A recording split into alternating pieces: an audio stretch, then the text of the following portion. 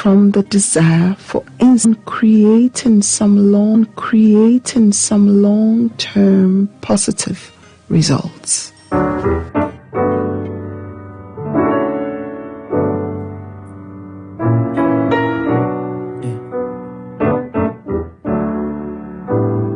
Last night was my phone was dark. The world's a mess. That's just the start. But I slept alright. I guess it's good morning. Phone call from mom. Dad lost his job. Text from my ex. She's moving on. But we're all alive. It must be good morning. Nightmares and mistakes.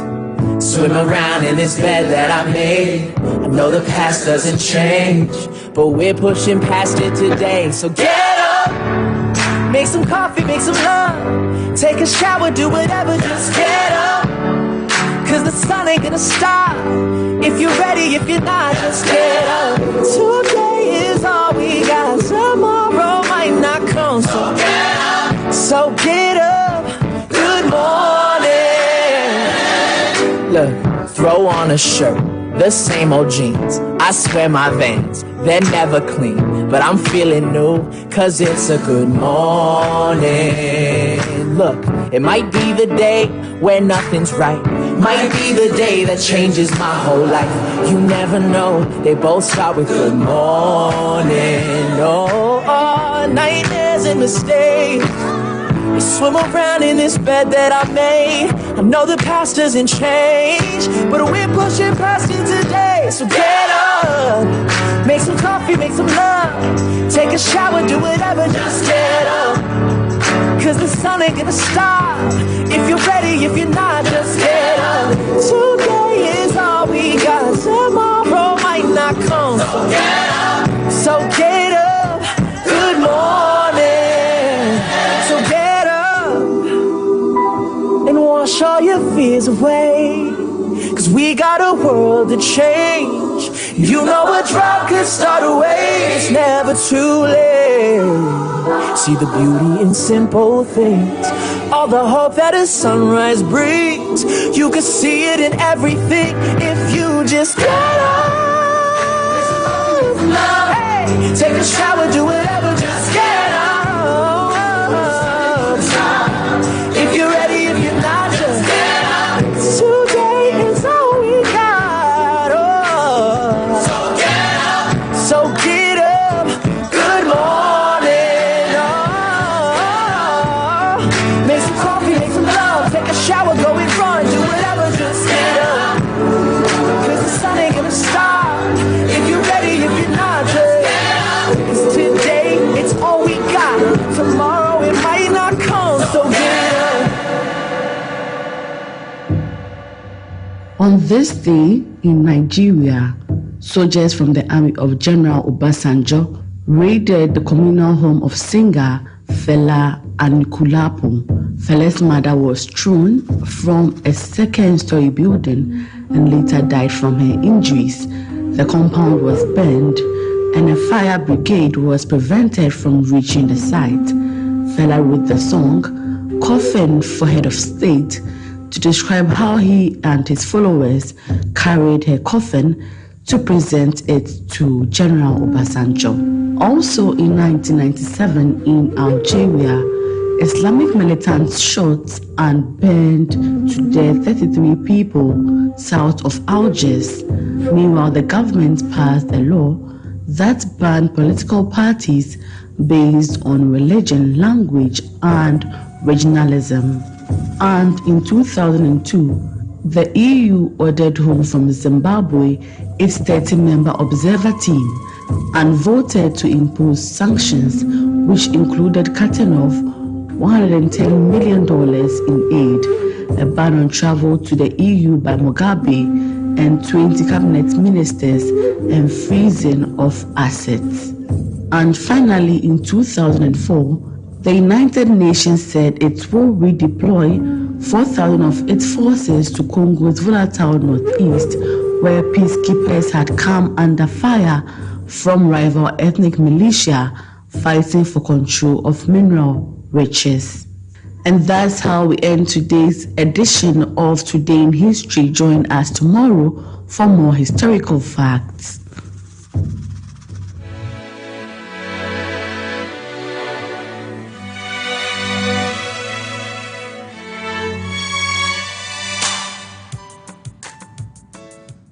All right, so you're tuning to Asaase Radio 99.5 megahertz, and this is the ABS show here on your favorite dial, 99.5. My name is Wilberforce Asare. I'm doing this, the first part of this program for Kujo Mensah and for Nanaya Mensah. They will come shortly and take over. Now, earlier on, we had our word of inspiration by Naomi talking about frustration. Let's shed away all frustrations. And our beautiful song played. I love that song. DJ Rainey's selection essentially says that you have to get up, shed all your fears away, because we have a world to change. What a message. And that's something that I just reiterate to you this morning, that if you're in bed, it's time to get up, shed all your fears away, because we have Ghana to change. And so stand up and join the forces so we can change our beloved country for future generations. And so today on the show, we're going to be having, of course, we've done with our word of inspiration. We've also had Eugenia Richman Nyantichi bringing us Today in History. Later on top of the hour, we're going to have the Asaase breakfast news brought to us by Nanajwa Intiahagan together with Karen Dodu, her producer. And then we will go straight into the newspapers to review all the newspapers that we have here today.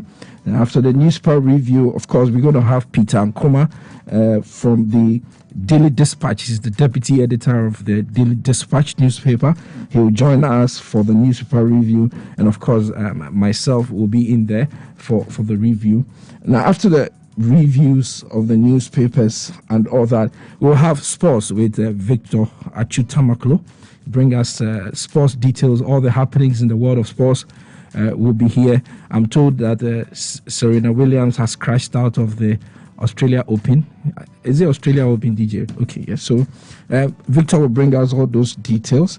And then we will do some trending issues around our country and around the world. Very interesting trending issues happening today. And so we're going to go there. And then the editors, how should I describe them? The interesting editors that we have joining us every Thursday will be here today. So Elvis Darko from the Finder newspaper will be here, and Andy Kankam from the Informant newspaper will also be here, and then Audu Mahama, the editor of the Custodian newspaper, will also be here. And on the table today are several issues. Obviously, you know that the Supreme Court is sitting today, and we hopefully are going to get a date for the final judgment in election 2020 petition. And so the editors will be bringing their perspectives on that topic. And then, of course, there's ongoing vetting of ministers designates for President Akufo-Addo's second administration. And that process is ongoing. And so the editors will also bring their perspectives on those who have been vetted thus far and those who are yet to be vetted. We know that COVID-19 is still with us, and vaccinations are starting in several parts of the African continent. We are told here in Ghana that on Friday, tomorrow, the government is going to be putting out a statement or hosting a program to discuss the rollout plan for COVID-19 vaccination in our country. And so that's also going to be something that we're going to be keeping focus on.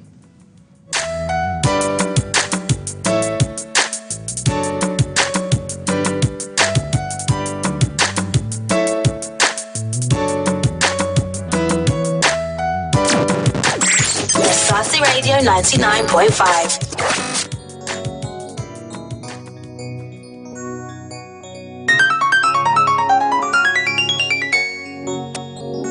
Jesus, within your kese, Ukwan and Fiapim Yahuda Crow, meeting me Hunina Mema Woo, or Hinges as a Udinu ya kezi Ukwane mfia pemia udakro Midini unyi na bema uhu Unyami benkra notisa u Unyami beni o Utumisu o Wado yesu o Unimia ya mahumanyina Unimia ya mami o Unimia ya mahobibiara o Matime ya jemu Ukwana ukaza mabaso chiyedi Fia pemia wodakro Dakro suya ufia pemo Midini uni na bemamu Ukwana ukaza mabaso chiyedi Fia pemia wodakro Dakro suya ufia pemo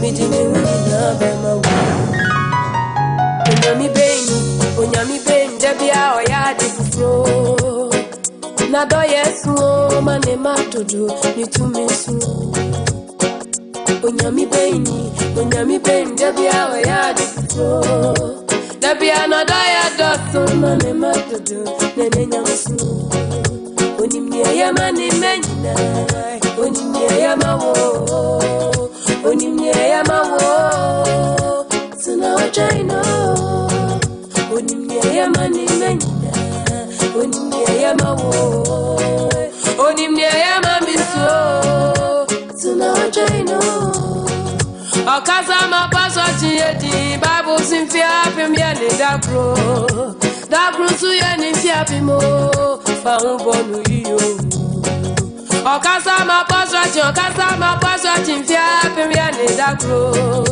Dakro suya ni fia pimo Fa umbonu nensi uyo Okaza mapaso chiyedi Mfia pemia nyami dakro Dakro suya ni fia pimo Fa umbonu nani emayeti Onimnia ya mani menyina Onimnia ya mawo Onimnia ya mamio Suna wajaino Onimnia ya mani menyina Wai Onimnia ya mawo Onimnia ya mamiso Suna wajaino Okaza mapaso chiyedi Bible simfia pemia ni dakro Dakro suye ni fia pimo Waye bia mama hu Okaza mapaso chimfia pemia ni dakro Dakro suye ni fia pimo Waye bia mama hu Okaza mapaso chiyedi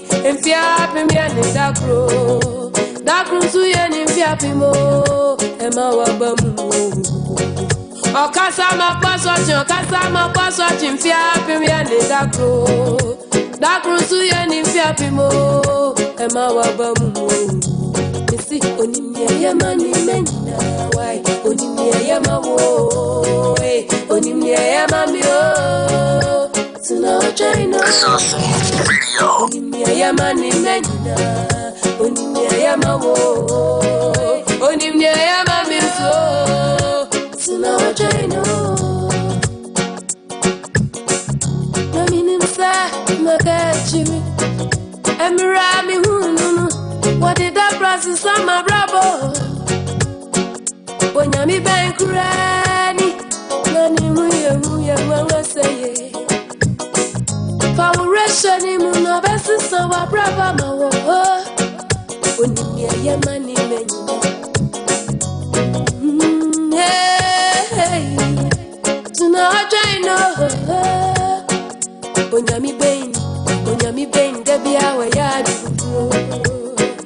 Nado yesu o mane matodo Nene nyamsu Hey Onyami beni Debia we yadi Debia nado ya doso mane matodo Nene nyamsu Onimia ya mane menyina The Asaase Breakfast Show. Hey Onimia ya mami o Suna wajaino Onimnia ya mani menyina Onimnia ya mawo Onimnia ya mamiso Suna wajaino Okaza mapaso chiyedi Bible simfia pemia ni dakro Dakro suye ni fia pimo Waye bia mama hu Okaza mapaso chiyedi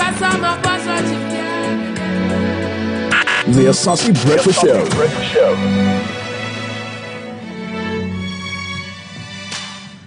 So music there by Esther Smith. Very beautiful, soothing gospel music talking about her God and our God. Very beautiful there. So Nanaya Mensah, the indefatigable Nanaya Mensah, most reliable, has joined us in the studio. Good morning, Nana. Good morning. Reliably unreliable. Yes, good morning to you, Reverend. No, you are very reliable.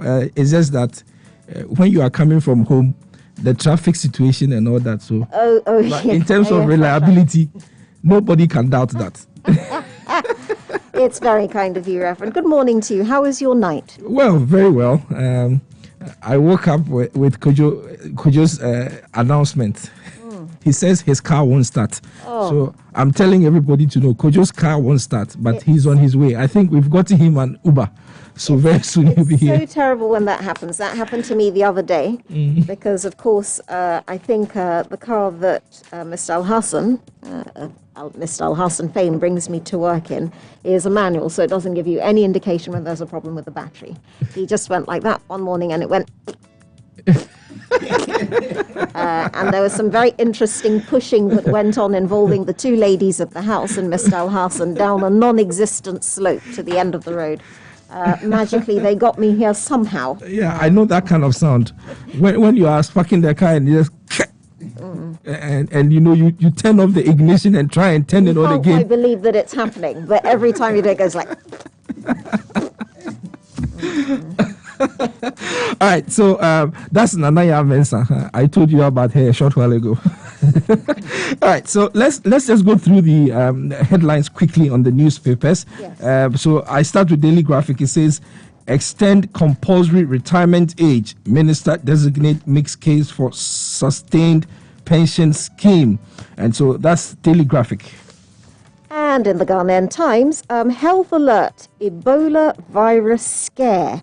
Ghana Health Service places health facilities on high alert. All right, so the new crusading guide in the matter of the $134 million judgment debt, Ejako fires back, says it was cabinet decision. That's the new crusading guide. Yes, that's an interesting one. Daily Guide, I need Jean Mensah to make my case, says Mahama. Business Finder, it says that aid crunch, look within, curb illicit outflows. Professor Abo urges African governments, and it comes with a picture of the man making the admonition. Professor Abo. Yes, I'm not getting it right. ABOR. Okay. Yeah, Professor Abo. I'm sure we'll hear more about him. In the Business Analyst, some rather disturbing news. It says Airtel Tigo investors to pull out of Ghana. Government to buy the company as a temporary measure to keep the network alive. Justifies National Communications Authority's concerns that MTN moving towards monopoly position, which must be checked, but increase in some tariffs requisite for this. I think that is possibly the world record for a long headline.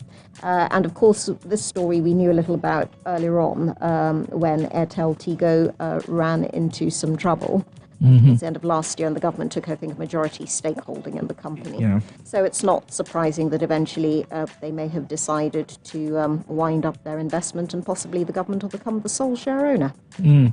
Well, I'm sure it's something that our business team will interrogate a little bit more. So the Insight says that GMA worried, blames rising COVID deaths on lack of beds, ICU, and others.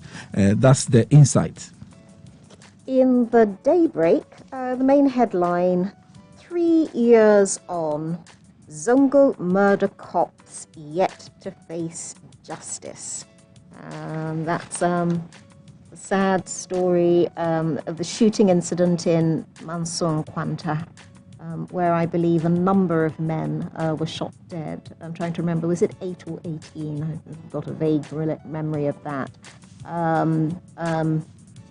And it says, you know, nothing has really happened with the, it's seven men were shot dead. And nothing has happened to further the case, so their relatives understandably are complaining. All right, so the Business and Financial Times says that domestic tax revenue hits 31 billion Ghana cedis in first 10 months of pandemic year. And that's how the biggest story on the front page of the Business and Financial Times is captured.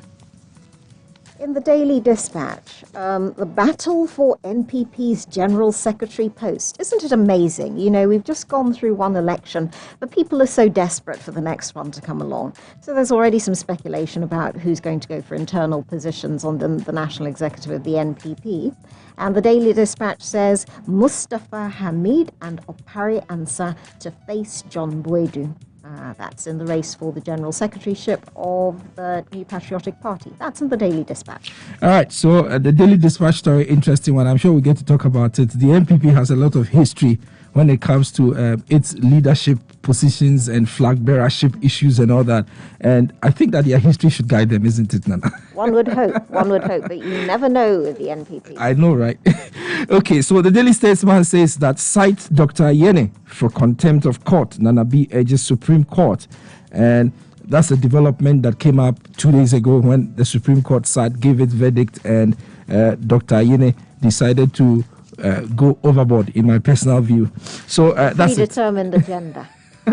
It's your own predetermined agenda about reading things into the people's comments on the court case. Myself? Yeah. Okay, all right. I will not fight you on that. All right. Did you have any left, Nana? No. Oh, okay. So the Chronicle then is here. It says that Rawlings's legacy in flames as Alote vows to vomit snakes and frogs. Hey. Koku also dares leadership to push him out. The thing is not easy. All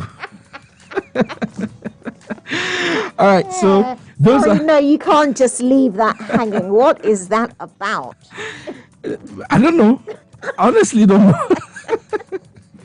Oh, dear. And today, I'm told that the family of the late former president will be calling on the President of the Republic this afternoon.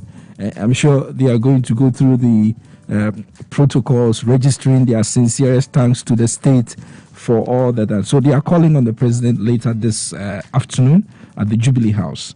I'm sure we'll bring all the 9 yards.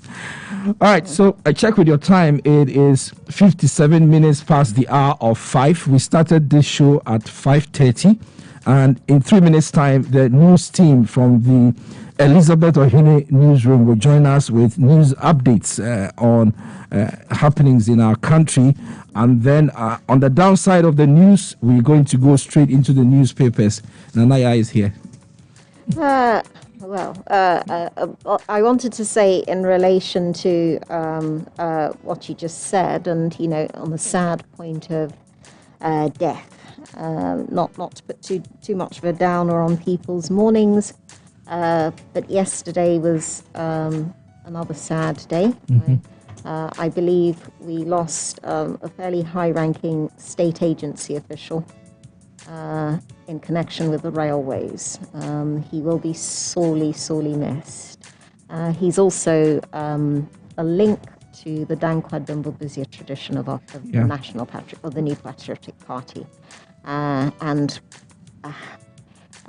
it makes no sense. On another note, today, I know people will be saying farewell to Patrick Nuttall, Amaga, rest in peace, and to Mrs. Dugan, wife of Daniel Dugan, both of whom will be buried today.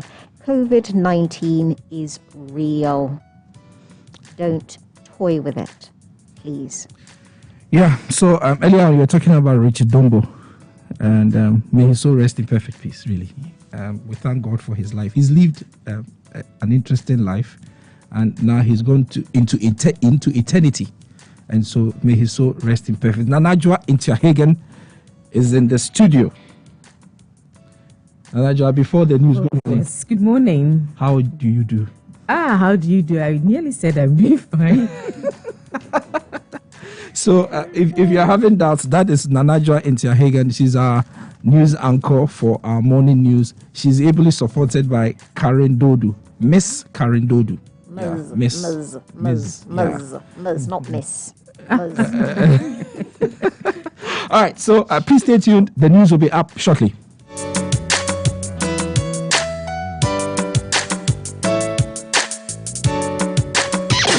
Asaase Asaase Radio 99.5.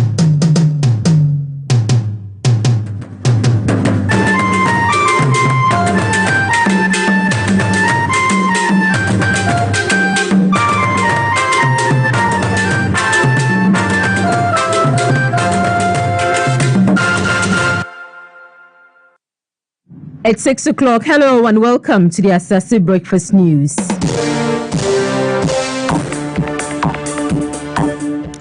It's live on 99.5 here in the capital. Our sister stations, Asaase Radio in Kumasi, 123 FM in Tamale, and our affiliate, Stone City Radio in Ho, and also across the globe on Facebook at Asaase Radio 99.5. I am Nanajua Hagan, and coming up. And by it's expected to increase. If we are in the pandemic, we've messed up as all of us as a people together. Research fellow and scientist calls for quick isolation of persons who show Ebola symptoms. Also coming up. For conditions like Ebola, the best way of limiting the spread is containment. In other words, if we know an index case, we have to isolate the person. Ghana Medical Association says increasing death rate from COVID-19 related cases is expected due to the daily infection rate of over 600 cases. Also coming up in this bulletin. Our laws are clear on such practices. It makes it criminal. Section 104 of the Criminal Code. Gender Minister nominee specifies stance on criminalizing LGBT issues, she says, is non-negotiable per the country's laws. And later in African news, Nigerian senator in troubled Niger East area urges President Buhari to declare state of emergency in the country.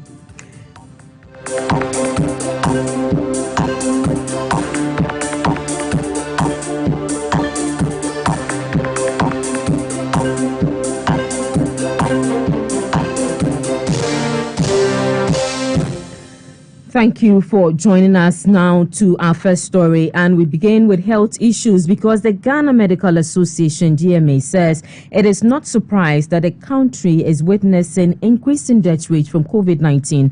Speaking to Asaase News, the Deputy General Secretary of the Ghana Medical Association, Titus Biyo, noted with Ghana's daily infection rate of over 600 COVID cases a day, the death rate is also expected to increase due to a myriad of factors. And by it's expected to increase. If we are in the pandemic, we've messed up as all of us as a people together. And now the numbers are more. And every individual infects other people. It will take a while before we will actually start to flatten the curve. And the deaths are more than 10 per day now. Many people are infected. A lot of people have the potential of dying will get, and the daily sugars are going up. But it's not surprising. Fortunately, that's not surprising. What is also making it worse is that already it's beginning to stretch our healthcare system. When you have plenty people infected, but they don't have symptoms, and they don't need to be in hospital, or they are not sick that need admission, it doesn't stretch the healthcare system that much. But the more people requiring in-hospital care, critical care, then it becomes more disturbing. And that was the Deputy General Secretary of the Ghana Medical Association, Titus Biyo. Meanwhile, the Ghana Medical Association is also recommending another shutdown of schools, but teacher unions have kicked against it, arguing that it is not the best way to go. Caleb Ahinakwa has the rest of the story. A total of 142 COVID-19 positive cases have been recorded in some junior and senior high schools in 4 regions. 56 positive cases were confirmed in 23 schools in the Greater Accra region. 82 positive cases comprising 73 students and 9 staff were recorded in the Eastern region. 3 cases in the Upper West region and a single case in a school in the Western region. Following this development, the Ghana Medical Association has called for the close down of schools, but some teacher unions think otherwise. They want school authorities and health officials to collaborate for the situation to be brought under control. Thomas Musa, General Secretary of the Ghana National Association of Teachers, and Angel Kabonu of the National Association of Graduate Teachers have been speaking to the issue. Let us be careful with the way we do generalization when something happens in a particular or in an isolated area. The Ghana Medical Association's call for schools to close should be quickly sent to the Ghana Education Service Management and give the information that they have on the ground to the management of Ghana Education Service to enable the Ghana Education Service Management to make an informed decision. The teacher unions say their checks at some schools indicate that more schools are yet to receive their PPEs. They have called on the Ghana Education Service to expedite action on deployment of these personal protective equipment in schools to ensure the safety of students and staff. Caleb Ahinakwa with that report. Time now for updates on statistics on COVID-19 from the Ghana Health Service, and 4 more people have succumbed to the virus, bringing the total of death cases to 564. 523 new cases have also been recorded, bringing the active cases to 7,931. Total number of recoveries stands at 69,775. The admonition is still wearing of face or nose mask and wearing it properly, intermittent hand washing with soap and running water, sanitizing your hands as when needed, and maintaining the appropriate physical distancing in public. And we stay a little longer on issues of health. And research fellow and scientist at the Noguchi Memorial Research Institute, Dr. Kofi Boni, says the early detection and isolation of people who show symptoms of the Ebola virus disease would help prevent any spread should there be an outbreak in the country. His comment follows a health alert from the Ministry of Health, charging all regional and district offices to be on high alert and put in response plans against the disease following an outbreak in neighboring Guinea. Dr. Boni was speaking on the Big Bulletin. Yes, some of you may be aware how we in this part of the world are stretched when it comes to facilities health-wise.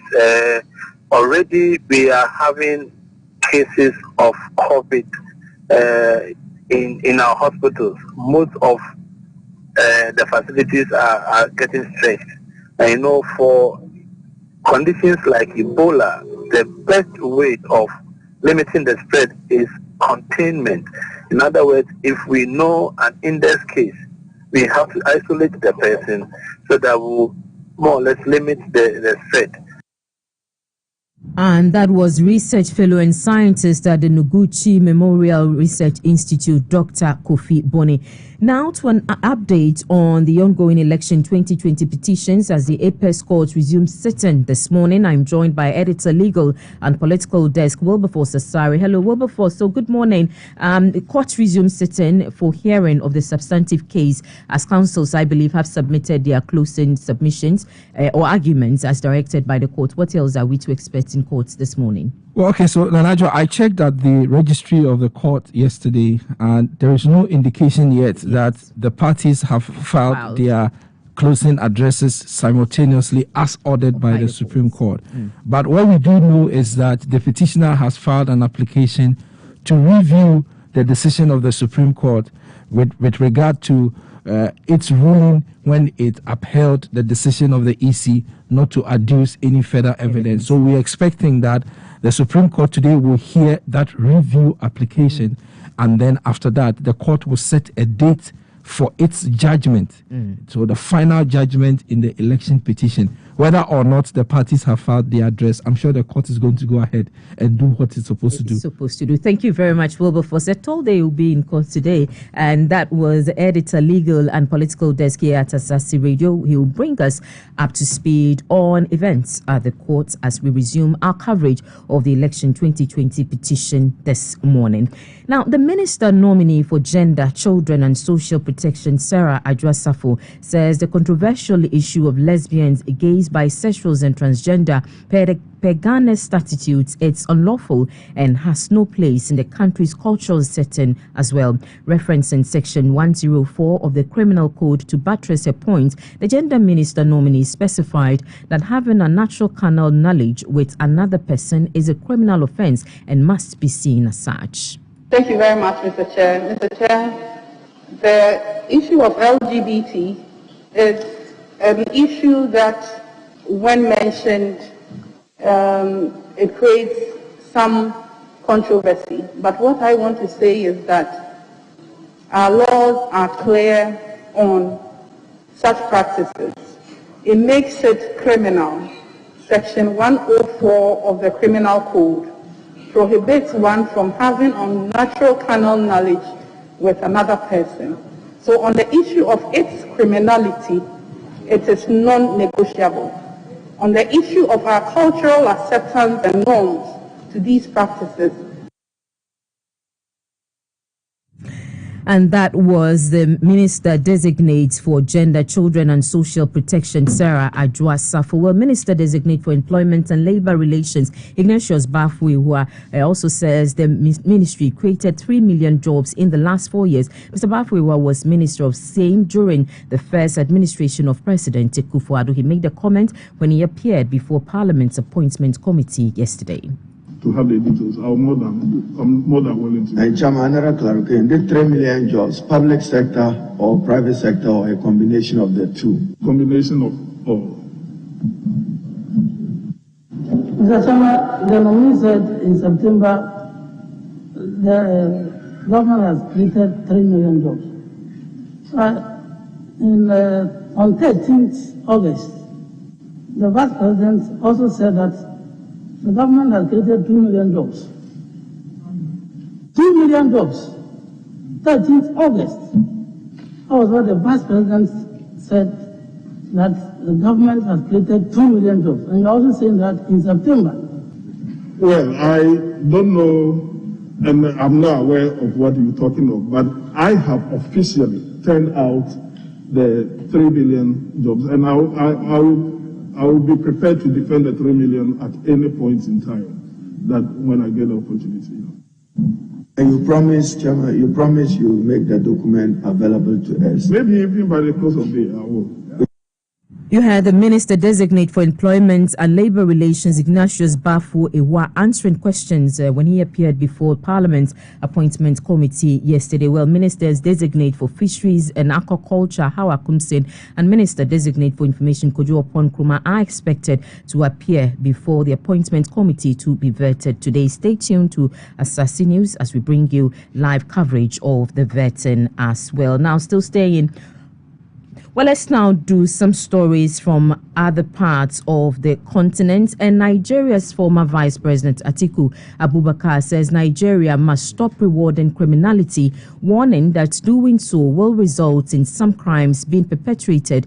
In a statement he personally signed, Abubakar lamented the deteriorating state of insecurity in the country, describing the menace as alarming, while noting that a situation whereby children and minors are being kidnapped, the ex-vice president asked the federal government to tackle cases of abductions by ending what he calls a reign of impunity. His comment follows yet another abduction of students and staff of Government Science College in Rafi local government area of Niger State on Wednesday. Meanwhile, the senator representing the Niger East Senatorial District of Niger State, Senator Sani Musa, is urging the federal government to declare a state of emergency on insecurity in Nigeria. Nothing can be done without a federal might. That is the only way. And that is more reason why I'm asking the federal government to declare state of emergency on insecurity in Nigeria. They deploy. Let Mr. President bring a supplementary budget that will give adequate funding to the armed forces so that we can flush these people once and for all. And by next year, you will see the polity will be hitting.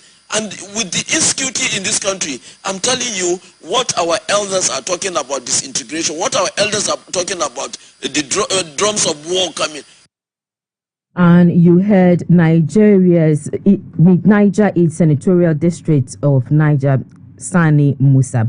Now, South Africa's President Cyril Ramaphosa has received a coronavirus vaccine as the country begins the rollout of the Johnson & Johnson jabs. He was injected in front of the cameras in the district hospital in Cape Town and later tweeted, "Taking the vaccine was quick, easy and not so painful." He said, and I quote, "I urge all our healthcare workers to register to receive the vaccinations as they are our first line of defense against the coronavirus pandemic." Health Minister and other health workers have also been vaccinated with first batch of the 80,000 of the Johnson & Johnson doses which arrived in the country on Tuesday evening.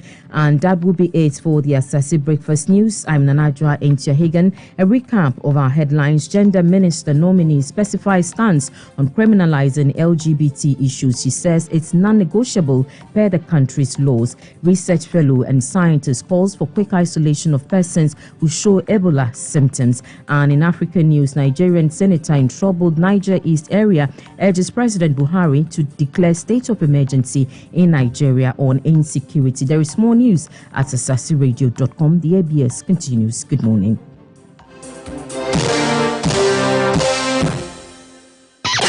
Asaase Radio 99.5. If you just missed the news, we know exactly how that feels, and you're not alone. Join the rest of the world and visit asaaseradio.com now for more information and comprehensive news updates on the latest in politics, business, sports, entertainment, and breaking news. asaaseradio.com. Timely, credible, and informative. Your late morning radio experience. Your late morning radio experience is about to change. The voice. The voice. The voice. The voice. The voice. The voice. Yes, it's me, your girl, Caroline. Get the best of music, art, and lifestyle, and don't forget, it's 99.5. 10 to 1. Asaase Radio 99.5. It's Caroline on 10 to 1, baby. You got it. Hey, what's up? What's up, everybody? It's your girl, Caroline. Make sure to tune in.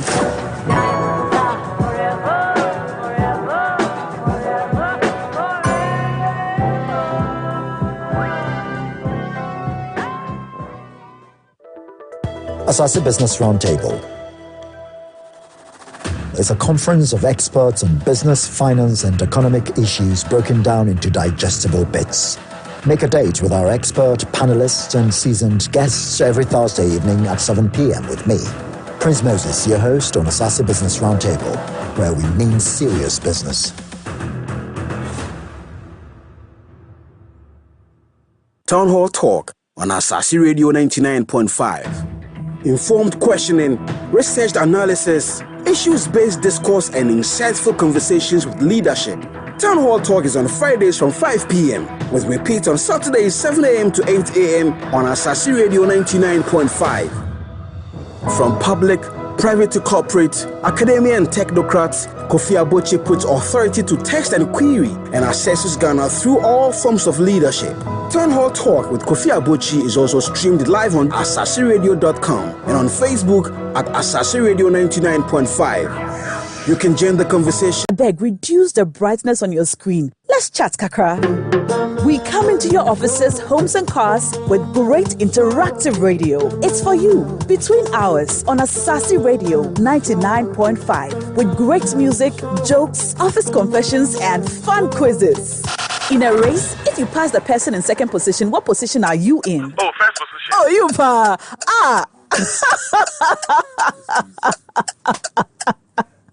Okay. In a race, if you pass the person in second position, what position are you in? Second position. Correct. And at 2:45 p.m. sharp, when you hear the song, we dance. Everybody, everywhere, everybody dance. And the best part is, on Thursdays, you get to be my co-host. Between hours, Mondays through Thursdays with me, Na Ashoko, on Asaase Radio 99.5, the voice of our land. Asaase Radio 99.5.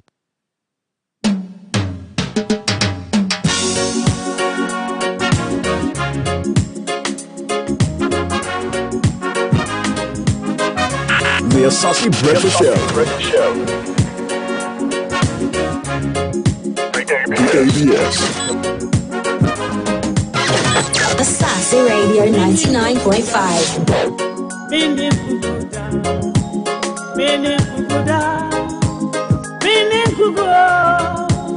Yes, you are my friend. Tell me,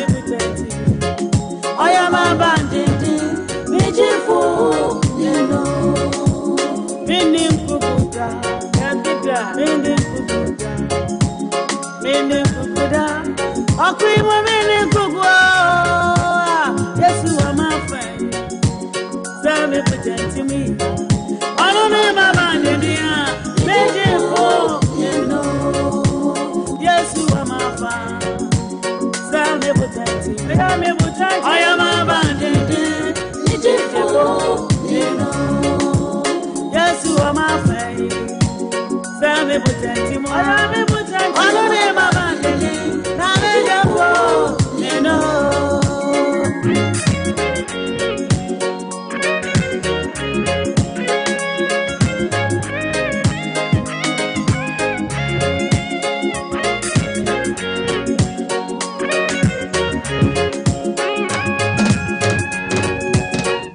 Brilliant job as always by Mr. Wilberforce Asare.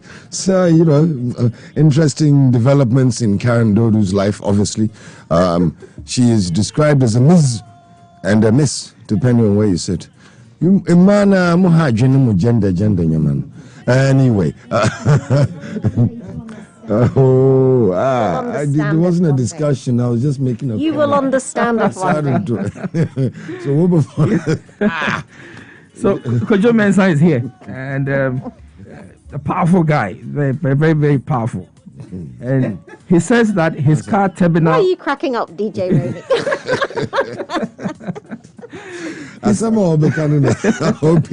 He says his car terminal was removed, but he couldn't see it because it was too dark. So I'm reporting why he came late. He's not a cat. You can't see in the dark. Oh, I can say that. Wow.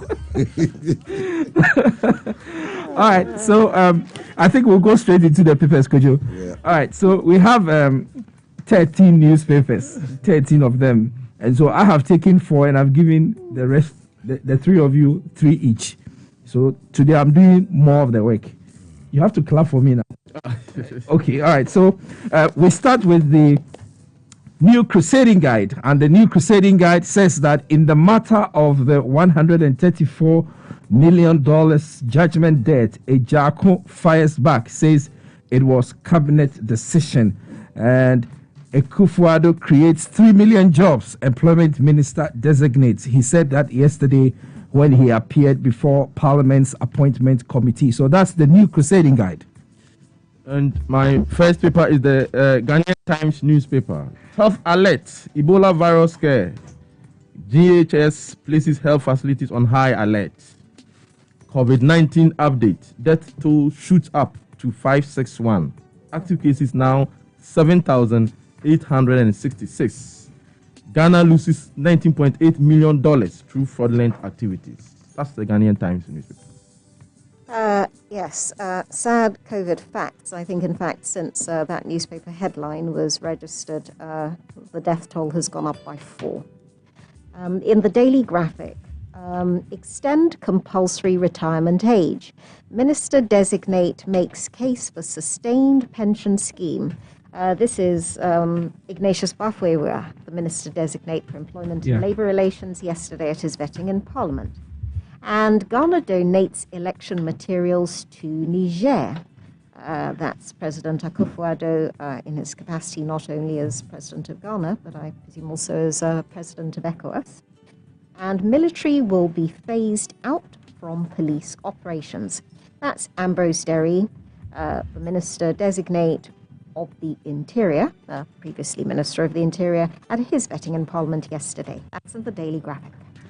And in the Business Finder, in what is called the Aid Crunch, Professor Joshua Bo, who is a finance and economic lecturer, is telling the government to look within and curb illicit outflows. And that is his admonition to African governments. Also, the story of the Minister Designate for Employment and Labour Relations, speaking to government having created 3 million jobs, is captured here. And here it's captured, government creates 3 million jobs in 4 years, according to Ignatius Bafwewa.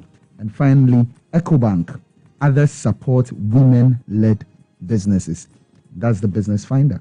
All right, so the Chronicle is my next paper, and it has on top of it, it says, the Gucci to expand COVID-19 testing capacity. That sounds like very, very good news to me, if you ask.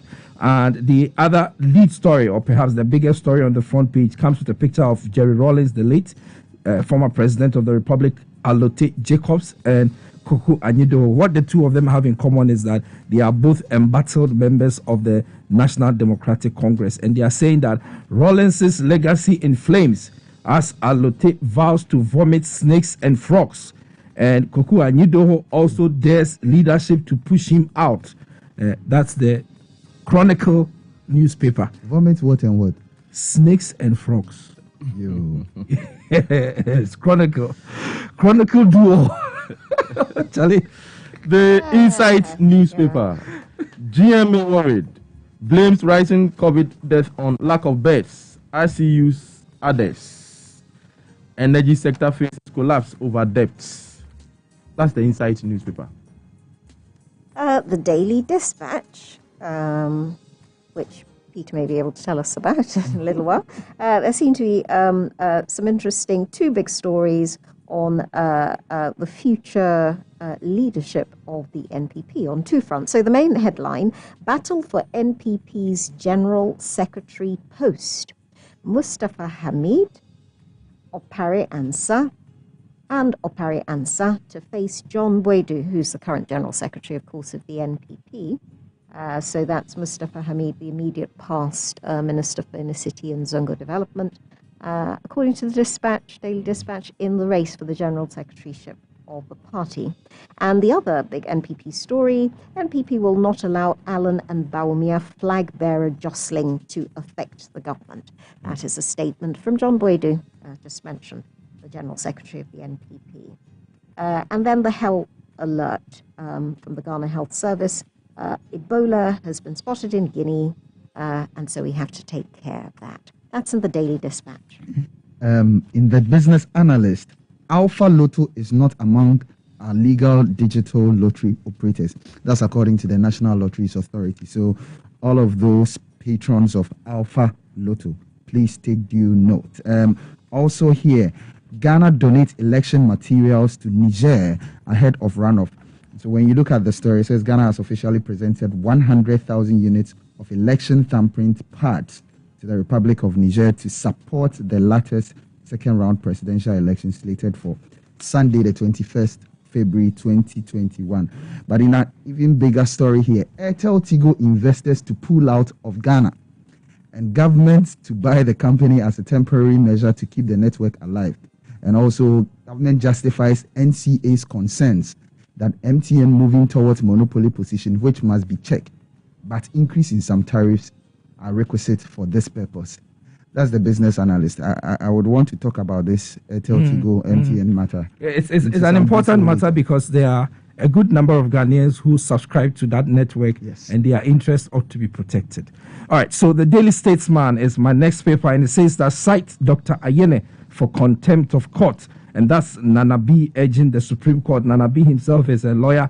Of course, he will be junior to Dominic Ayene, but he thinks that his senior has done something wrong that must catch the attention of the Supreme Court. 3 million jobs created under Akufo-Addo's first term, says Bafwewa, and he was emphatic about this when he appeared before the court, the Appointments Committee. And he says that when he was writing his report, they had to do it 6 months before the elections. And so the report did not capture 3 million, but he says that the latter part of the session or the period in office is where the others were created, and so he can provide statistics and documents. A question was put to him because he had indicated as at August of 2020. Yes. And then also a reference to the vice president having indicated in September another figure. So that was by way of just information in that regard. Yes. The Meridian newspaper. Nanado has created 3 million jobs. I mean, the same story attributed to Bafwewa. And Eugene Ahen's wife eats humble pie, withdraws several claims in initial divorce suits. That's the Meridian newspaper. The same story in the Daybreak as a secondary line. Eugene Ahen's wife abandons claim of property grabbing. But the main headline, 3 years on, Zongo murder cops yet to face justice. And this was the shooting by members of the security services of 7 men. Well, a number more were injured, but 7 male adults, 7 men died in a shooting, I believe, in Asaase. And so I think there was some quizzing at the Appointments Committee yesterday of Honourable Ambrose Derry, Minister Designate of the Interior, in relation to why it appears there's been no progress in the case against the officers involved in the shooting. And some staff of GCNet to be laid off from April 2021. That's in the Daybreak. And in the Business and Financial Times, the big story here is domestic tax revenue hits 31 billion Ghana cedis in first 10 months of pandemic year. That's with reference to 2020. And that is in contrast with 29.3 billion Ghana cedis recorded for the same period, 2019. And so a certain increase of about 1.7 billion there in terms of actual performance. And I mean, that's some good news, given that 2020 had a lot of hits. In other stories, labor to be specific, court orders GCNet to pay workers as determined by the National Labour Commission, and company makes rest of workers redundant. So GCNet has executed or implemented some redundancy there, and they are being ordered to pay their workers according to the agreement with the National Labour Commission. In investment, U.S. businesses renew investment interest despite COVID-19, and that is some good news for us here in Ghana. And that story comes with a picture of Simon Maggi, who is the executive secretary of AmCham, which is, I think, the American Chamber of Commerce. So that's the Business and Financial Times.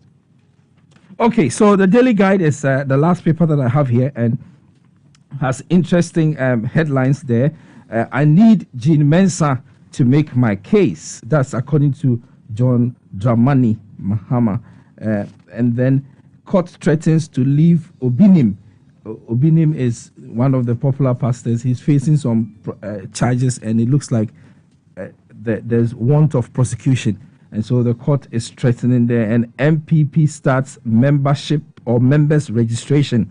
So it looks like the party is starting a new membership registration process. So that's the Daily Guide newspaper. Let's quickly touch base with the major headlines on our online portals, the first 2 major headlines, and then we can go quickly into our discussion. So we start with Nana. I believe it was Samuel Addo to Mahama asking him to call off his court case. Sorry, the page is not displaying. To withdraw the petition. To ask him to withdraw his petition. And Kelny GVG made savings of $1.1 million monthly, says Ursula. That's on AsaaseRadio.com. And on myjoyonline.com, the unfortunate news of the demise of the CEO of Ghana Railway Development Authority, that's Mr. Richard Dombo, is captured here. And also matters arising from the vetting of the Minister Designate for Gender, Children and Social Protection. She says, I'll rebrand witch camps to feel like home. And that's according to Ajwa Safo. The question a number of people are asking is that a place we want to even continue keeping? That's a question some people are asking. So those are some stories on myjoyonline.com. The citynews.com has Supreme Court resumes sitting today to hear Mohammed's application to stay proceedings. Also on the same platform is Ajwa Safo's vetting was soft because of health considerations. That's a story attributed to Mohammed Yariga. No, but see, Muntaka, as we know him, says that, she delivered not too long ago. So although I have a lot of questions, I'll let her go and take care of the child. Okay. So, no, but you see, if you have noticed something, when one of their own appears before them, there's a kind of a way of. You mean a member of the appointments committee? Very well. Okay, all right. Or if the person is a member of parliament Mm-hmm. and is at leadership position or has occupied leadership position, they sort of treat The person differently. yes, with some kid gloves. You So remember when chairmen Dan yeah, Botwe. they said, oh, he's occupied leadership position before, so we need not to ask too many questions. But Damboche was there for a while. Yeah. But Dan Botwe himself is a general. And generals chairmen now. All right, so I didn't do my online. Let me do mine. Graphic.com.gh says that Charles Edubuahin acting in Ken Oforiate's absence and is SNIT top job up for grabs. It looks like a lot is happening at SNIT. I have some inside information from some people there and all that. We'll not talk about it right now. But So why do you tell us? yeah, it's cooking. It's cooking. You know. Okay. Boba. Yeah. All right. So let's start our conversation today from the Supreme Court. It looks like the Supreme Court has been dominating issues with all this call on the court, cites Ayene for contempt, applications upon applications before the court. In fact, the petitioner himself now has filed an application for stay of proceedings. Yeah. Some time ago, there was one, and I know what happened to it. The same thing is going to happen to this one. So, but I'm starting from you, Peter. Yes. Peter he's written a lot of things. He came with all the documents. If you can't see them, they are here. I'm telling you, he brought all of them. So, Peter, let's start with you. No, I was only trying to read a story that is attributed to Dr. Ayene. Okay. Where in that publication, he's sort of praising the Supreme Court for sort of giving the petitioners victory. And I was wondering, it is important that when we occupy certain position, where people respect us so much, when we communicate to a number of people who puts their trust on you, that you become a bit careful about your choice of words and how you go about it. When the case started in January and they were given permission to amend their petition, the NDC and the petitioners, former President John Dramani Mahama, they praised the same court for allowing them to amend. When in actual fact, the court was per the rules, was not supposed to have allowed them to do that. Very well. You mean there's only one petitioner? Yes, that's John Dramani Mahama. Yes. There's no NDC. Well, he represents a group. Yeah. So, okay. There's no NDC. All right. Yes. Technically, you are right. I agree. Benji.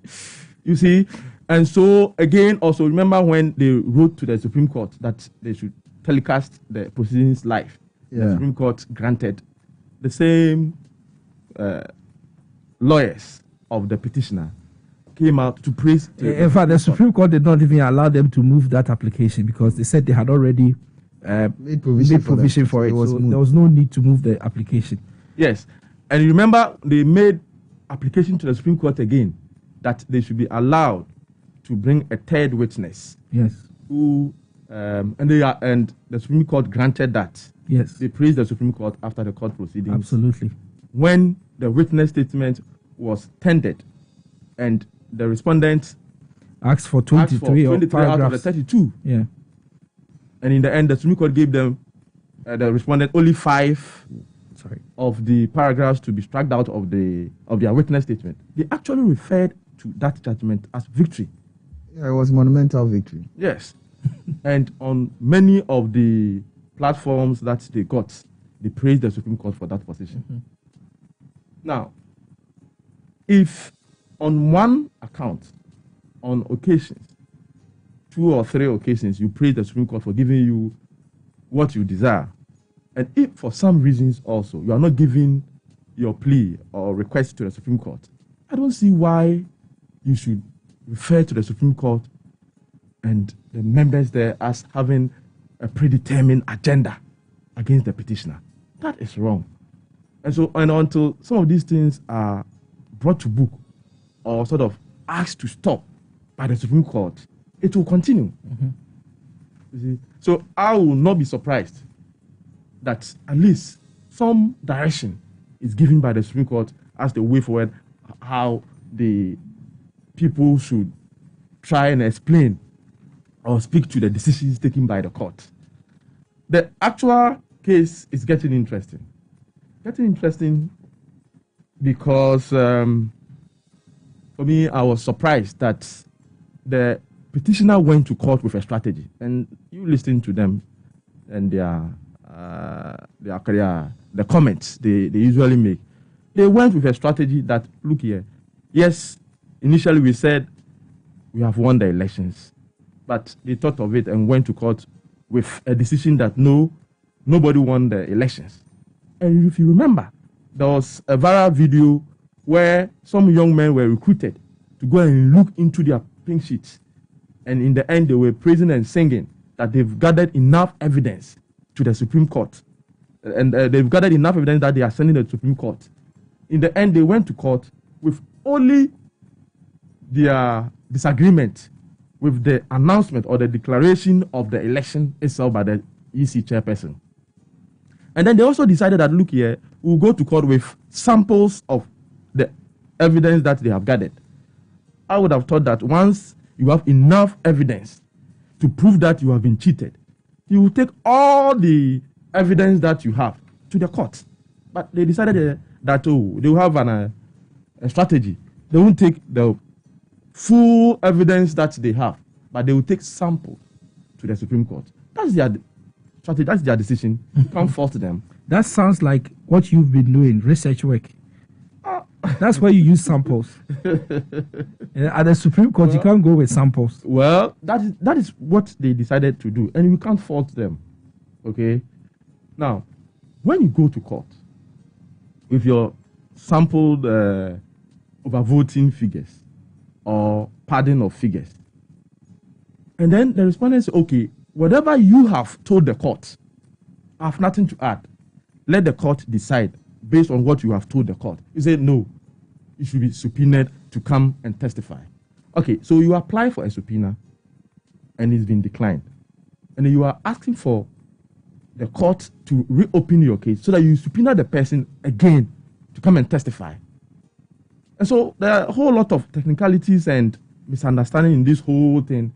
And for me, yes, it's within their rights. It's called litigation, adversarial litigation. Nana, please, all these happenings, call for contempt, all that, the 9 yards. Yeah, the 9 yards. I mean, you said it all. It's a storm in a teacup. It's not an attempt to draw out the process, because I think it is now obviously clear to both sides that if either of the sides was in doubt, that is, that this is a process that cannot be artificially extended. There was the impression that at least one side was trying to extend the proceedings, particularly in the initial stages of the case. It is obviously not running to 42 days. We've gone beyond that. That the judges, their lordships, are going to keep it as far as possible, as near as possible to the terms set out in the constitutional instrument governing. Today is actually the 50th day. So we've already run 8 days in excess, but they will try as far as possible to keep it as near as possible to the limit set out in the original law. So there is a certain amount of one wouldn't call it obfuscation, one wouldn't want to call it fostering, because those all sound like slightly judgmental terms, but there's a certain amount of positioning to make it clear that we wanted to do X and we were prevented from doing X, as a way again of playing this case for its potential PR value.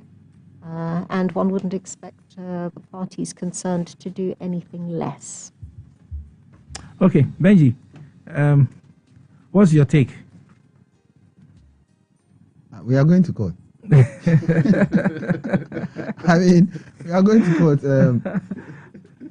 Latest by 10 a.m., we should have the Supreme Court having reconstituted to, in essence, at least hear the application for the review of their earlier decision on the 11th of February. I'm expecting the court to go ahead and hear that particular application, in which case then the application for stay of proceedings becomes moot. because the whole essence of that is that review application should be heard before anything else is done. So if the court goes ahead to do that, then that application becomes moot. And as you said early on, will be just as did happen previously. The interrogatories. Yes, yeah.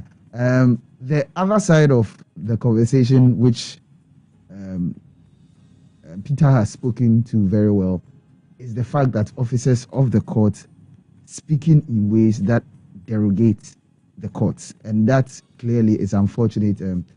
Well, Nanabi is asking that the court should take judicial notice of that which Dr.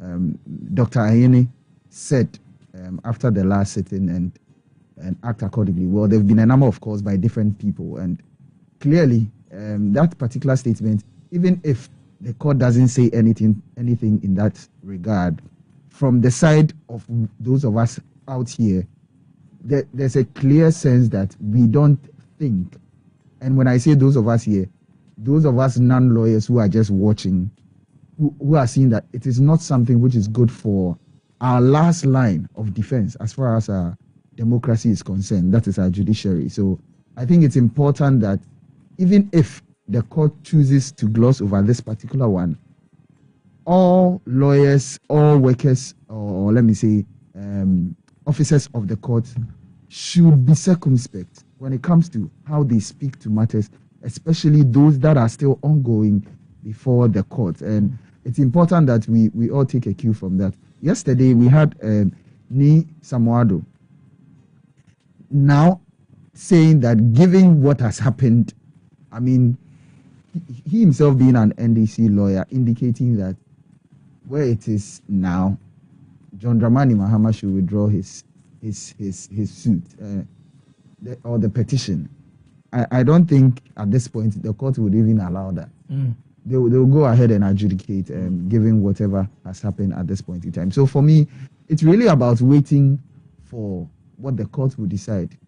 Quarter 10 a.m. there. You know, Peter, when you go to court and the court adjudicates a matter or gives a decision, usually the one on the losing side will rise up and say, as the court pleases. Exactly. And then the one on the winning side will say, we are grateful to the court. Now, this is settled practice. And it is to demonstrate to the court, and for that matter to lawyers, that the ultimate is what the court says and not what you brought or what you wanted. So when you have stood up in court and you have said, as the court pleases, what it means is that you have literally accepted what the court has said, even though you may disagree. So you can express your disagreement, but you cannot go on attacking the court and accusing the court after you have literally accepted what the court has said. That's the difficulty that I have with Mr. Ayeni. Yeah, you see, Wilberforce, the point is that the fact that the petitioner decided to send his case to the court meant something. That at least before I come to you, Wilberforce, that I have an issue with Benji, come and help settle the matter. It means I have some trust or some belief that you will be able to pronounce some fair ruling or judgment on the case. And so once the petitioner decided to go to court, clearly indicates that he had some belief that there will be some, at least, a fair hearing. And so until that final ruling is given, you cannot be giving innuendos and comments that seek to undermine that same body that you've taken your case to. Remember, the decision by the respondent not to file a witness statement has its own repercussions. It has its own consequences. In fact, in their written statement to the court, so the respondents, they did file the affidavit. The respondents filed a witness statement, but they decided not to adduce evidence. So what it means is that the witness statement was no longer going to be in evidence because he has not gone to the box sworn for it to be adopted. In fact, it was never in evidence. Yes, it was never in evidence. Not like no more. And so it is a risk they have taken. You see? Yes. It is a risk. It means that they cannot be referring to the very statement that they have decided not to tender or sort of file or whatever. to the court. But you see, there have been several issues. Remember, when you take the judgment normally given by the court, it takes its time to go into myriad of aspects. In fact, the issue of accountability has come up. And I can tell you that apart from the court, there are other forums that you can use to get accountability from the EC chair if you so want to get an accountability from the EC. The last time we cited Parliament and even the Freedom of Information Act. You can activate that. You see, more especially when the EC says that for all the documents that concern this election, we have already put them in the public domain. Yes. They are already there in the public. And so you can ask questions. You can use the many platforms to ask for questions from the EC. But you see, last week when we came here, we made mention of the fact that the NDC or the petitioner should be worried. Benji wants me to refer. It's okay. Yeah. I mean, yeah. You should be worried that when you send somebody to go and at least supervise or seek your interest somewhere, and the person sort of betray you, unless there is collusion or some arrangement between the two, they should be very worried that apart from the fact that he said he was misled in signing the Ashanti region, in fact, in his witness statement, there's also another one on the Western North. And with the collusion, yes. Where he said that on Western North summary sheet, the regional representative for the petitioner did not sign and gave the reason for not signing. This was duly noted by the strong room representatives. I made a mistake when I signed the summary sheet in the EC strong room. At the time I signed, I missed the fact that the agent at the Regional Coalition Center had stated clearly the reason for not signing. So, apart from the Ashanti region where he said he was misled in signing, which I have serious issues with, because as an agent at the strong room or wherever, even at the Regional Coalition Center, before you put your signature, you sign. He actually said to the court that he should have checked. He has been in the EC strong room since 1992. Yes, yes, and in the famous 208 video, it's featured prominently. Yeah, challenging some of the results at the EC strong room. An African election. Very well. You see, so he's not novice in these things. That you sign a document that you won't cross-check from your party agent and representatives in the region and even at the party headquarters, then you should be questioned. Anyway, that's the election petition. The judges, those who have the law in their bosom, they will decide. Since you've said it, yeah, attributed to Justice Oliver Wendell Holmes, the law lies in the bosom of the judges, and he says the prophecies of what the court will do, in fact, and nothing more pretentious, are what I mean by the law. So the law is by practice, by experience, and nothing more. That which the court decides is what the law is. Yeah, so quickly talk about the Airtel Tigo. I wanted us to also talk about COVID-19 vaccines. So I want you to do that quickly. So it's become now very public knowledge that the investors in Airtel Tigo, that's formerly Millicom Ghana Limited, and then also Bati Airtel, they have decided to withdraw from the Ghana market.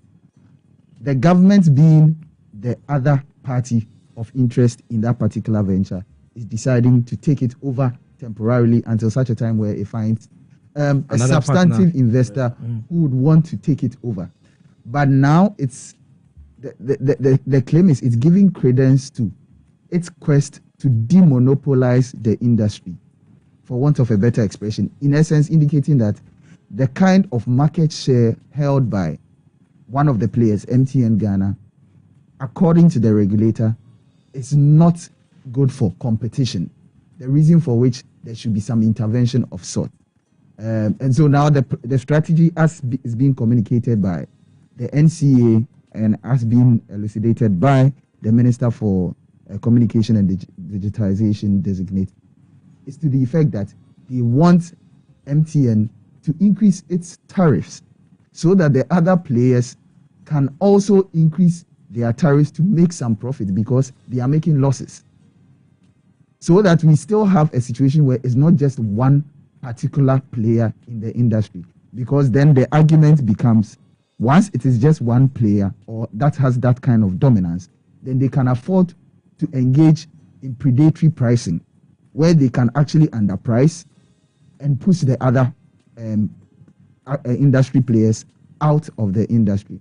And that is the argument being forwarded by the NCA under the Ministry of Communication. But one question that a number of industry players are asking is that, according to the market regulatory, policies as when it comes to significant market players or significant market powers, it's actually the norm is that you rather tell them to lower their prices. That is the one you are considering to be a dominant force. But in our specific case, because the other players are actually unable to even make profits, then it makes sense that they be able to also increase at least their margins or the markups on their cost so that they'll be able to stay in business. And for them to be able to do that, the dominant player needs to have a higher price so that it doesn't come across as the smaller parties have higher prices in competition with a lower price by the significant party. And so now the argumentation around the NCA's intervention in the pricing strategy, especially of MTN, is coming up strongly. We'll look forward to see how the Chamber of Telecoms, or the Telecoms Chamber, that is a representative of the players, the NCA, go to look at some of these matters to ensure that within the industry, ultimately, we the users are the beneficiaries, and then the players are not made worse off. And I think it's one of the things that our business desk will be taking a keen interest in following. Yeah, so I said that earlier, that it's something that the business team will be focusing on, so that they bring all the details to us. It's of interest because there are Airtel Tigo subscribers. I don't know if any of you here use Airtel Tigo. Oh, yes. Yeah. Oh, yes. Yes. Oh, yes. And so you are scared of the increment of prices? No, it's not about being scared. But that would be very unfair to the consumers, to the extent that you are asking the significant player to increase price, yes, so that you make profit out of that. So what happens to what you need to do in terms of quality service and other things that can drive consumers to your end? So now the argument is the quality of service that you are asking for, especially from these smaller players, say Airtel, Tigo, and Vodafone, Ghana. They need to have relevant investment to be able to provide you that quality of service in terms of expansion of their network infrastructure. Because if you look right now at the coverage of these market players, MTN has made significant investments, and their financial statements are public documents because they are listed. So you can just check and you see the kind of investment they make to property, plant, and equipment every single year. They are able to do so because they have that clout. They have economies of scale because they are that large. And they are able to cover a lot. These other players are unable to do that because already they don't have enough margins between their revenue and costs. And so how are they investing to ensure that they're able to expand appropriately to provide you the quality of service? Okay. But of course, and so what happens if MTN refuses to budge? Why not also look at the other aspect of specialization? At this point, it's not admonishment. They are being compelled. And that is what the NCA is driving towards, what they are driving towards right now. And that is what other industry watchers and analysts are saying. It is unfair on MTN because it's like they are being punished for having a better strategy. Sure. Right. So all those things will be dealt with. I know that Sub-Saharan Africa, Zimbabwe says that it is starting with COVID-19 vaccines. That's obtained some 200,000 vaccines. Yes. And that represents just, I think, less than 1% of their population. But they are started with the vaccinations. And then in South Africa, they have started. I've seen their leaders taking jabs already. Johnson & Johnson Johnson vaccine. So Ghana, tomorrow, I know that there's going to be communication on our vaccine rollout in our country. The Ministry of Information will be doing a program. It will be live on our station. And so we'll watch out for it. COVID-19 circumstances in our country. Total confirmed cases 78,271. Recovery stands at 69,775. Active cases in the Republic 7,931. And new case build up. It looks like we've dropped. We've come to the 523. And sadly, very sadly, it seems we have lost 4 more people from when we did this yesterday. And so our death toll is at 565. So we continue to admonish that let's continue respecting the protocols. Wearing the mask is a must, and it is the safest vaccine we have in the Republic of GH. Right. Thanks very much for that. Thanks very much for all the information. And of course, there's education on the MTN thing as well. All of a sudden, you get a lecture on cost-benefit analysis and capital investment and unfair trading standards and monopolies and things like that, all in 3 minutes. You feel me?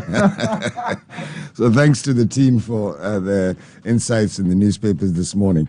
Time is just past 7 o'clock, and as usual, it's now that time where we engage our illustrious compatriot, colleague, and sports guru in the person of VAT. He talks a good fight when it comes to football. He knows nothing about football. That's why he supports Manchester United. But we continue to tolerate him here at Asaase Radio. Coming up next, Sports Update. Asaase 99.5. This is Sports Now.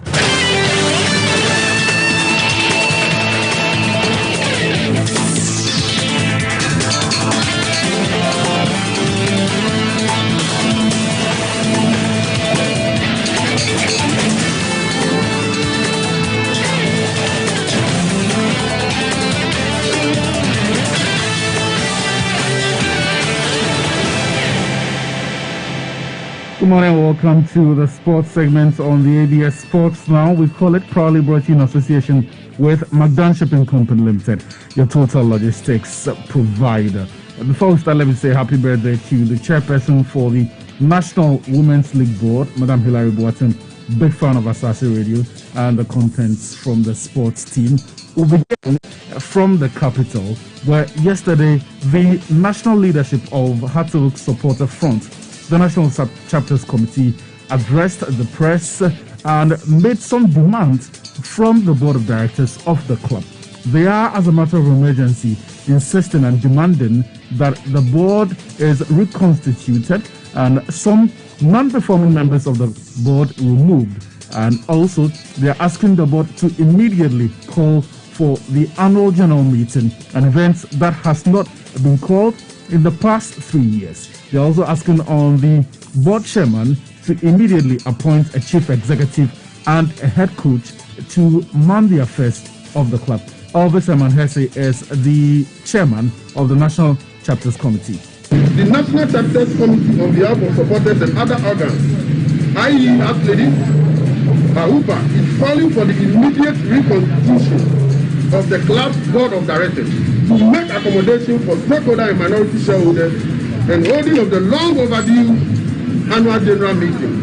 I think many of you know that in the last 3 years we've not held an AGM, which is unconstitutional, and therefore we are demanding from the board to hold an AGM immediately, and we are saying that it should come immediately.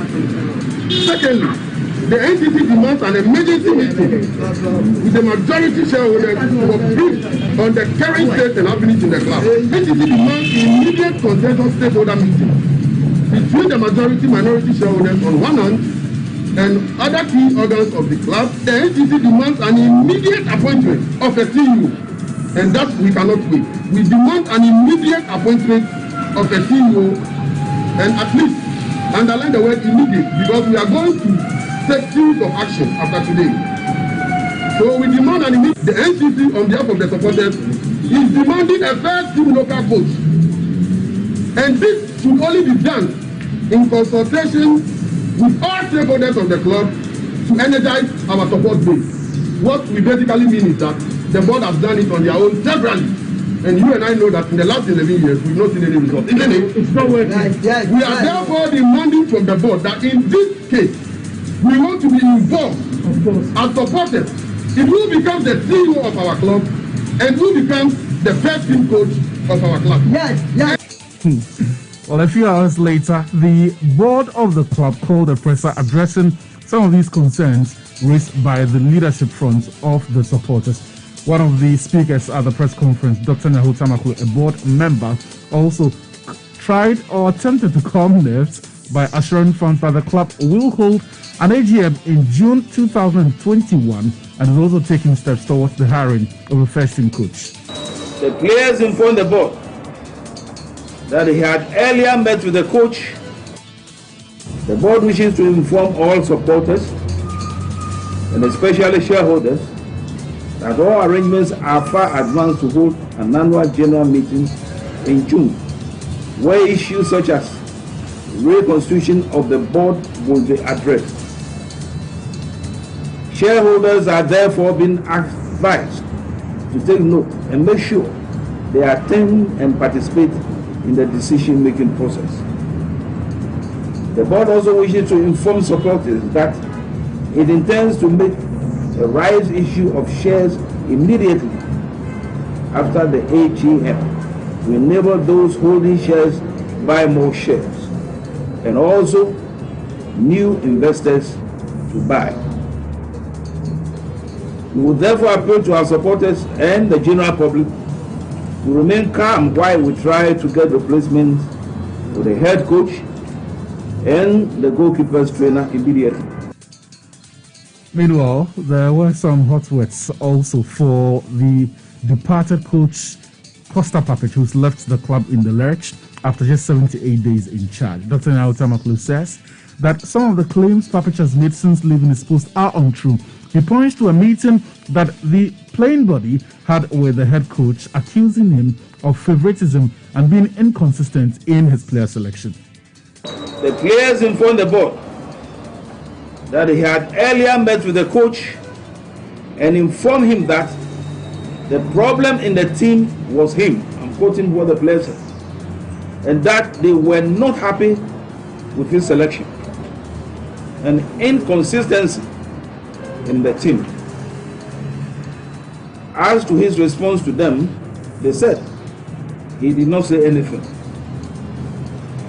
We are therefore by this statement challenging Coach Papich that he comes out with reasons both as stated in his resignation letter and oral to the board. Dr. Nyahu Tamaklu is the board member for Accra Hearts. There is more on this to come because as the supporter leadership hinted yesterday's demonstration where they essentially stopped the club secretariat, all business from happening, is only the first of what's to come. So yeah, we'll try to stay on that beat and bring you more on this. But let's do more national team news or get into some national team news because the Black Star Lights of Ghana tomorrow, we know they are playing Morocco in Mauritania where the ongoing African Youth Championships is being held. Today, they are expected to hold a double training session as they prepare for what will be their second group game. Remember that they started in a very good fashion, beating Tanzania by 4-0 on Tuesday for their very first game that takes them to the top of Group C. Forward Precious Boa is available. Abdul Fattah Ishaku, Joseph Bams is all of them are available for this particular game, and we do wish them the best of luck. Speaking of national teams, the seniors of the Black Star Lights are the Black Stars. These days, they are comprised of a wholly locally assembled team who are preparing for that double header of games with Sao Tome and Principe and South Africa. My colleague Benedict Owusu has been on the beat monitoring the team's preparations and has come through with his reports. So it was day 3 of their training, and this time they trained at the Accra Stadium with 26 players out of the 32 called turning up for the exercise, which was led by Coach C. Kiakono. Now, the 4 players from Accra Great Olympics, namely Gladson Awako, Michelle Otu, Jamal Dean, and Maxwell Abekwe, didn't take part of the main exercise since they joined the team after their Ghana Premier League game 2 days ago. Now, GFA officials, including the President, Keto Kriku, Technical Director Bernard Lippert, and CAF General Secretary in charge of football and Development, Anthony Baffo, were there to witness the session. They will have their last training session this morning before joining their respective clubs for match day 15 of the Ghana Premier League this weekend. So that's my colleague Benedict Owusu's reports on the Black Stars and their preparations. Let's move on from football, because the biggest sports story this hour is the defeat of Serena Williams to or by Naomi Osaka at the ongoing Australian Open. So she's claimed an impressive victory, and I'm talking here about Naomi Osaka over someone she calls her idol and someone she used to look up to in her formative years as a tennis player and even as a child. That's Serena Williams, to reach the final of this year's tournament. So the three-time Grand Slam champion Osaka withstood early pressure from Williams to win 6-3, 6-4. So she is on a 20-match unbeaten streak and has never lost a slam final. We can now hear from the baby-faced assassin, if you like, Naomi Osaka, after her latest conquest. I wouldn't say I was nervous, no. The difference today was errors. I made so many errors today, so it was opportunities where I could have won.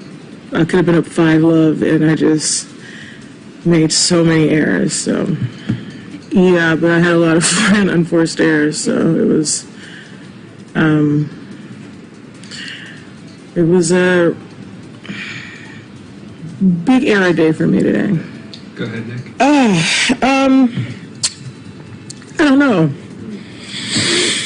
I'm done. So sincere apologies. That was Serena Williams was reduced to tears in trying to explain why she made so many unforced errors on court. We can now hear from the victor herself, Naomi Osaka, speaking after her latest conquest. Well, I think I just hit a lot of really, I hit a lot of unforced errors in the first few games, and I was just really nervous and scared, I think, in the beginning.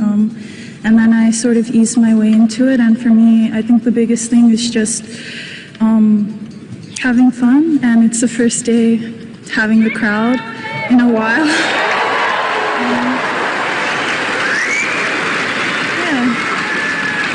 And I think, honestly, for me, I don't know, it's just always an honor to play her. And I just didn't want to go out really bad. So I just wanted to try my best. We know. Curious, isn't it, that she just goes out to have fun and yet ends up wreaking havoc and leaving people like Serena Williams in tears. So yeah, that's what happened a couple of hours earlier. Naomi Osaka inflicting yet another defeat on the legendary Serena Williams, who's, it looks like the number 24 keeps eluding her. So we'll see what happens next. But there were some other games as well. As far as the Australian Open is concerned, in the men's division, there was some good news bad news for Rafael Nadal, because his bid for a 21st Grand Slam title has ended. And that's thanks to Stefanos Tsitsipas, who fought back from 2 sets down to reach the semis. So the Spanish second seed will stand as Tsitsipas claimed a 3-6, 2-6, 7-6, 6-4, 7-5 victory in Melbourne. Remember that Tsitsipas is only 22 years of age, and he broke out into a huge smile, almost in disbelief, after converting his third match point on court. So he will face Russia's Daniil Medvedev in Friday's semi-final. Remember that Medvedev beats the contest of Russians when he beats Andy Rublev to reach the last four of the Australian Open for the first time. He won 7-5, 6-3, 6-2 as his childhood friend Rublev, who was seeded 7th, struggled in the 29 degrees Celsius temperatures at Melbourne Park. And so heartbreak all over. Even childhood friends are having to go against each other and inflict some damage there. Let's get into the Champions League, because last night Erling Haaland continued his stunning scoring run in the competition as Dortmund, that's Borussia Dortmund, put aside their domestic woes to take control of their last 16 tie with Sevilla. They trolled early on to a Suso shot that deflected in off Matamals.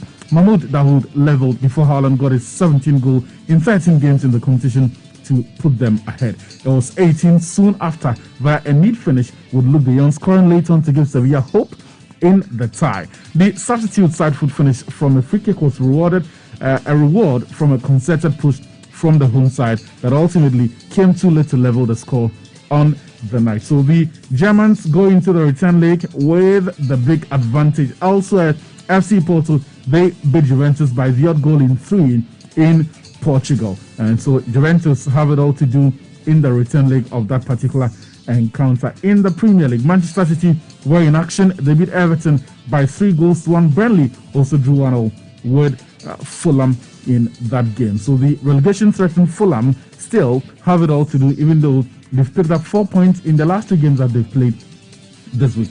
Here's Scott Parker, who's manager of Fulham.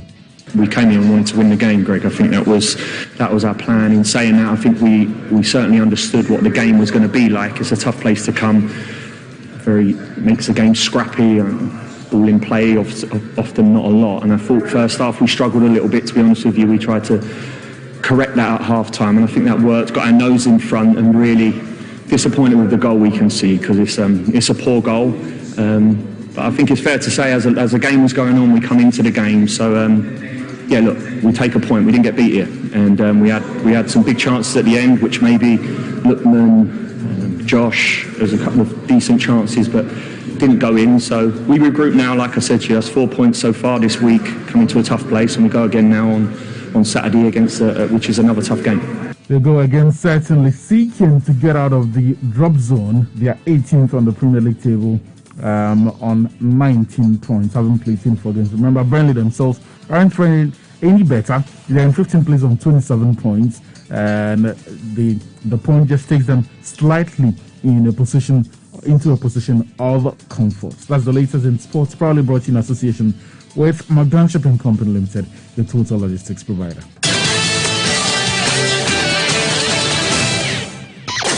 Asaase Radio 99.5.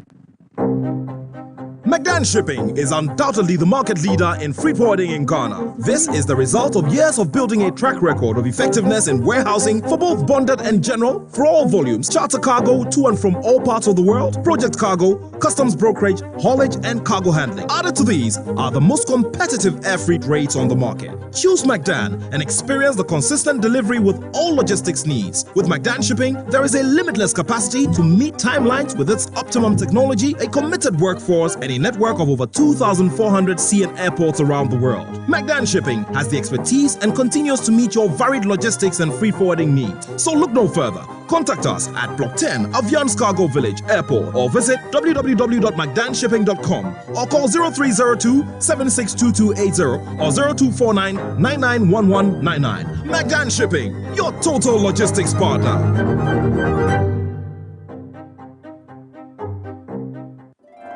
Right in the city of Accra, 30 minutes drive from the Kotoka International Airport, the Knightsbridge is Africa's first affordable luxury housing.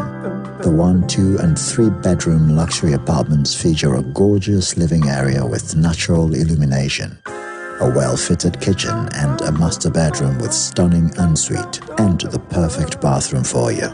With breathtaking views, the Knightsbridge contemporary lifestyle is the norm. It's the perfect community. 1, 2, and 3 bedroom apartments available starting from $27,500 US. Contact us now 0204-9508-10 or 0208-708435. You can visit us on our website at www.rehobothpropertiesgh.com or email us sales@rehobothpropertiesgh.com. The Ghana Trade Fair Company, under the Ministry of Trade and Industry and the One District, One Factory Secretariat, welcomes you to the 25th Ghana International Trade Fair, the premier virtual edition, under the theme, Developing New Trade Opportunities Through Digital Channels. It will be 1 month of exhibition and enterprise, offering manufacturers, suppliers, consumers, and various service providers the opportunity to network and make sales. This February, over 500 local and international exhibitors, factories featuring companies under 1D1F, Rural Enterprises Program, Ghana Export Promotion Authority, and more, all on one virtual platform from the 27th of February to the 28th of March. Get access to a virtual networking lounge, allocation of a virtual booth, and enjoy a unique virtual experience. Visit our website on www.straightfairgh.com to register or call 024-446-9451 or 050-001-5587. Don't miss out. In this COVID period, the mask is a must. Wait! A public service announcement from Asaase Radio. Asaase Radio 99.5. Asaase Radio.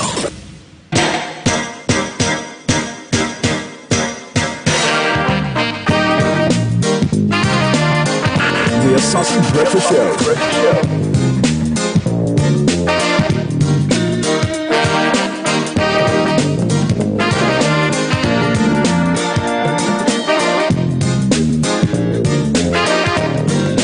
Wazeri Onia Mikoka Wishio Onyami Petre Abwa Wukuno Wazeri Onia Mikoka Wishio Onyami Petre Abwa Wukuno Asimyara Ebebe Umuno Katremio Naponkwa Bodama Biranase Omodem Asimyara Ebebe Umuno Katremio Naponkwa Bodama Biranase Omodem Wazeri Onia Mikoka Ushio Onyami Betre Abwa Wukuno Azeri Onia Mazem.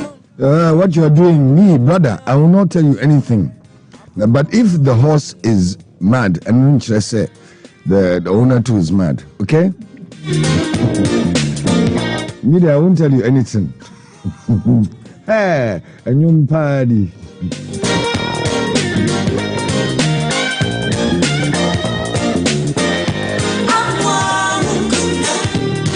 Okay, so if you actually translate the lyrics of a lot of songs, you'll be a little bit concerned about what's this mean. But anyway, there's an interesting one. There's a whole kasachru behind it, and you know, Charlie, don't judge the owner of a horse by the horse's behavior. Okay, I don't know if that's an actual African proverb, but it should be. I think so, and I think Nanea would adopt that one. Yeah, let me tell you my story, my beer story very quickly before we go to our trending. I just have to say it because it was such an embarrassing moment. I've had several of them in my life. This was an embarrassing moment. So, I'm up in the mountains. This is a few years back when I used to travel for no reason. Up in the mountains, I'm not driving. I'm sitting in the car. I'm just looking at signs, these wonderful signs of various places, and Passem, all those great names. And I'm coming down the mountain, coming down. This is from, I think it was Chibi. Those areas. I'm coming back down, and I see a sign that says it's written there BYE, and I'm thinking, because I've been reading signs, and I'm thinking, now sign way. I've never heard of a place called Bie. So I'm just thinking, wow, Bie, and I'm sitting in the car for the longest, and I'm thinking Bie, and I'm trying to translate it into the tree to find out what it could possibly mean, because I'd seen all these great tree names. And it suddenly struck me that it was simply bye-bye. This is awesome way. I was put there to confuse you. Yeah, because I spent time, I asked the driver, Bie, what does that mean?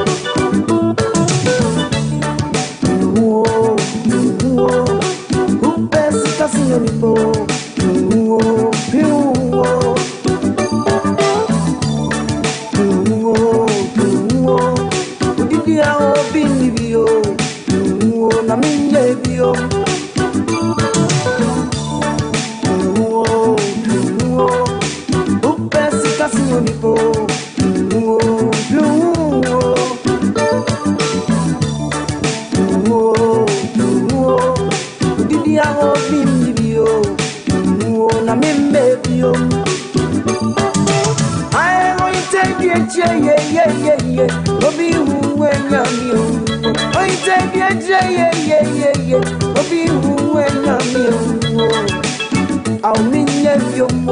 voice of our land.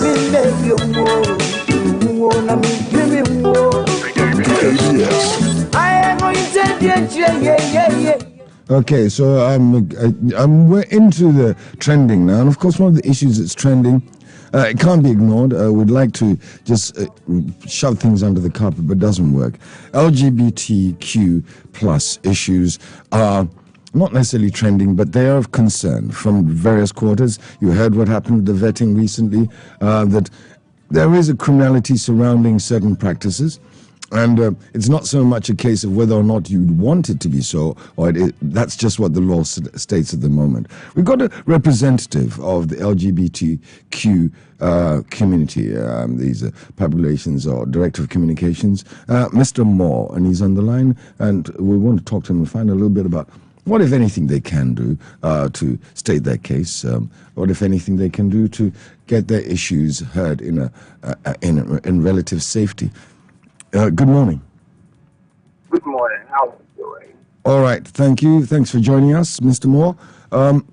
My colleague is here to ask you a few questions, but I just wanted to find out from you first and foremost, how are you doing? Sorry, come again. I lost you for a moment. How are you doing?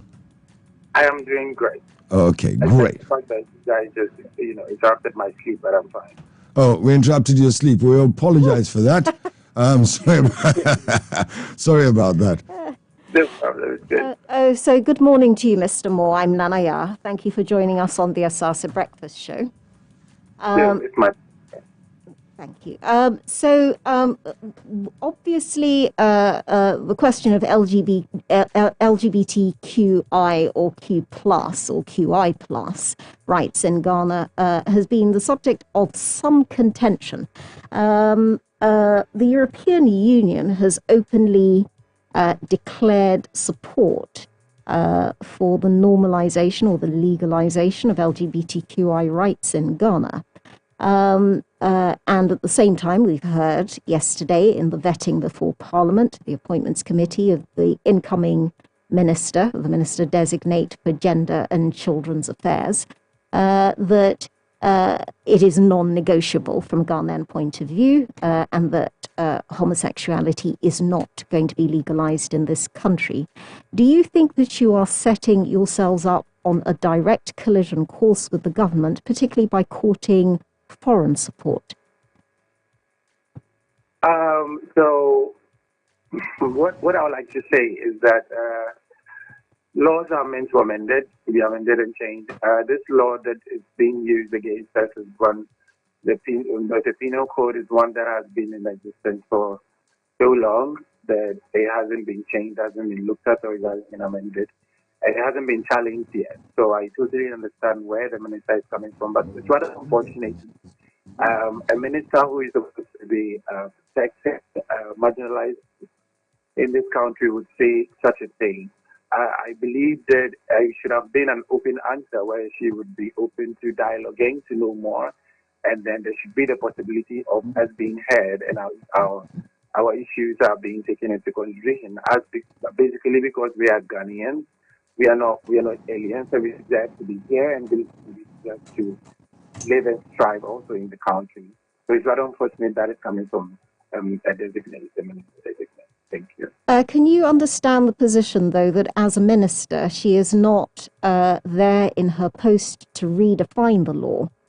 She is there to protect the interests of the states and to ensure that the law, such as it exists, is enforced and respected. I do understand that, but then also, aside the fact that she's looking to becoming a state minister, she's also a lawyer in her right, and this is something that she should know. Across the world, we've seen a lot of changes in legislation that goes in this direction. So the way she strongly stood behind that, I don't believe in that. It should have been an open statement, in my opinion, because there are going to be changes. We are not going to be erased. We're here. We've always been here. So I had to just stand on that and dismiss issues of the very, very human beings that she might be protecting while she's in the office is not right. Well, Mr. Mo, you presented one as if it's a personalized argument, as if this is Sarah Adjei-Safo as an individual who is refusing to engage in what you present as an open-ended dialogue, an open discussion with you. And also the slight implication behind your statement is that, as you said, she should know. Well, it's not a question of whether she should know or she doesn't. She may be aware of, if you like, the position of some international bodies on the question of the rights of homosexual people or LGBTQI people. But is it not incumbent on you to seek to approach the minister and maybe open that dialogue with her? So I would also want to point out that it's a bit weird coming from a government that has signed a lot of international bills to protect its citizens, including LGBT, which clearly states in those bills. When you go to the UN, there are a lot of bills that has Ghana being a signatory to a lot of these bills. So for a government to dismiss or to clearly come back to the country after signing all these bills and saying this is quite shocking. And also, I believe that we now the world is a global village. We are accustomed to a lot of knowledge, a lot of things are at our disposal to know. And of course, we can approach the minister to have a discussion. But then, what does it say about her? I'm not attacking her this morning, but what does it say about her and the office she's trying to take over if she's not open for such discussion? Well, to be open to discussion, one would suggest, to repeat myself, Mr. Mo, that you might want to approach Honourable Sarah Adjei-Safo and open that dialogue with her. Exactly, but then also, to my knowledge, I heard. I don't know how I can substantiate it, but older. Sorry about that. No, that's I'm right. having so many calls this morning. I can imagine. So, yeah, everybody wants to speak to me. I think I'm a bit popular now. Yes, well, popular or notorious, however you want to define it. But yes, yes. We're notorious. We're just trying to deal with these issues. It's just unfortunate that our issues have been politicized. We are just as human as everybody else, and it's not our fault that we are part of a minority group. But then all these was expected from a country, from this country. So these are things that we've seen happening in other countries. These are the things that we've anticipated to happen, and we are ready to dialogue with anybody and everybody in this regard. So yes, I believe that if the minister, we will reach out to the minister, and otherwise she would also reach out to us, and then we would have very fruitful discussion concerning this. Now, some would say that the fact of Ghana being a signatory to certain international laws does not mean that Ghana does not retain rights of sovereignty to opt out of laws or opt out of international arrangements that it thinks are at odds with its way of life or at odds with its culture. And the point that the Honourable Minister made yesterday during her vetting in Parliament, and why she described the question of legalisation of LGBTQI rights as not negotiable, is precisely based on that sovereignty. It's the same point made by people like Moses Bo Amwining. Should Ghanaians, if they find the idea of the legalization of LGBTQI rights morally repugnant, for whatever reasons, you may say it's a colonial hangover, but if that is the culture, should they not have the right to assert that as, their sovereign right, not to comply with the terms of legislation, international or otherwise? We have the same thing with the death penalty, for example, which is still on our statute books. Sorry, I missed the last part of your question. I was saying we have a similar situation with the death penalty, for example, which is widely condemned across the world, but we have not found it appropriate to remove that statute from our statute books. So, in effect, should your line of work not be directed towards changing the law?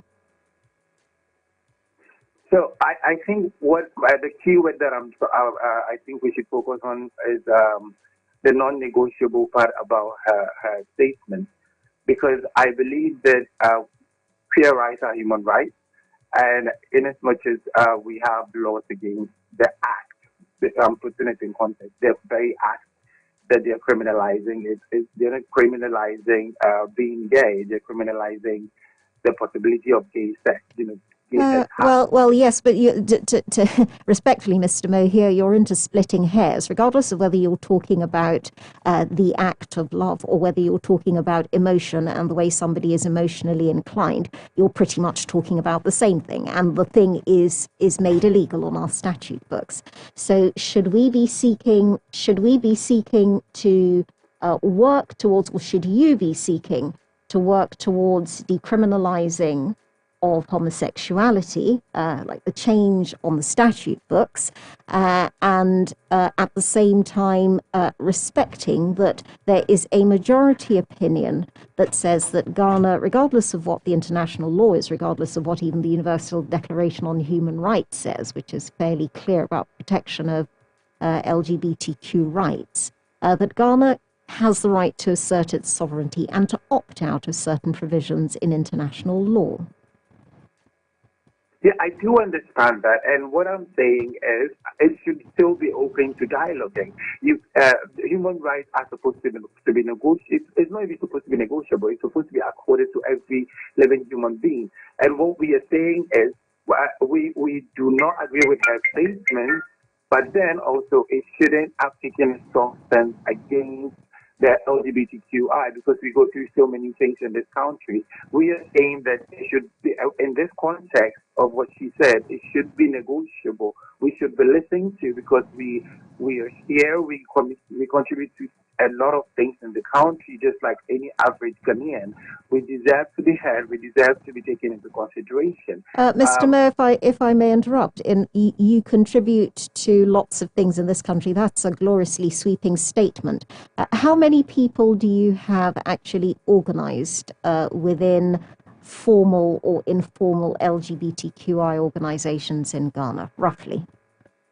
So currently in our particular movement, the LGBT plus Rights Ghana, the movement that is actually under fire right now, is we have close to 400 plus registered members with us that we commune together, we speak on issues and everything, and we are getting more and more as time goes on, because in this country we know very much that we are far more than those figures. We are many. A lot of people reach out to us every day about their problems with their in our homes and everything.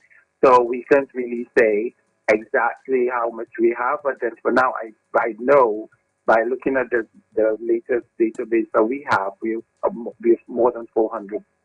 You're more than 400 people, individuals. Yes, but in this particular movement. Okay. Particular one. Okay, well, 400 is not an awful lot of people, regardless whether you count people who are in the closet or not.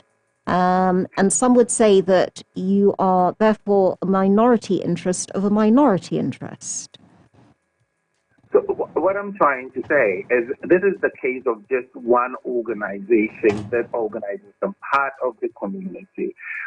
And also we are just situated in Accra. We've not stretched our wings out to other regions, over 15 regions. Right. So we can't really say that.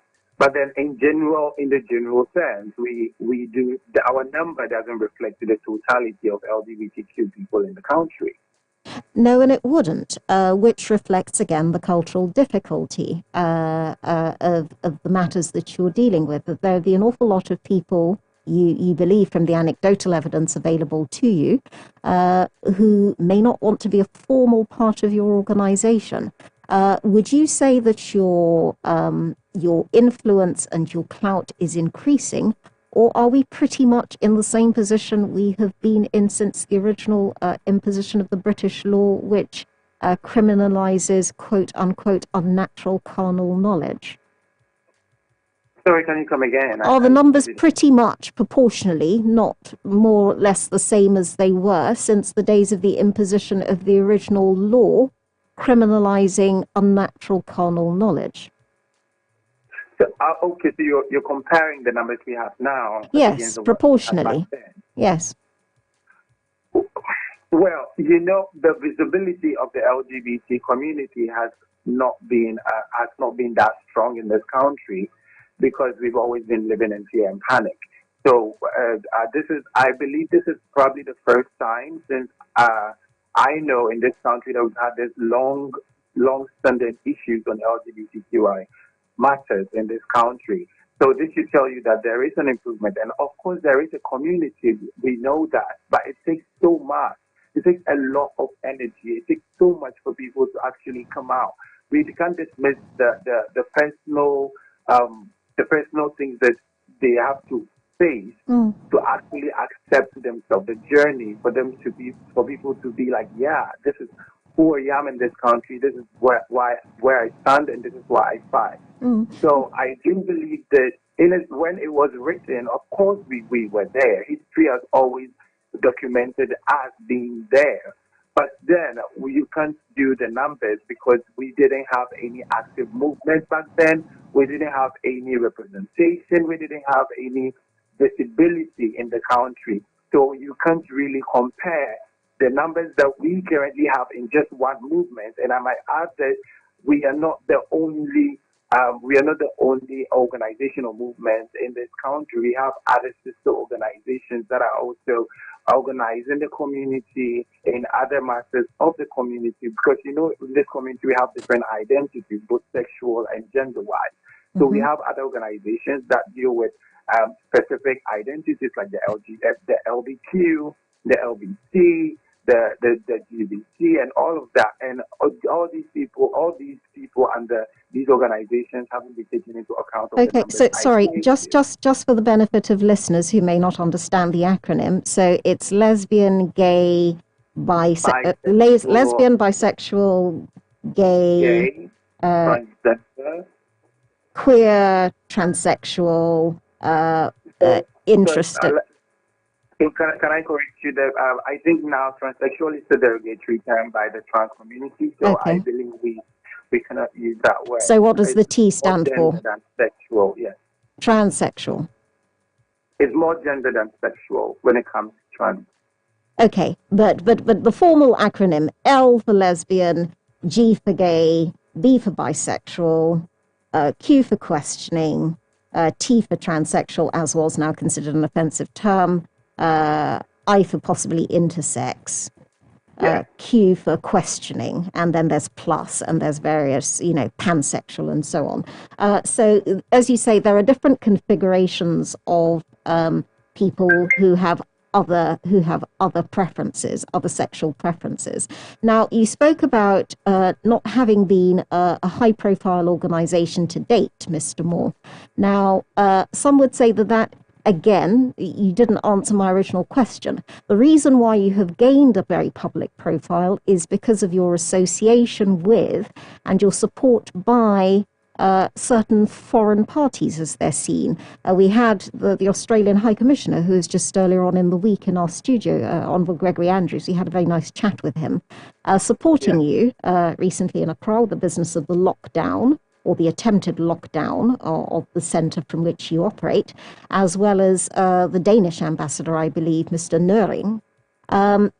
Do you not think that by taking the line of, if you like, very publicly courting the support of foreign figures, you are actually damaging your own position, because you are increasing the perception that you are not in keeping with Ghanaian culture? Yeah, I get that, because this is actually something that we've been struggling with since we began. But then at the end of the day, in a country where it's homophobic and it's not ready to listen to us, we can't turn away help, and we can't turn away aid, or we can turn away foreign help in hand. So it's about monetary assistance. No, it's not. Oh my God. Sorry. But what I'm saying is, well, when you say aid and help, it's not just monetary. There are so many things that happens in the community that isn't necessarily revolved around money. Even though naturally, genuinely, in the world is capitalist and everything kind of, but the majority of things we do revolve around money. But this is more than that.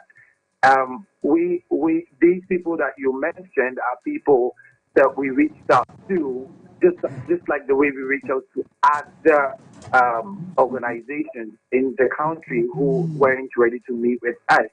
But then these foreign organizations were ready to listen to us, so we decided to go with them. But then also, I would like to say that when we started this movement, we started on social media. We weren't even hiding. Social media, we had a lot of times where we had to battle with homophobia on social media. So a lot of Ghanaians knew of our existence, but it's more like we weren't taking into account because our voice wasn't that loud enough for it to be in the media space. But then this is the case where we have immediately we outdoor our space that we made a strike since 2018, where we had these dignitaries come because we invited them for them to see where we are currently. That is when the media decided to take it out because these are high-profile people. And my question is, Mr. Moore, should you not be courting figures from within Ghanaian society to support your cause if you really want to convince people in Ghana that you are a Ghanaian phenomenon and that you do not depend for your existence solely on the support of foreign entities? So, Nanaya, I want to say this, and I'm going to stress on it, that we have reached out to so many Ghanaian entities and outfits that we believe were open-minded, were progressive, but we were never called into. We've had instances where we had to meet with some outfits, also that are Ghanaian, the Ghana Aid Commission and all of that, and there is nothing that came out of it. So these are, even though we are facing the challenge of it's a Western import and everything, these are the people that are holding us down. And I do not think that having foreign help or foreign aid is going to distort that, in a sense that Ghana, in a sense, the government of Ghana has always had international relations with other international outfits. So we don't see how we can't also be open to that. We understand how dicey our situation is, but then this is the reality of it. We need protection, and we are not getting that from our very own people. We've had instances where we had to meet with police people, and even we had some time where we had to meet the media, where we had so much hatred from the people who were representing me in that meeting, so much that you can't even imagine. So if people in this country are not ready to help and listen, and every day our lives are put in danger, at this point our backs are marked. At this point, we are not safe in any regard. We've had so many threatening messages just for this being in the news, and so we need some kind of help. And if we are getting it, and we are getting it from these outfits, I believe it's just fair. It's just fair, Nanaya. Or would you not say that? Thank you very much, Mr. Mo. That's Mr. Mo, Director of Communications for the LGBTQ community here in Accra. We could have continued talking about that with Mr. Moore, as Kojo is gesturing at me for my mispronunciation of his name, and I do apologize, Mr. Moore. Homosexuality has never been criminalized in Benin, Burkina Faso, Cote d'Ivoire, the Democratic Republic of Congo, Djibouti, Equatorial Guinea, Madagascar, Mali, Niger, or Rwanda, and it has actively been decriminalized in Angola, Botswana, Cape Verde, Gabon, Guinea-Bissau, Lesotho, Mozambique, Sao Tome and Principe, the Seychelles, and South Africa. Interesting. These are interesting times. There's a lot of intolerance that goes along with anything that people are fearful of or just don't like for whatever reason, religious reasons, cultural reasons, etc., etc., is a difficult discussion to have at the best of times. So you did very well there. I'm almost proud of you. Just quite, not quite, but just Not close. quite. Close, yes. Difficult discussion to have. What we do for the best. You know, we are talking about human beings. We are talking also about Ghanaians. So there's the requirement and a right that all sectors of our society be protected, where the criminality of a practice is still an issue. Then finding that balance is always a difficult one. It's a bit like saying, you meet a thief in prison, genuinely locked up for misdemeanors. Does that give you the right to kill the person who is a thief? Right. Even though they are, if you like, facing the sanction for whatever theft they may have carried out.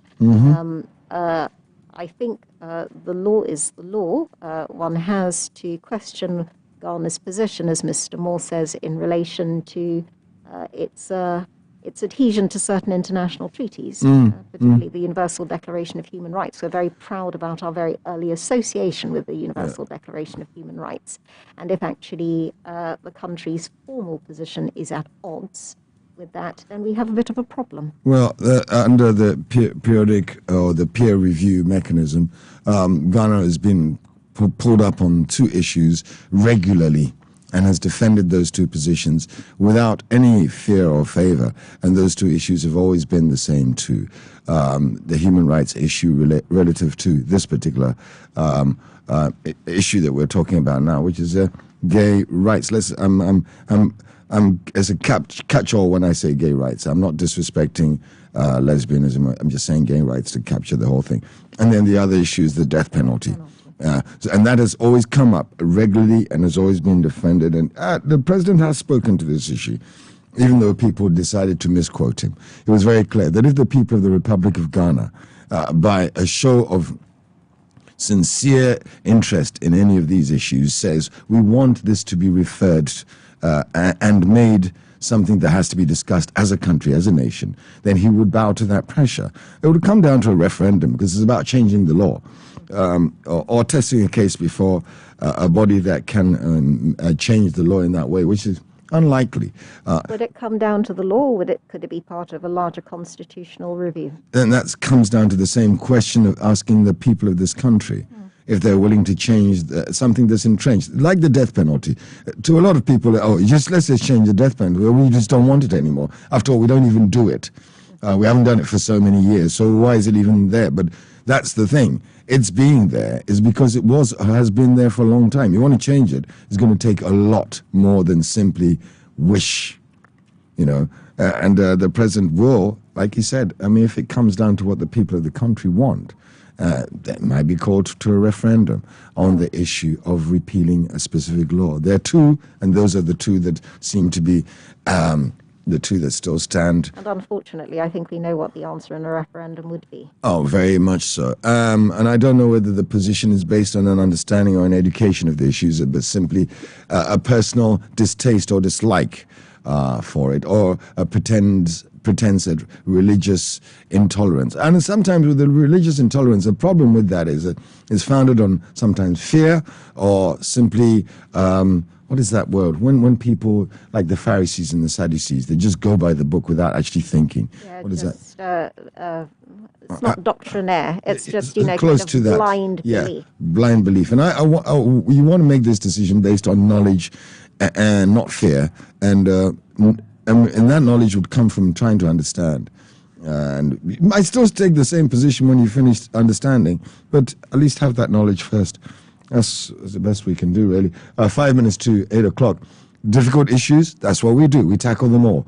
And try to give us everybody a fair crack of the whip, Can I say, in the case of the decriminalisation of homosexuality in South Africa, homosexuality being my catch-all term, it is very interesting the environment in which that has taken place.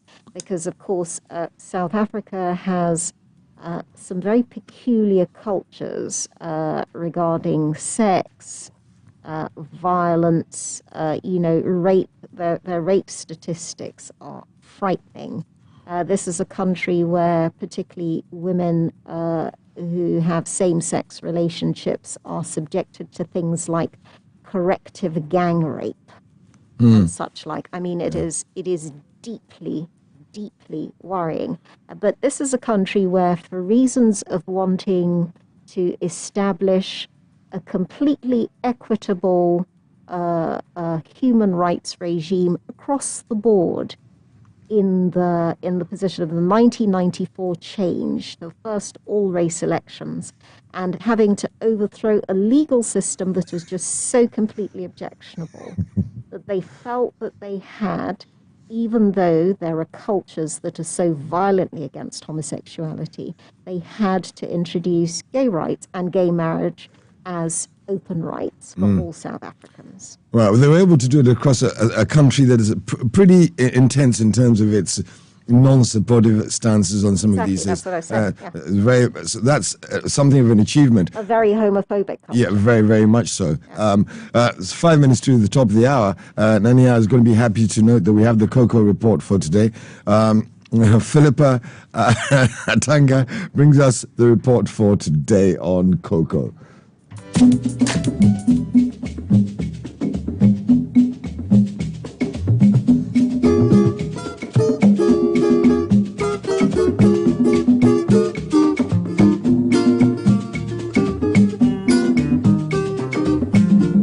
Tete Kwashi.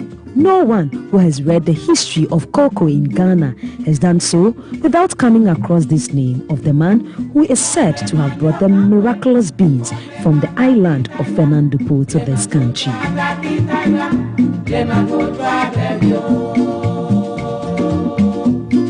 But which part of the capital, Accra, was home to Tete Kwashi? It's a question that lingers in the minds of people.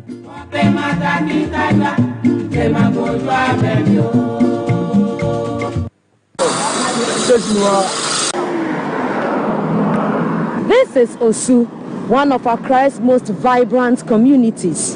I'm on the street called Osu Asante Lohu, just about 80 meters away from the popular Castle Junction. The boy Tete Kwashi is believed to have grown up in Osu. I take a walk through the streets to locate his actual family home. But I can't do that without the help of people who claim to know. I meet this gentleman and these women who seem to have some private information about Tete Kwashi. They live in the vicinity of Osu Asante Bloom.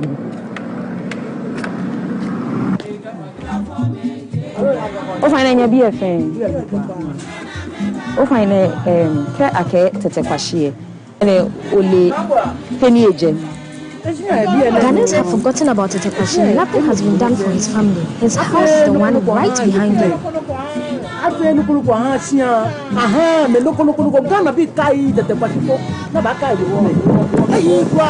Tete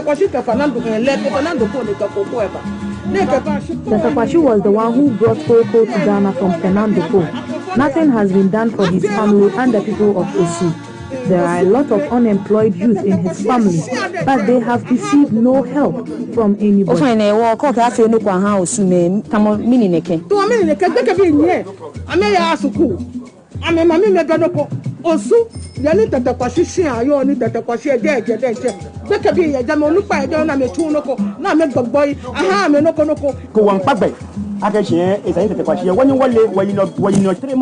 We expect our current generation to know much about Tete Kwashi, but unfortunately, not much is done in that regard.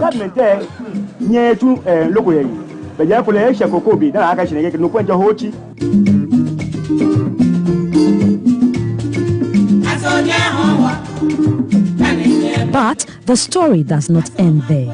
They show me the very house he grew up in, and I get the opportunity to speak with a representative of the family, Francis Opai Tete, who tells me what many people do not know. The Tetekwashi, as we all know, was a Gara, a native of Labadi. He was born in 1842 at Labadi.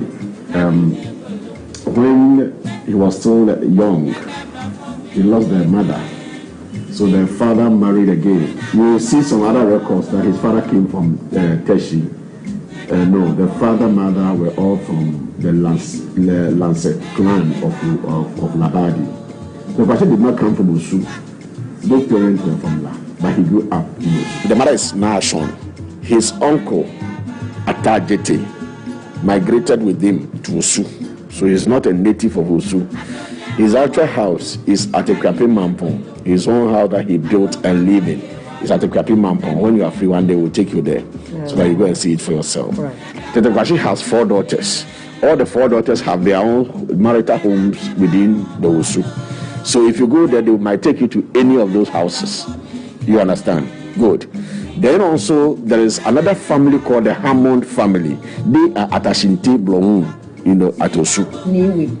Yes, they are Hammonds. Okay. The Hammonds are not enemies. They are friends of the Tetekwashi family, just that they are not blood relations. They stayed with Tetekwashi at Mampong. And like I said, during the commission of inquiry, it was one of the Hammonds who stood in and defended Tetekwashi. But that does not make them blood relations. But the actual blood relations are the 4 daughters, 4 granddaughters of Tetekwashi. Tetekwashi gave birth to 1 daughter. That daughter gave birth to 4 daughters.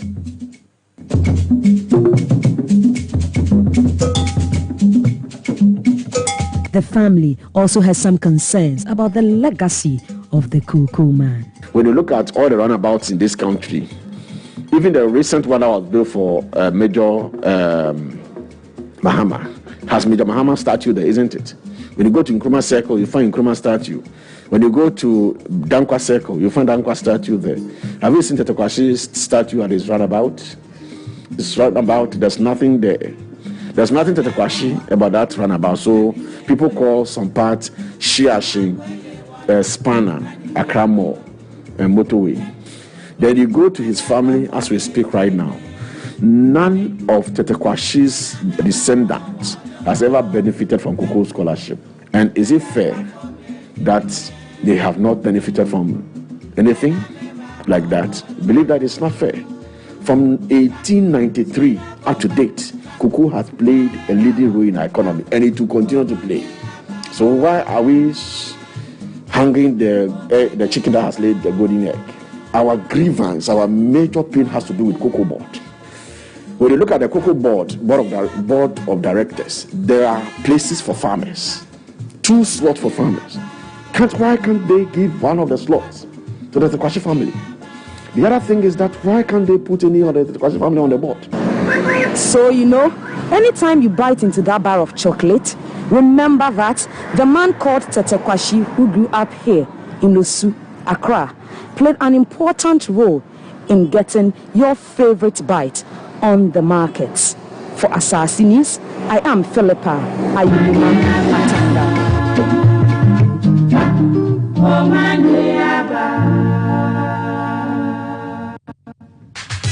Asaase Business. Asaase Business. Asaase Business. Asaase Business AM. It's your beautiful business. Good morning and welcome to the Asaase Business AM. I'm Nanajua Entia Hagan. Now, the Ghana Private Road Transport Union says it is ready to meet members to discuss its new transport fares. This follows agitation by some drivers over the increase in fuel prices.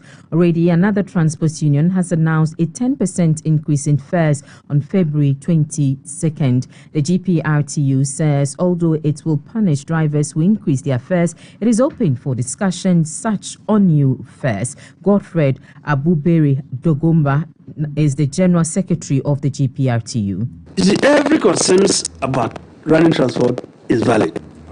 Because the running cost of a vehicle is not only on fuel. And a lot of fuel takes about 35% of the running cost of a vehicle. But doesn't mean that when the fuel is not adjusted, and then we hear that spare parts have increased or lubricants are increased, we just come out and say we're adjusting our fares. And you heard Godfred Abubiri Adogma. He is the General Secretary of the GPRTU. Now, the mining and quarrying sand sectors have pushed producer price inflation up to 9.1%. This is a 2.1 percentage increase from the 7.0% recorded in December 2020. The producer price index measures the average change over time in the prices received by domestic producers for the production of their goods and services. Government statistician Professor Samuel Inin explains further the new statistics. Producer price inflation provisionally for January 2021 stood at 9.1%. This indicates a 2.1 percentage point producer price inflation higher than the rate recorded for the month of December 2020. On a month-on-month basis, that is comparing the month of December 2020 with the month of January 2021, provisional producer price inflation stood at 3.5%. The drivers of both the year-on-year provisional producer price inflation and the month-on-month provisional producer price inflation were the manufacture of food products and the manufacture of petroleum products. Refined petroleum in the month of December 2020 recorded a deflation of 4.4%, while in the month of January 2021, producer price inflation for the manufacture of refined petroleum stood at 6.6 percentage points. You heard government statistician Professor Samuel Inin there. Now, the Minister Designate for Employment and Labour Relations, Ignatius Bafwiwa, has defended the decision to unify all pension schemes for public sector workers across the country. According to him, Cabinet has already given approval for the development of a roadmap aimed at unifying all pension schemes. Currently, the consultation processes, which involves wider stakeholders, are ongoing. The National Pensions Act 766 passed in 2008 stipulates that all parallel pension schemes be unified and brought under the three-tier system, but these provisions have not been implemented. Mr. Bafwiwa was speaking when he appeared before the Appointment Committee of Parliament. 766, which is the new Pension Act, has a provision which says that the minister responsible for pensions should, within 5 years of coming into effect of the act, work towards unifying all pension schemes within the public space. When ideally this should have been done in 2015, but it was not done. So when I assumed power, it was one of the issues which I had to be confronted with. In actual fact, we could also not implement the new act in 2015. We had to ask for extension because most of the schemes were not ready. So naturally, that was also one of the reasons which led to it not being handled at that time. You heard Minister Designate for Employment and Labour Relations, Ignatius Bafwiwa. To other stories, international trade expert Richard Ampaben says the choice of Ngozi Okonjo-Iweala of Nigeria as the 7th Director General of the World Trade Organization is a blessing to the business community on the continent. Speaking to Asaase Business, Mr. Ampaben said since the appointment coincides with the implementation of the Continental Free Trade Agreement, the continent stands to gain a lot of opportunities. Oh, goodness, it's a blessing. And I wonder how her appointment has coincided with the implementation of the Continental Free Trade Area. It's all excitement and it's going to go very well. You see, the WTO is going through crisis. And I will even say that the crisis is even existential. Its existence is in balance now. Because, look, let's look at the three main goals of WTO, which happens to be globalized trade, investment for jobs, then world supply chain. If you take all this, unfortunately, we sat down for multinational companies to dominate, such that they are so powerful, they can change government, the workers with them, they don't pay well, and they even now restrict employment. So when you hear global unemployment, the cause after is this aspect that I'm telling you. Meanwhile, the goals of WTO was to make sure everybody lives well in the world. Meanwhile, economist at Data Bank Courage Mate says although the implementation of the African Continental Free Trade Area will in the long run impact the performance of the currencies of countries under the pact, it is likely not to be felt in the short term. He explains that considering the unstable nature of most economies on the continent, the volumes of trade initially may not be substantial enough to drive currency movement. He spoke to Asaase Business in this interview. Well, in the short term, and at least for 2021, we will place a lot of weight on the AFTA, African Continental Free Trade Area, because a lot of economies on this side or on the continent are suffering. And so the volume of trade that you expect to cause any currency movement would not be that strong, because economies around the region or across the continent are not across any significant trade. And that was an economist at Data Bank Courage Mate. Ngozi Okonjo-Iweala, a former two-time Nigerian finance minister, has been appointed as the next Director General of the World Trade Organization, making her the first African and the first woman to lead the body which governs trade rules between nations. Betta Atubiga now joins us with updates on the trading markets. Midweek's trading session on the Ghana Stock Exchange ended flat with no gainers nor losers. We had 9 listed equities participating in trading activity that resulted in the total volume and value declining by 51% and 43% respectively, comparing it to Tuesday's trading session. A total of 499,930 shares exchanged hands at a sales value of 534,154.51 Ghana cedis by end of day. MTN Ghana dominated trading activity with 410,706 shares trading at 8 pesos per share, worth 328,565 Ghana cedis. Ghana Oil Company followed with 62,373 shares trading at 1 cedi 51 pesos, and GCB at 4 cedis 50 pesos chained 23,870 shares at 94,183 Ghana cedis. ETI was fourth with 1,081 shares trading at 8 pesos, and Cowbank and Republic Bank traded 500 shares each at 0.75 Ghana cedis and 0.45 Ghana cedis respectively.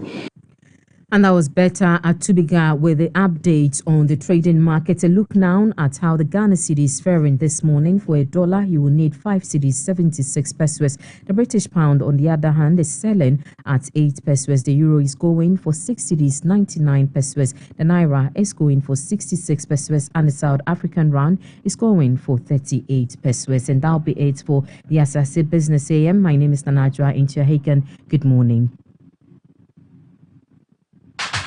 Asaase Business. Asaase Business. Asaase Business. Asaase Business AM. Asaase Radio 99.5. Right in the city of Accra, 30 minutes drive from the Kotoka International Airport, the Knightsbridge is Africa's first affordable luxury housing. The 1, 2, and 3 bedroom luxury apartments feature a gorgeous living area with natural illumination, a well-fitted kitchen, and a master bedroom with stunning ensuite, and the perfect bathroom for you. With breathtaking views, the Knightsbridge contemporary lifestyle is the norm. It's the perfect community. 1, 2, and 3 bedroom apartments available starting from $27,500. Contact us now 0204-9508-10 or 0208-708435. You can visit us on our website at www.rehobothpropertiesgh.com or email us sales@rehobothpropertiesgh.com.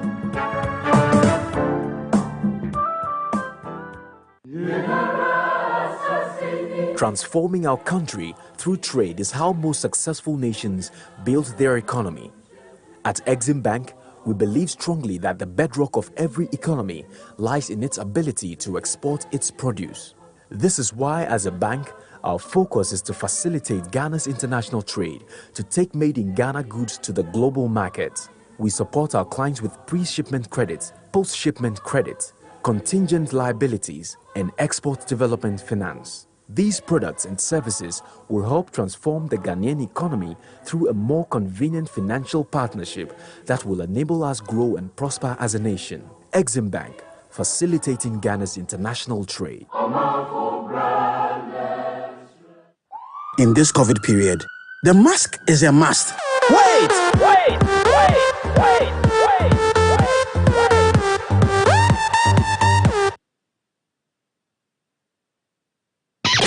Asaase Radio 99.5.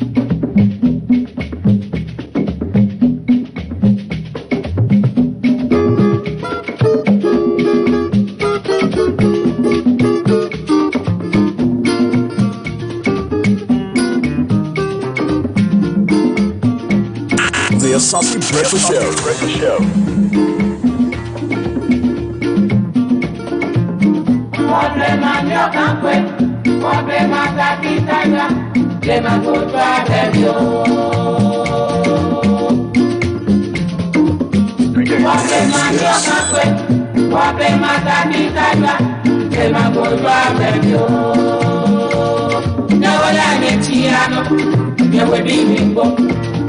Nyawala netiano, nyawabi miko. Aso nyahawa, nani nyangwelo. Aso mankwele wano, nani nyangwelo. Nyaga brafo mejete,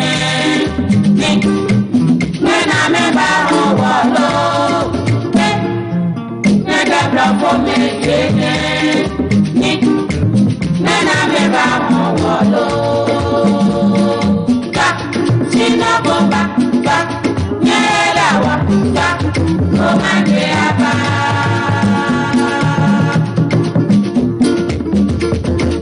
Asonya hawa, nani nyengwelo. Asoma kwaye wano, nani nyengwelo. Nyada brafo mejene, mena meba walo. For me, give me, mena me ba wolo. China bomba, ba, nyela wa, ba, omanye aba, ba, omanye aba, ba, omanye aba, ba, omanye aba.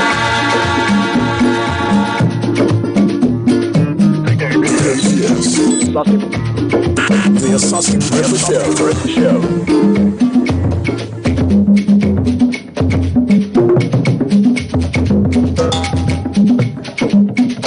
So I'm giving up abusing people for Lent for the 40 days before Palm. That's why I won't assault Benjamin now for his rather abusive language that he used towards me. But I can't even tell you what it was.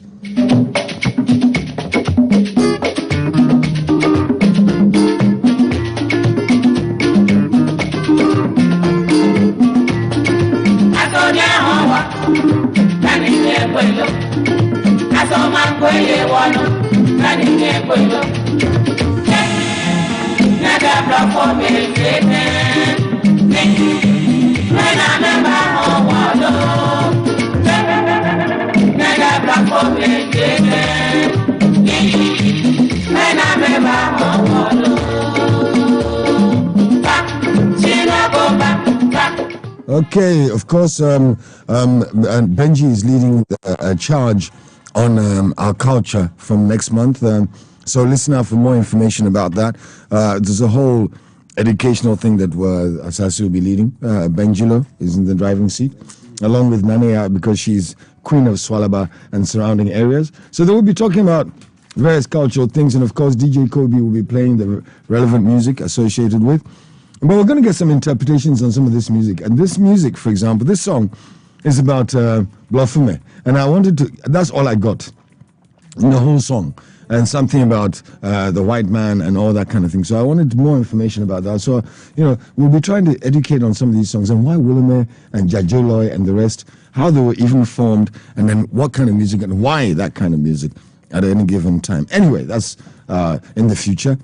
We're joined by the three musketeers are here, but there's only two of them present at the moment. The third one is on the way.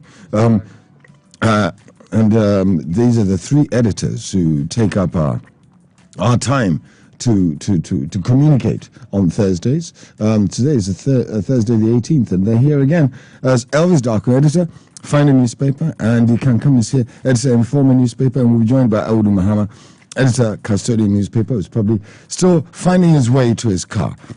Not actually driving, but just finding his way to the car. He's always been troubled like that, and we forgive him for his failings. Pardon? The car is here, so he's climbing the stairs. So he's finding the way to the stairs. Okay, it's the same thing, same problem. Nothing changed.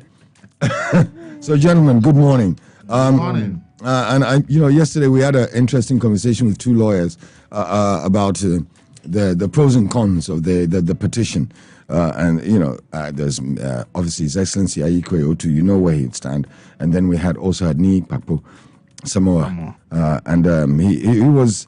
His own thinking was that basically we've done as much as we can. Not to say that the case was a bad case, but simply where it is now, maybe one should retire because it looks as if the case will go nowhere.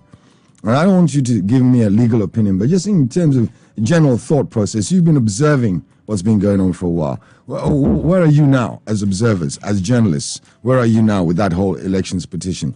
Without preempting anything that's going to happen today, where are you now in terms of the whole process of this case? What is your thinking now, Elvis? Oh, I think, as for me, I just stand where I stood the very day they filed the case. I've always said what I was expecting in an election petition is not exactly what I saw in what the NDC took to court. But one thing that I think the NDC missed so far in this whole process, despite the fact that a lot of the applications were dismissed based on law, I believe that when there are witnesses, especially Asidun Ketia, when he mounted the witness box, the judges gave NDC the golden opportunity to have submitted information that was missing in their case that they filed. Unfortunately, Asidun Ketia, as the chief executive of the party, also failed to take advantage of that opportunity. And that is what I think that with all the complaints they are making, I think that they rather should ask themselves, how come we file a petition, we should have added our own figures, we didn't. And then in the witness box, the judges said, okay, you might not have presented the figures, but then you are now in the witness box. If you say nobody has won, what figures do you have to prove that case that nobody has won? Make the assertion. And then he says, I don't have any figures. And that we are not interested in a flawed election, but we want to just challenge the constitutionality of the declaration. And for me, I was thinking that the NDC missed that opportunity because the very day they filed the case, many Ghanaians said, look, we don't seem to see the head and tail of what you are seeking to achieve, because we've not seen your own figures that are contrary to what the Electoral Commission has declared and demanding that an audit be done so that it can be established who actually has the right figures. We've not done that. And then you had opportunity to be in the witness box weeks after these suggestions from the public, and you still did not have the figures. For me, it's either the NDC had done the calculation and realized that they don't actually have any reason to say that the winner has not won, and therefore they can't challenge figures, and therefore they should just go there and raise issues with the manner in which the EC boss did the declaration and say that because of that, then the election should be rerun. I think that was their main position, that if they can convince the judges that the fact that the EC chair declared a figure and they came back to correct it is unconstitutional, and that if the judges agree with them, then they will call for a rerun of the elections. But I think that the election petition requirement is clear, and if you do really not file a case based on the requirements of what constitutes an electoral petition, and you are looking in the other direction, I think the judges will work with law. And I have followed comments, even though you see that the NDC people are still partisan, you still come across some of their comments. The NDC supporters on social media, some of them still post comments to indicate that their leaders have really not done them any good by not going with their own figures to court. And I think that is one thing that I've read from some of the people, NDC supporters. And I think that they are beginning to see where their own party has not done well. And probably, maybe, after this case, they will want to study the ruling of the Supreme Court and find out how they didn't do it, why they couldn't mount a serious case. And then, from there, they could take it. I don't know why people and these people are crying that at all costs the petitioner, the first responder should have mounted the box. If you have a case against somebody and you go and lodge the case before an authority, and the authority say, okay, prove your case, and you are able to prove your case. If the respondent says, I'm not going to talk, you should be happy and say that with what I've proven, I think that I have enough grounds to win the case. So if the person I made allegation against says he won't talk, and therefore the authority should use what I have presented to make a judgment, then I think I've won the case. I think that should have been the easiest and happiest way for the NDC. But the fact that they are complaining that the person who they are alleging that has done the wrong thing is not entering the witness box constitutes a denial of justice. Okay. I don't really understand it, Kojo. Right. Because I don't see how I can say, I can say, oh, Andy has come to steal my goat in my house. Yeah. And I take the case to the police station. And the police, okay, if you say Andy stole the goat, what is the evidence that Andy stole the goat? And I said, well, Awudu was there. We saw Awudu was there with me to see that Andy stole the goat. And then Andy said, I won't speak. And I have a witness in the person of Awudu to confirm that indeed Andy stole the goat. Or we have a picture of Andy stealing the goat. And then they asked and Andy said, oh, me, I won't talk. Shouldn't I be happy that Andy is not going to defend himself? Because I have enough evidence to prove that he stole my goat. Right, and therefore, I should have judgment in my favor if he decides not to speak. But unfortunately, I am rather angry that Andy said he won't speak. I really don't get that analogy of the whole thing that seems to be flying around that at all costs somebody must mount the witness box. It's interesting. Okay. In fact, we just been slapped with a judgment debt in a power deal as a country. We even defended ourselves, still we lost. So you can imagine that when the people filed their suit at the arbitration with all their evidence, the Ghana said, oh, we are not going to defend the case. Ghana will say we are not going to defend the case. And then the judge rules. Then we say, why is it that then the power plant owners will say, oh, we don't agree that Ghana said they won't speak. I don't see how that logic will even come in. They will be happy that Ghana said they will not speak. So that they can get judgment in their favor and then go and collect their money. Okay, Elvis. You see how long I let you talk? Because before we came to the studio, you made the complaint that you need to land. Very land. Let me tell you, landed. Either you're going to example of Ghana and people challenging us over deals. You're going to change your pilot, or you're going to make sure that you have a faster pilot. Boss, your thoughts on this as well? Mr. Andy can come. Good morning. Good morning. For me, I've been monitoring the proceedings and. I was very sad when the General Secretary of the NDC mounted the witness box and was asked to provide figures, contrary figures, whether he has any figure to provide to the court to back the party's claim that no candidate, and I mean the two frontrunners, won the elections, and he failed to prove or to provide figures. I was sad. And if you indeed watch the proceeding, that gave the opportunity to Justice Yao Apao to ask some probing questions that, so what is the number? Can you tell the court the number of valid votes garnered by the two candidates? And his response was, my lords, I didn't bring my figures here. So in the minds of well-meaning Ghanaians and party supporters, who are very discerning, therefore suggest that no, the attempt by some officers of the party that we have won the elections and that the EC had connived with the ruling government party to rape or snatch the victory from us necessarily may not be true, because the name of the game when you are in court is not about the truth, it's about the evidence. And strikingly enough, the chief scribe also made some comments that, listen, they are not in court to declare another result, contrary to the comments and press conferences held, but to ascertain whether or not the EC chairperson, for that matter, the Electoral Commission, had discharged their constitutional mandate properly.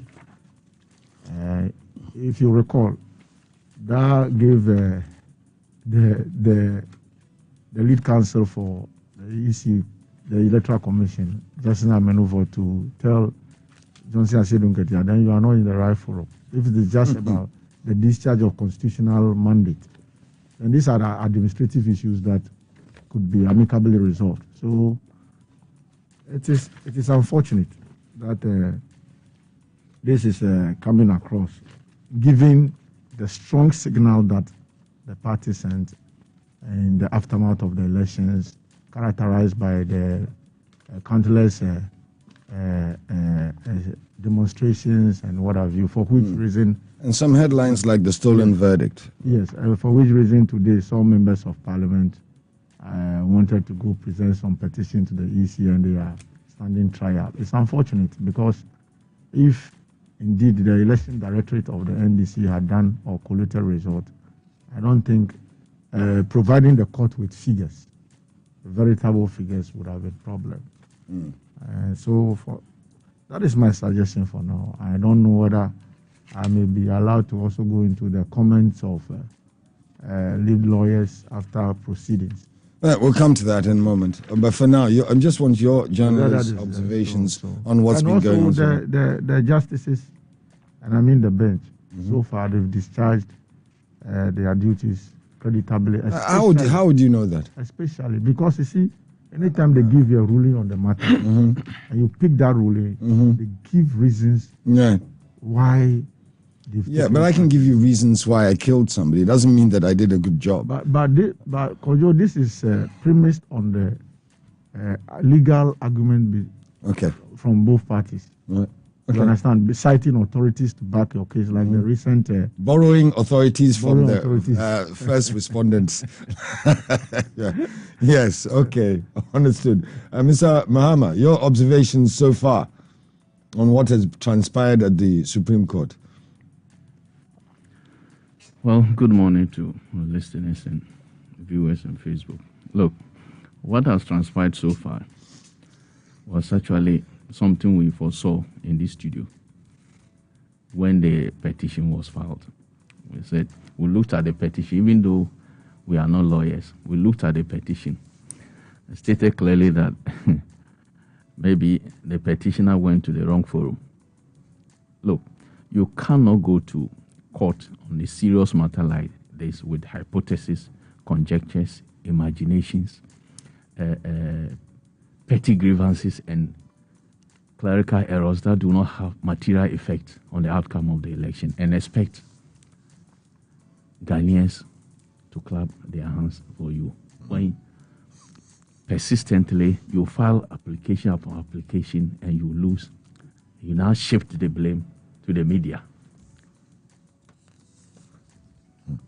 You cannot have your way. Look, I always ask a question. You think that when NDC said, the petitioner and his party said they had won this election prior to the Supreme Court, going to Supreme Court, when they said they had won this election, based on what figures did they say that? Now they go to Supreme Court and say that nobody won the election.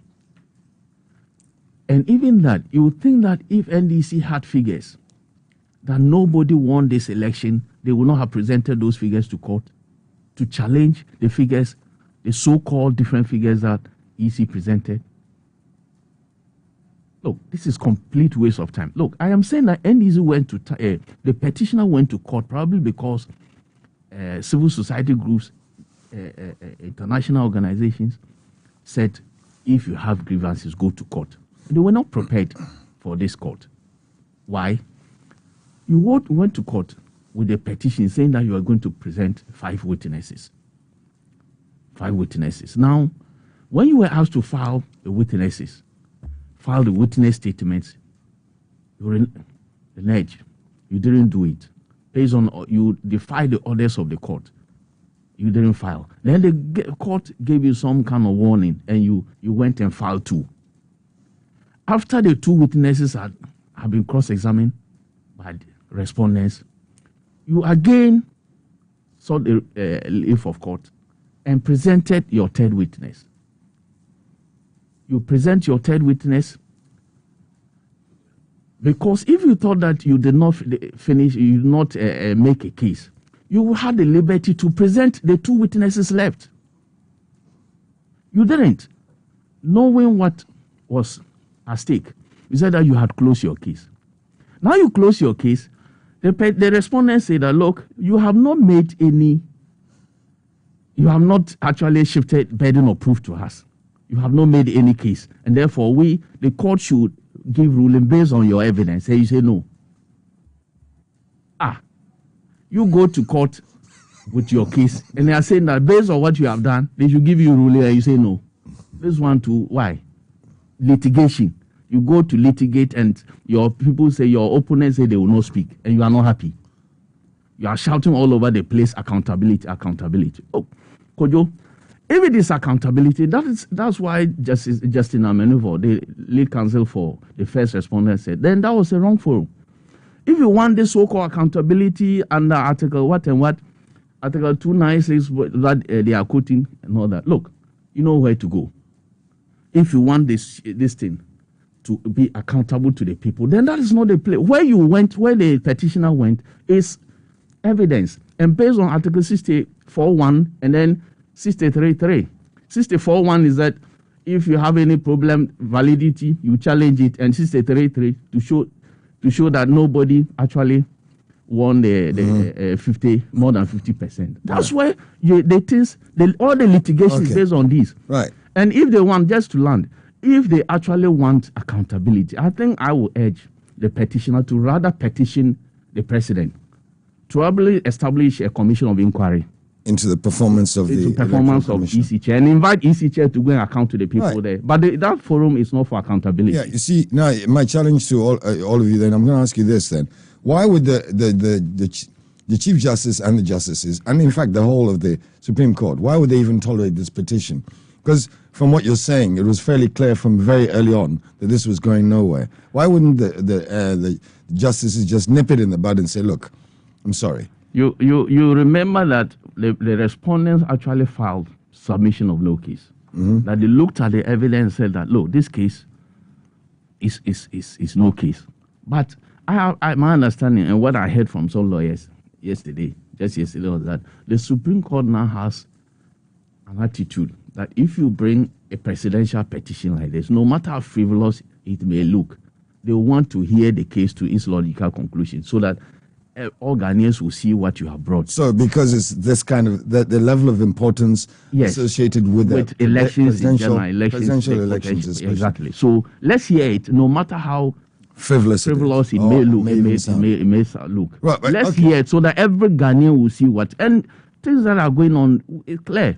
Look, Kojo, if you look at some of the issues, 5 issues have been set for this edition. Right. You go and bring witnesses that they want to test the credibility of the 2 witnesses, your 2 witnesses. The intention of the whole thing is to test the credibility and integrity of the chairperson of the first respondent. And how does that affect 50%, how do you call it, more than 50% for the winner? How does that affect it? Right. If you take the credibility of how does it add the figures to give you that outcome? Well, but then you're supporting my argument that frivolous cases must be nipped in the bud. Yes, but that is the stance the highest apex court has taken. That let's hear the case. No matter how frivolous. You see the problem. You see, you're no matter how frivolous, and I get it. I understand exactly what Mohammed is saying, but at the same time, that means any Kujoma and Sabia sitting somewhere can. Yes. Because my standing is simply that I'm a member of the Ghanaian society and an eligible voter. That's my standing. Kojo, who are we? When this thing came, myself, Andy, Elvis, and that day, Fortunalimi, executive editor of Delegate Network, was here. We all said that look, they should rule based on they should rule on submission of no case first. We said so that we will not waste our time on this matter. But who are we? The laws decided that no, we will take everything through. Right. You see, Elvis, here's the thing, and he said the lords decided. But the problem with the lords deciding is that we have to live with that decision. Yes. And the downside of that decision is a continued disaffection that a certain group who would then think that the lords are somehow being unfair.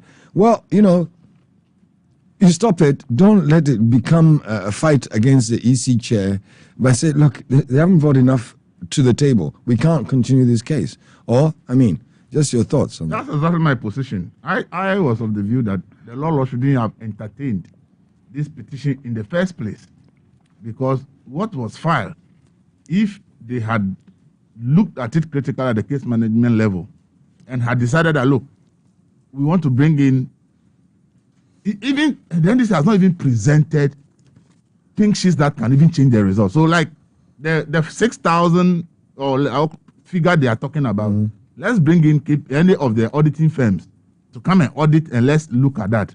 You look at that, you see the figure, whatever has been verified, you look at whether it will have impact on the presidential election before even open the case. Right. So if I had my way, I wish that we learn a lesson. I think that the lords, you see, those who are sitting there, I don't think that any of them took part in the 2013 petition. How many of them? There's two of them did. CJ did. The CJ was there. Of course, yeah.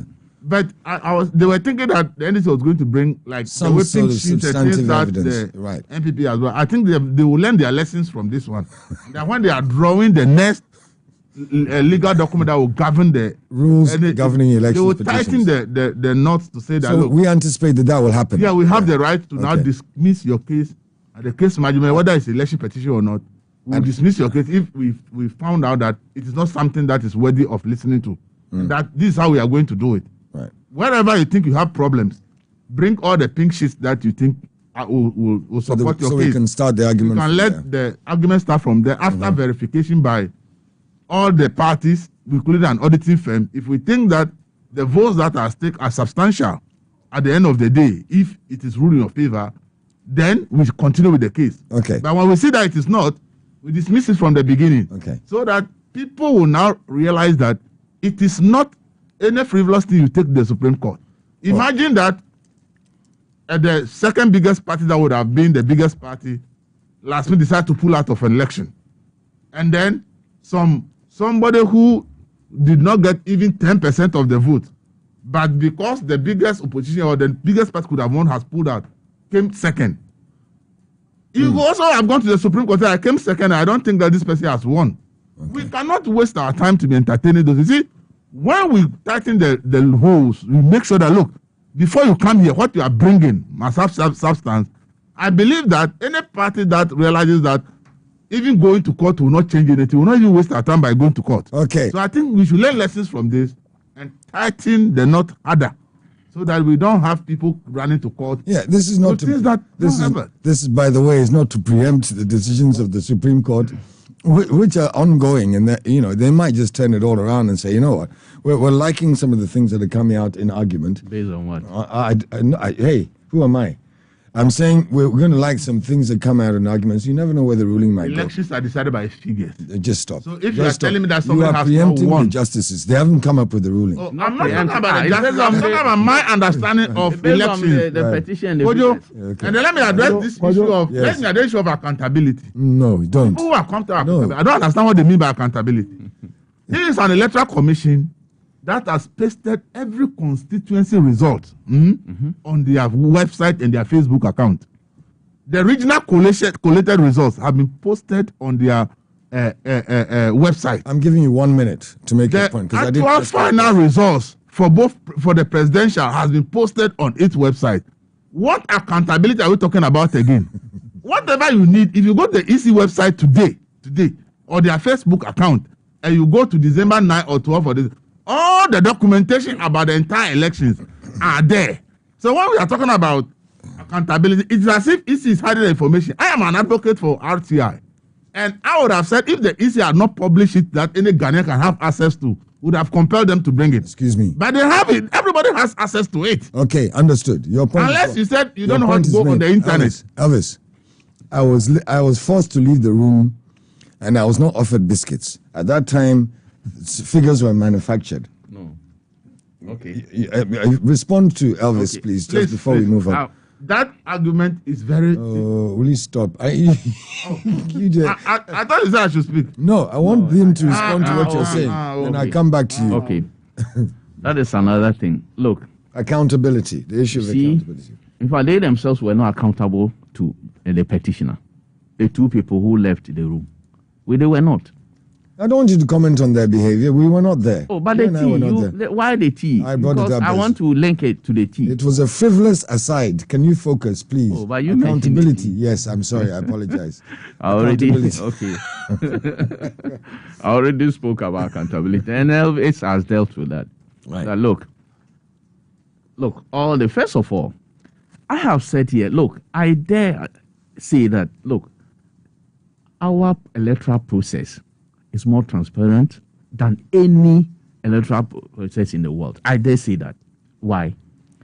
At every stage of the process, look, agents are there, the process is shown clearly, it's public, it's a declaration, everything is clear. Look, if you don't perform your duties well and you fail, don't put the blame on anybody. As for accountability, as Elvis said, look, all these figures are out there. Kojo, I think the petitioners should be telling Ghanaians which of the so-called different figures are easy churn out. Which of them actually made the petitioner the winner, or which of them did not make the first respondent the winner? They should be telling us which of them. You know why the whole thing about this petition is about the wrong figure that and the was total announced, valid votes and valid votes cast. And Kojo, I made some how do you call it? I don't know how to describe it. Some statement here the other day that Kojo, let me give this example. If the petitioner, let's say petitioner has 15 children.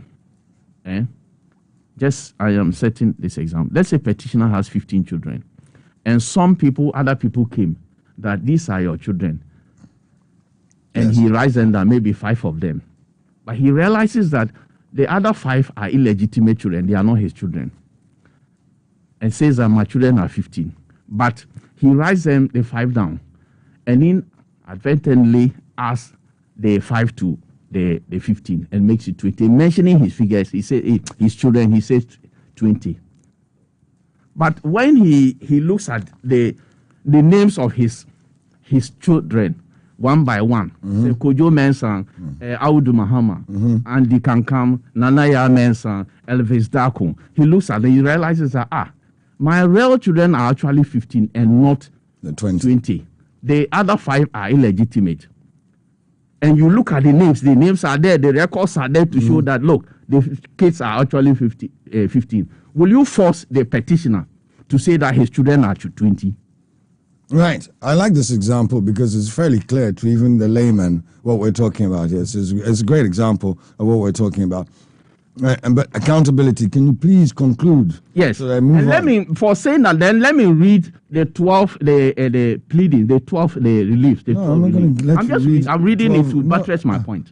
And say that if the total number of valid votes standing to the names of each of the candidates is summed up, this will yield a total number of valid votes cast 13,121,111, a figure that is completely missing from the purported declaration of Mrs. Jim Adukoya Mensah on 9th December 2020 and the purported rectification on 10th December 2020. Right. You see, they themselves have said that the figure is 30,121,111. Right. If they tally the votes that each of them have. So why did they go to court and another paragraph say that the figure she mentioned, 30,014,000 let me mention this so that I will not be taken out of context. You then go to court, you move to another paragraph and say that the figure should be 30,434,574. Mm-hmm. Why do you do this? And this one, you know that this includes the rejected ballots. That's why I gave the illegitimate children scenario. Yeah, so why would I announce? Why will you even add those ones to it? And move from when you yourself have settled that if you add the individual votes, valid votes obtained by all the 12 candidates, this is what they get. Right. 30,121,000. Understood. So why do you do that? So all this, the whole court is about this wrong figure. Right. And you want us to interrogate this. Right. Understood. And those are figures put down by the petitioner without supporting documentation. And that is the problem, the challenge that exists without preempting the court again. I just wanted to talk. Andy, can you conclude on the issue accountability raised by elders? I think that the NDC's Directorate of Elections, and for that matter, the officers who were in charge of the elections failed the flag bearer. In that, if you are placed in a position to help and you fail to discharge your duty, it's being played out in court regarding the inability of the chief scribe to provide figures. And although he did indicate to the court that they had dispatched or deployed all agents, they have deployed agents to the 275 constituencies. And lawyers. So if today you are in court and say that I didn't come with figures, in the first place, you did not help the petitioner. Number two, on the issue of why the laws are allowing such cases to be heard, I think that given the sound argument by my colleagues, it's time to reason that, listen, let's listen to them so that in the future, when you are appearing before the court and challenging the constitutionality or otherwise, giving the declaration by the Electoral Commission, you'll be guided. Because if you go through all the rulings of the bench, I mean, there's one thing that is very instructive. Evidence. And I think that that is the only way we can build a very sound democracy without the courts. In as much as we will say that, listen, some of their arguments or the case right from the one is dead or on arrival is moot. I think in the wisdom of them, the Lord, let's hear them, especially on the heels of comments by people, even prior to the hearing of the case that the bench. Yeah, but so what? If the Supreme Court is going to let itself be guided by comments, then we would never have an end of cases. So sure, you can't say, because people were talking about it, that's why we decided to hear the case. Kwajo, sometimes they are humans and they balance the comments of public in whatever they do. Andy, you see the problem with we're humans is that you're the same people, and I asked this question before of the three of you. I asked about whether or not, because it's a human thing, let's let a gene go into the witness box to talk so that the rest of humanity will actually hear from her. No, you talked about being humans. On the case of Jane, there's a law. No, listen. But what I'm saying is that in taking their decision, I think they do the balancing act. You understand? They do the balancing act so that their decisions. But 1 minute you want them to be fair and just. The other time they're humans. Which is it? You see, you balance it. You see, it's a mixture of the two, and you arrive so that this will not trigger any violence or something like that. So, as for the Supreme Court, after this trial, and I'm happy that speedily, without sacrificing justice, they are getting to the end. So, parties who want to go to the court in such issues will be guided, given the ruling of the court, so that when you don't have case on the mere basis that, somebody had made a mistake in the announcement or in figures, you go run to court and say, I'm challenging the declaration of the result, and for that matter, I have won. It's unfortunate. Right. Okay. Audu, you wanted to rebut, but I'm coming to you now. I'm giving you 1 minute, please, because this is not the issue. To be fair to us, all of us have said that, look, this case should have been dismissed. Yes. Yes, but I've asked you this question yet. We said Don't tell me we said I'm it. being unfair. We said it. We said that Yeah, it should have been dismissed. Right. For because the petitioner did not make a case. Right. It's frivolous Right. and all that. But we also said that because they decided to sit on it, in future, that's why Elvis was saying that in future, they should rather look at the merits of the case at the management level, the case management level, and see that if this case is frivolous, just dismiss it. Fine. You don't need to go into it. Yes, but I've asked because before. based on law, No, we should not have human feelings. Look, Mr. Mahan, what I know, yes. You heard what Andy said. Yes. And that's what I responded to. And I was very clear Yes. that I've asked the question before Yes. about whether or not the person should get into the... And this was the question on whether or not Jean Mensah should get into the witness box. And I was told categorically that we should go according to the law. Yes. If you haven't brought your case, why would you let Jean Mensah get into the witness box? But he's talking about, in certain areas... No, I disagree with him. The justices are human. They're a human institution. I disagree with that. Only humanity comes in court when sometimes you plead for clemency or you plead for mitigation. Yes. That's where this human thing it comes shouldn't be in. lost on you whenever the This court is a civil matter. The court is giving ruling on high-profile issues. Yes. They gauge the mood of the country. Right. This now they call it purposive interpretation and all that. Look, So that is where I'm coming from. Right. You think that this is a major issue, that you think that if they say a rerun, the other side will not be affected, and therefore that is why it should be based on law. You should prove your case. No problem. That's why it's so major that it's not the how they call it preponderance of the evidence probability or something. Of the, Look, this case is near to be proven beyond doubt too. Right. Okay. This case is near proving beyond all reasonable doubt because look, this is an election that a president has been sworn in, governing this, and you want to overturn that, and you think that you just come with anything frivolous matter and the court to overturn the result. I'm going to stop you there because we do have to talk about other stuff. So, Elvis, final comment from you. Yes. You see, all by the law, the only figures that the law recognizes is the one that has been gazetted by the EC. The gazetted figures were done as far back as 10th of December. The NDC's case is not even talking about the fact that we've got the gazetted figures, and then we look at it, we think that there are mistakes in the gazetted figures. They are not even talking about that. The only thing they are talking about is that the woman came to mention a figure and later changed it. For me, those figures that he has changed, the earlier ones are not in law because those figures are not be gazetted. And every lawyer knows that you can only deal with what the law recognizes. So then why didn't NDC even go to the gazetted figures challenge those figures and said, for our figures, the gazetted figure did not match, and therefore we think that there has... So unfortunately, we are not lawyers, but with our journalistic eye, we think that what would have made reasonable understanding for even the ordinary person is to say that these are the figures gazetted by the Electoral Commission. This is what's recognized by law. But when we did our calculation, we realized that the figures do not match. So we want an audit to be done, a forensic audit, as the presidential candidate actually called for long before they went to court.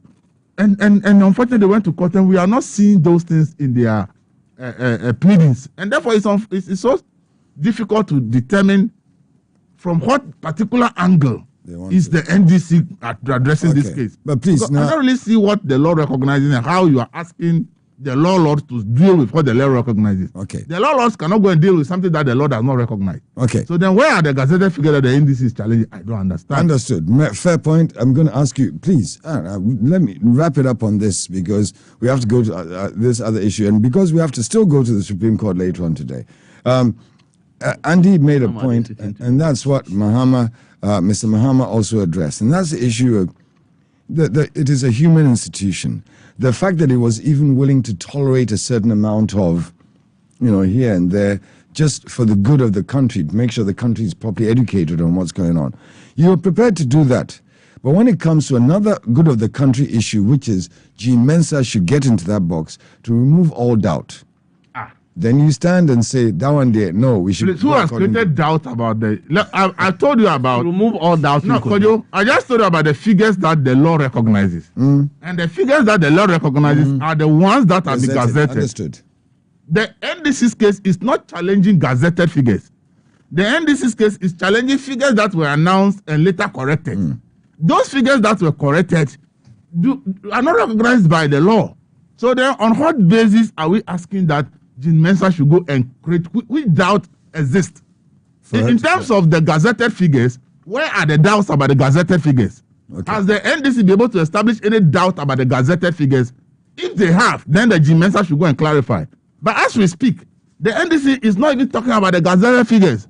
The argument is largely based on the figures that the law does not even know. So how is Jean Mensah going to clarify anything about a gazetted figure? Okay. So I don't understand that issue that she should enter the box and clarify doubt. The NDC has not raised any doubt about the figures that the law recognizes. So what is she going to clarify? She needed to clarify when she made a mistake. And she has done that. And she has gone ahead to gazetted what she thinks are the actual figures. The NDC has not raised any doubt about the gazetted figures. So if you are not challenging the gazetted figures, how then are you saying that there's a doubt for the EC chair to come and correct? Because the law laws also recognize only the gazetted figures. I understand. I think you've made your point. So there is no doubt. You should stop this impression that there's any doubt anywhere. You've made your point. Thank you. If NDC has to be able to establish that we are doubting the gazetted figures, then you can push the Jean Mensah to go and clarify. Land the plane. But there is no doubt that the NDC has created about gazetted figures. Okay. So what doubt is the EC board going to clarify? Understood. I want the NDC to give me that answer so that we know that this is the doubt they are talking about. Okay. Just a quick reminder that the three main items on the bill before the presidential elections petition at the moment: application for the stay of proceedings, a review application, and the closing submissions of the lawyers for the parties. That's the menu that's left at the moment. The problem you're not going to come back again with anything because you're like that.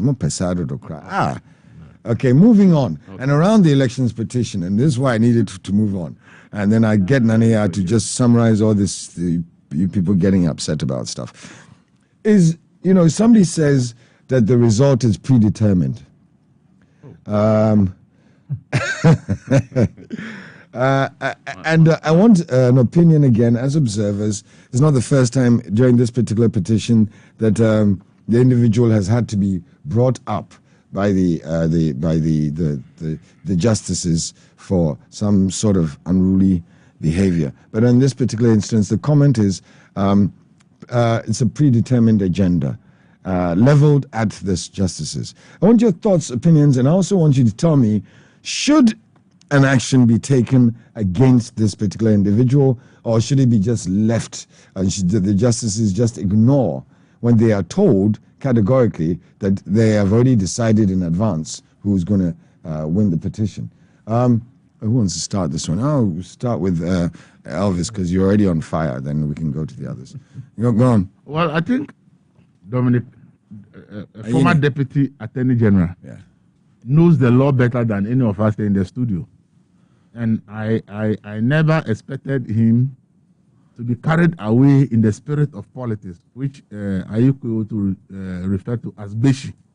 I think at that moment he was carried away by some Beshi. And he ended up making statements. I believe that if he was sitting on that bench and somebody makes that statement, I believe that he will be hurt. Because he understands the law. And therefore, for him to make that statement, I think that he didn't speak law. He was speaking political Beshi. And that has landed him in that comment. Is he in trouble? Well, for me, I think that since the legal profession has ways of dealing with their members, I think that they should just use their own procedure if they find it necessary. That what is said, they don't want to look at it from the political point of view, but they want to look at it from the legal point of view and the code of practice. Should the Supreme Court get involved at all, or should he just ignore? Because he himself is anticipating punishment from the Supreme Court. He said the court is likely to punish him. He said it now. That should be anticipated, because he now realizes that political Beshi took him to where he got to, and that he shouldn't have gotten there. And the law lords had already cautioned them earlier about that the press conferences they have been holding, they should be mindful of their utterances And I believe that with the benefit of hindsight, he has realized that he allowed his political path to lead him to Beshi than to allow the law to lead him to the law. Okay. And therefore, if any punishment is taken against, I believe that he will take it in good faith because he is being a lawyer, a former deputy attorney general, Minister of Justice. It's not a small. He's not a small person. He's not just some party communicator. Right. He is in a better place to know that yes, I could say certain things, but there are certain things I couldn't have said. And therefore, if there's any punishment to him, I think that you take it in good faith.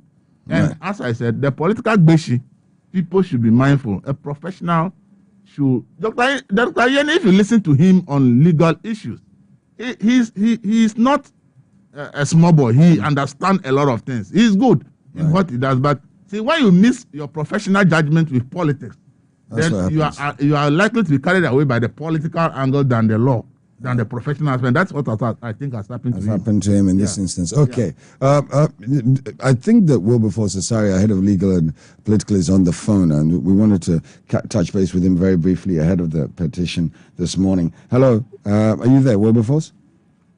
Yes, Kujo, I'm here. Okay. Wilberforce, can you tell us what's going on at the moment? All right, so Kujo, I've just been given a letter from one of my sources, and it's a letter that is written by Lita Blue and Company, which are the lawyers for the petitioner in this election petition before the Supreme Court. Now, this letter is dated the 18th of February 2021, and it's signed by Sonny Lita, and he addresses himself as solicitor for the petitioner. Now, it's entitled, it's actually written to the Chief Justice. So the letter is addressed to the Chief Justice, Judicial Service, Supreme Court Building, Accra. And it's entitled John Dramani Mahama versus the Electoral Commission and Nana Akufo-Addo, written number J1/5/2021. Now, the letter says that I received a call from the registrar of the court close to midnight, notifying me of respondents filed affidavits in opposition to petitioner's application for review, soft copies of which he has sent to me by email at 11:13 p.m. I forwarded the proceedings to lead counsel for petitioner at 11:30 p.m. In order to allow lead counsel for petitioner reasonable time to factor the said affidavit into his argument in support of the application for review, I would respectfully request that this morning's proceedings be commenced at 11:30 instead of the scheduled 9:30. I count on your kind consideration of our request. And so this is Tony Lisa, who is writing to the Chief Justice asking that instead of the court sitting today at 9:30, because of some affidavit in opposition that has been filed late by the respondent, he wants proceedings to start 2 hours late, which will be 11:30. Sorry, I don't know court processes, but I'd be interested. Is the fact that there's an opposition to their request to the justices, what has that got to do with what they're going to argue? Even if the respondent comes up with several arguments, how is that going to factor into what their petition is seeking to do? Can you explain that? Is there any thinking behind that? Is this a normal process again? All right, so I haven't cited the affidavit in opposition, but what I do know is that in our adversarial system, once you file, you are in court fighting with your adversary or battling it out with your adversary. You would always expect that when you file an application, they will file one in opposition. So once you file an affidavit in support of your case, you'd expect that your adversary will file an affidavit to oppose what you are saying. And so, to the best of my knowledge, the filing of the affidavit in opposition should not be new to the lawyers of the petitioner, or it shouldn't take them by surprise, because they should expect that the respondent will file an affidavit to oppose the demands that they are making. Right. However, this letter is essentially written to the Chief Justice and is actually asking that timelines should be shifted because they think that they want to read or give consideration to the affidavit in opposition that they received very late. It's actually entirely the duty of the Chief Justice to accept this or not to accept this. Right. So now we know that the court is supposed to sit at 9:30. Okay. We do not know if the time will be changed. Right. So basically, we have to wait and find out in the next 20 minutes where the justices will come and simply say, okay, we're adjourned till 11 because we got this letter, which they'd have to come at 9:30 to tell everybody and then go away again. Basically, that's what we're saying. And so far, based on the fact that the justices have been quite accommodating, it is likely that we'll have this delay. Well, yes, so far they've been, perhaps the words used would be magnanimous to the petitioners in this matter. And that's because for every step of the way, they have given them an opportunity to breach some rules. You remember the first time was when they were given the opportunity to amend their petition because they made a mistake. Another time, the court decided that instead of hearing the preliminary objection before the substantive case, we are not going to do that. We are going to hear it at the end of the matter. Right. Now, when they were asked to file their witness statement, they didn't file it based on the timelines that they've been given. The respondents, however, complied. Now, they came to court. They were given another window of opportunity, 24 hours, to file their witness statements, which they subsequently did. Now, even when it came to the witness statement, they filed two initially, and everybody was thinking that they were going to call two witnesses. After their second witness had testified and been discharged, they indicated that they had a third witness who, for health reasons, they were not able to get the witness statement. The court allowed it and allowed them to subsequently file adjournment for another 2 days. And so the court has treated them, quote unquote, with kid gloves. And we do not know whether it's going to happen again this time. You know that pending is the fact that the court has ordered that they should file their closing addresses. As it stands now, we don't know whether that has been done. Of course, we know that they filed a review application and also stay of proceedings. So we wait to see what will turn out in court today. Okay, so we'll join you later on and we'll be to find out exactly what does happen with this. But in anticipation, based on what we know, there's a likelihood that the justices will probably adjourn for the 2.5 hours required. Thanks very much, Wilberforce, and thanks for this update and this almost breaking news, as usual, from the Supreme Court. Thank you. You're welcome, sir. Thank you. All right. So very, very quickly, because we don't know what's going to happen now, but like you heard me ask senior journalist out in the field, there's always this thing where and he mentioned the number of times where the justices have made allowance in the interest perhaps of seeking justice to certain things that were not going quite right. I'm sorry to be hurrying you along, but I'm going to back to the issue that we were talking about beforehand. This is the whole Ayine thing. And Elvis had spoken about it, and I'd asked a series of questions. I mean, I'm depending on your memories now. Mr. Mahama, your thoughts on, the whole incident, and should he anticipate a punishment? Should the justices punish him? Dr. Ayine. I mean, another tight corner. It's like the last time Edu Sausene made some comments out. My name was mentioned here, and he's similar. I think that the comment was unfortunate. Dr. Ayine. You see, you people love to use this word, unfortunate. I don't understand that. Okay. It was a mistake. It should not have been made. That's what I said. Right. It should not have been made. The comment should not have been made. Knowing who he is. And, when you decide to, I think that, let me make it short. I think my senior brother should speak as a lawyer when it comes to matters of law and not as a politician. Yes, I know he's a politician, but when you are speaking on matters of law, your legal profession comes first, no matter what. Would the justices be right to punish him? Oh, that one, if they feel that he has violated the code of ethics of the profession, why not? Especially when, look, what sent this man to court, our brother in 2013, to prison, contempt. What is the name? Ken Crunchy. What did he say? Or he said something on justice, the petition, on the petition, and landed him in jail for 10 days or so. Is it 2 weeks or 10 days? But this one, I know they have their own code of, if they feel that it has violated professional the code of ethics, professional code of ethics, why not? I think they are procedures how these matters are resolved.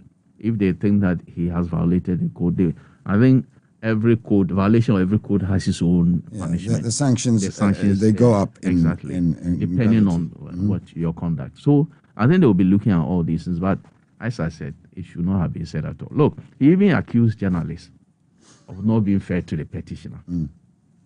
Why? You held a press conference. Journalists ask you a question. You will not answer a question. Then you push the thing to journalists that you are not fair to. The journalists force them to hold press conferences. Okay. These are matters of law. When you lose, this morning I was listening to you, to the review here. When the case goes for you, the judges are good. If it goes for you based on law, judges are good. If it doesn't go for you based on law, they are not good. What kind of attitude is that? All right. Andy, on this one, your thoughts so that we can go to our last subject today? As an officer of the court, he should have done better not to make such pronouncements, especially having been reprimanded previously, given his some offensive postures at the bar. He sits at the bar because it's part of the team. That is why he should have known better. I think that, like Wilberforce said, and that goes to affirm my position that, in as much as people argue that the petition is flawed from the beginning, he said that they've been very generous right from... Magnanimous was the word he used. Yes. So that is it. So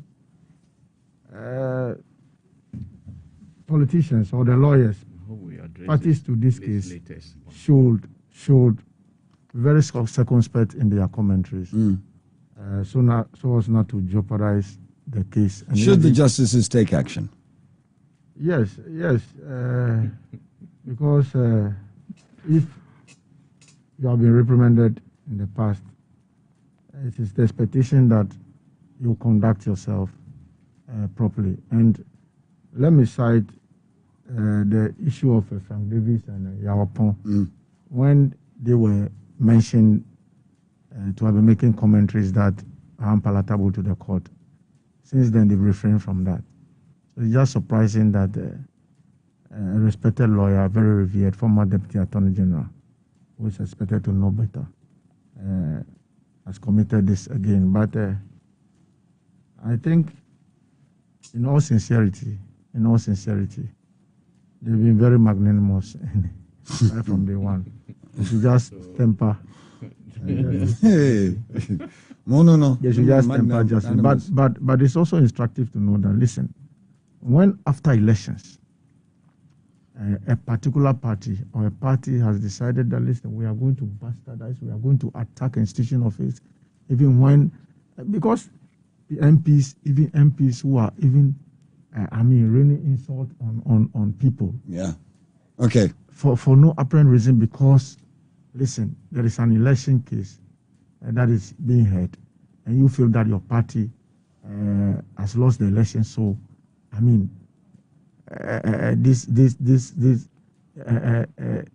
world must come to an end. No, we should be very circumspect. Elvis mentioned. I'm going to ask you to wrap it up. Elvis mentioned. It was just an opinion. I don't know. What about Popo Blibli? What about Popo Blibli? That one affects that one the Muntie tree. Was this man. I would plead that Sir John going forward. Lawyers communicating on behalf of their parties should be very circumspect. Okay. Thank you. Nania. I was going to ask why our brilliant lady on this one has not spoken. Yes, because you people don't let her speak. Come. And I come to ask me why she's not speaking. Go on. Oh, Milord, perhaps I shall beg the case that it is not necessary to speak on this occasion. The three gentlemen present have a far deeper historical perspective on this, and although they're very modest in their statement about their own knowledge of the law, I think they also have a far deeper acquaintance with the minutiae of normal procedural conduct in the Supreme Court. We can see on our screens there, for those of us who are watching Facebook, Honourable Professor Nana Jane Opoku-Agyeman arriving at the Supreme Court for today's hearing, which I think from the NDC's point of view will be a pretty crucial one for them. I think that the court is to set the date for the giving judgment, and one would hope that that will bring quick finality to the matter. On the question of members of the profession and the statements that they have made in the spirit of or wishy, or I think Aiko Yotu was insistent yesterday that it was definitely wishy, defined it as wishy. Yes, I think the high profile of these proceedings, both in 2013 and this year in 2021, I think encourages a certain kind of behavior and a certain approach to the law. I'm not entirely sure that it's helpful from a general point of view. One can understand that having the proceedings shown on television is very important in the interest of accountability and lawyers showing themselves open to the public. I'm not sure that for people who aren't already studying the law, that it has made the business of how matters are conducted in the Supreme Court any clearer. And isn't that the challenge, though? I think that remains the challenge for people involved in the legal profession, as of people involved in the medical profession or engineering or any other such area of professional life that demands very technical expertise, very technical, deep knowledge of procedures in order to be able to operate. There is a duty incumbent on them to find some way of explaining how what they do in the confines of their professional settings relate to people's day-to-day lives, and why, if people insist that the law represents common sense, I would beg to differ. I think it represents a certain kind of thinking, which is very, which is admirable. That doesn't bear relation to what I would consider common sense. And I think people need to explain that and explain why it isn't an alien and frightening or objectionable thing. We're just seeing Shari'ite arriving in the Supreme Court.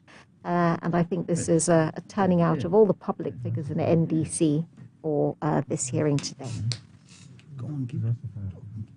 Right, okay, so further proceedings from the Electoral Court, I think we can see Asaase Otradaku, who arrived and was not quite doing high fives, but doing high shoulders, high elbows, sorry, I should say, with various members of the legal team for the second respondent, how we saw there earlier on.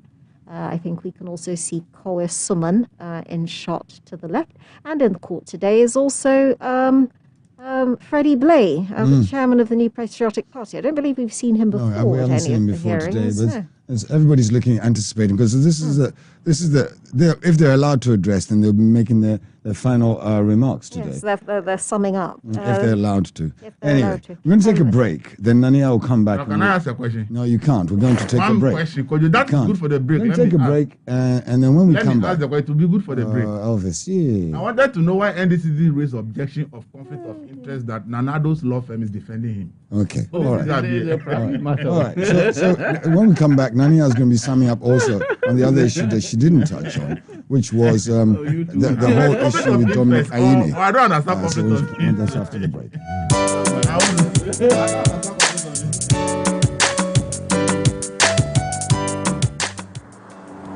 Wash your hands, sanitize, mask up and keep your social distance. Abba, be safe, oh. So all of us go fit be safe from corona. A public service announcement from Asaase Radio.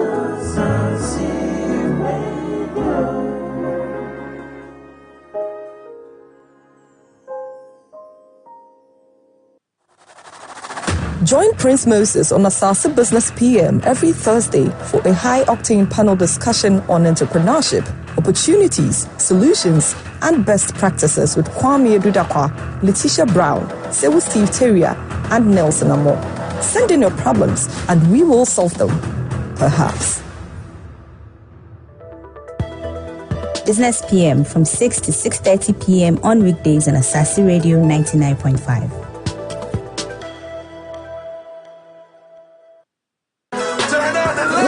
Black Boy on Nitro Avenue. Turn on the night. Baby, we are doing music, combos, and gossip. All the scoops, the lowdowns, and the meltdowns. Nitro Avenue. What's playing and showing, what's popping and trending, all the celebs and stars. That's the golden time of day. Accra, tune in. On air, Asaase Radio 99.5. Online, that's Asaase Radio. Web, tablets, and phones. Nitro Avenue with Black Boy is on weeknight. Black Boy's gonna turn on the nights in the capital again. Nitro Avenue. Music, convos, info, trends. Nitro Avenue is exclusive to Asaase Radio 99.5, the voice of our land. Asaase Business Roundtable is a conference of experts on business, finance, and economic issues broken down into digestible bits. Make a date with our expert, panelists, and seasoned guests every Thursday evening at 7 p.m. with me, Prince Moses, your host on Asaase Business Roundtable, where we mean serious business.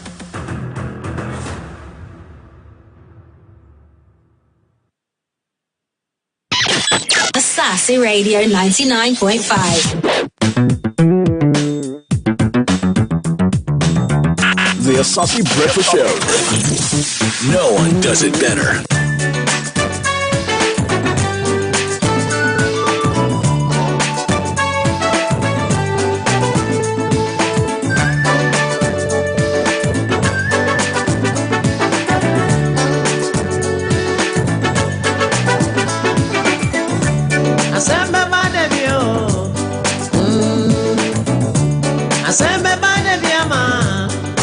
Sumasia home, Amadi Oshene Uncle Sylvia, Obekonko Asumubio.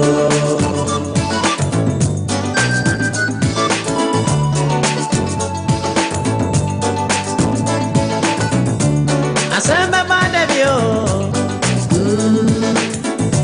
Asembe Badebiama, Dio Sumasia, Asembe Badebi. Yeah, Obekonko Asumubio.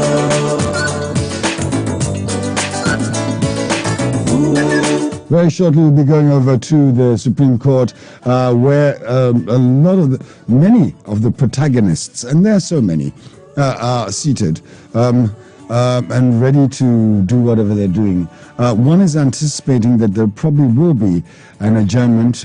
That's what I'm thinking, just because of the magnanimity. Nania, who's arriving now? As we watch the build-up. Yes, we can see Jean Mensah arriving, immaculately turned out as always, at the court today. Be fine girl. She is an extremely smart dresser. I feel I'm brutal. Oh, please, could you? She's an extremely smart dresser, but a lot more than that, obviously. And accompanied by a large entourage. I think that a lot of that may not even be her choice. And that's the other thing about security.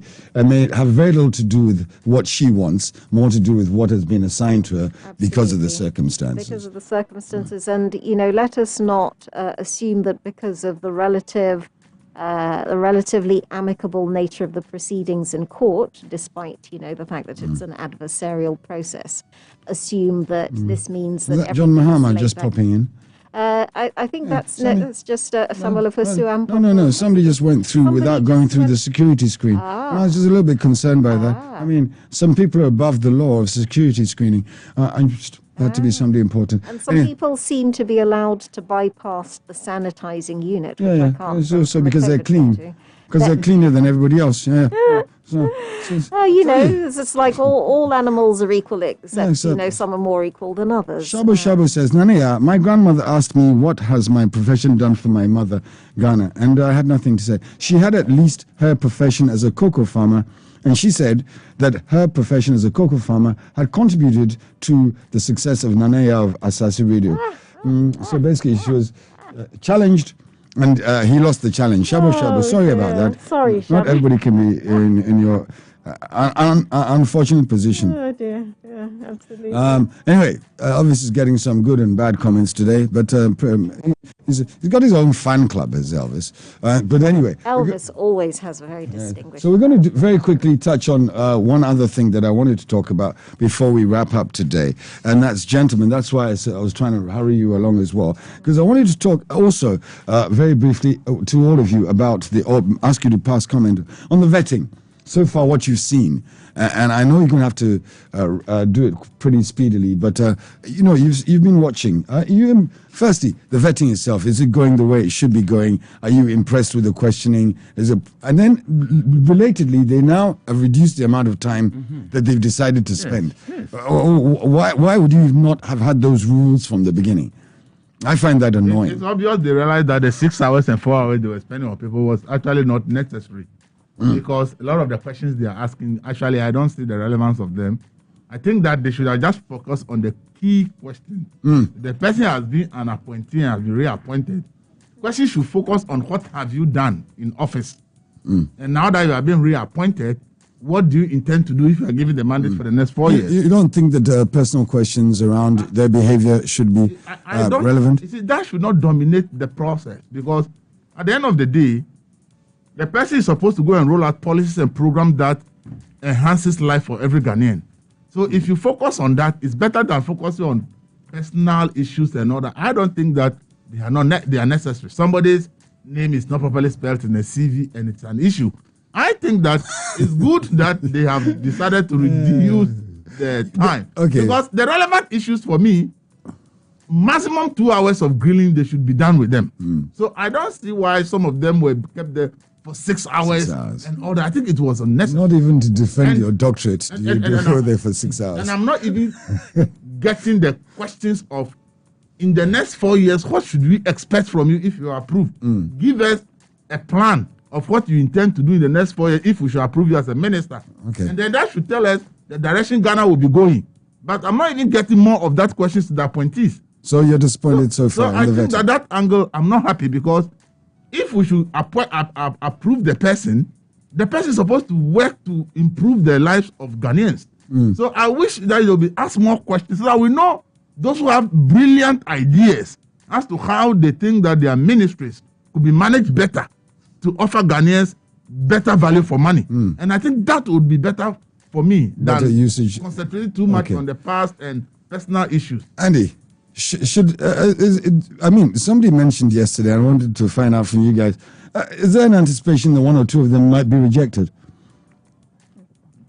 No, I don't have that feeling, because all the appointees, the nominees have discharged themselves creditably in spite of the long hours. That's a very sweeping statement. Creditably by what standard? Do you mention credible? In fact, all questions put to them, they've answered to the best of their ability in respect of the ministries that they are going. Right. You understand? And in spite of the long hours, like Elvis said, I'm only against the long hours of vetting in the situation where we have COVID and they are grilling people.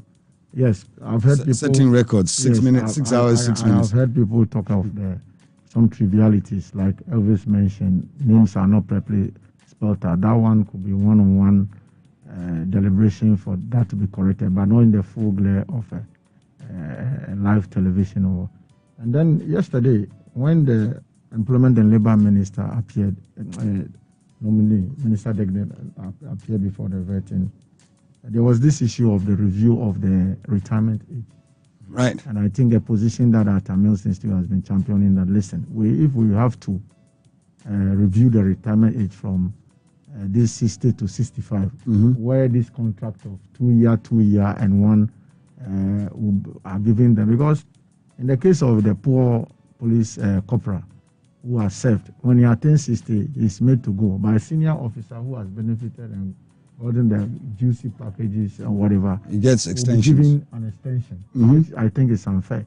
So I think that was a high point on the part of the Boku Central MP, and I think also the vetting hours. So that is a concern. That's and the relevance of the questioning, very quickly before I go to Mr. The relevance, yes. So it's a very relevant question, and I think that this time around, all the members have properly researched, and they are asking relevant questions. And you think so? The nominees. You think so? They're relevant questions. Oh yeah, very relevant questions. Why did you write this letter to this person, and why did you use this kind of language? Why is that relevant?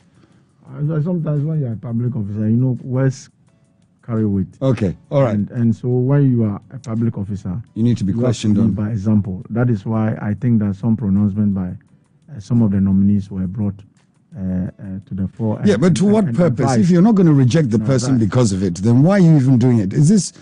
I'm not in front of the headmaster to be told where I did wrong. I mean, you know what I'm saying? I'm not about to come get 6 lashes and then move on. This is a procedure. It's vetting. It's not punishment. Okay. Their capabilities. All right. So if on that score, yes, they must be allowed. They must be allowed to be probed. But what I would humbly appeal that when frivolous petitions are made against people to the committee, it shouldn't just be allowed. Okay, we're looking forward to the issue of the Minister of Finance too. Uninformed, and they are trying to assassinate the character of people. All right, we definitely have at least 2 petitions before the vetting committee in respect to the Minister of Finance, who is not even in the country. Yes, Audu, we end with you. Yes.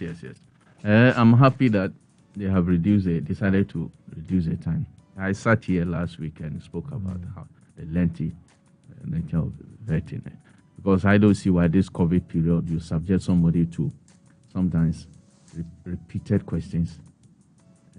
And some of them, when they write down their questions, and even when somebody asks those questions, they still want to ask. And I thought that was needless.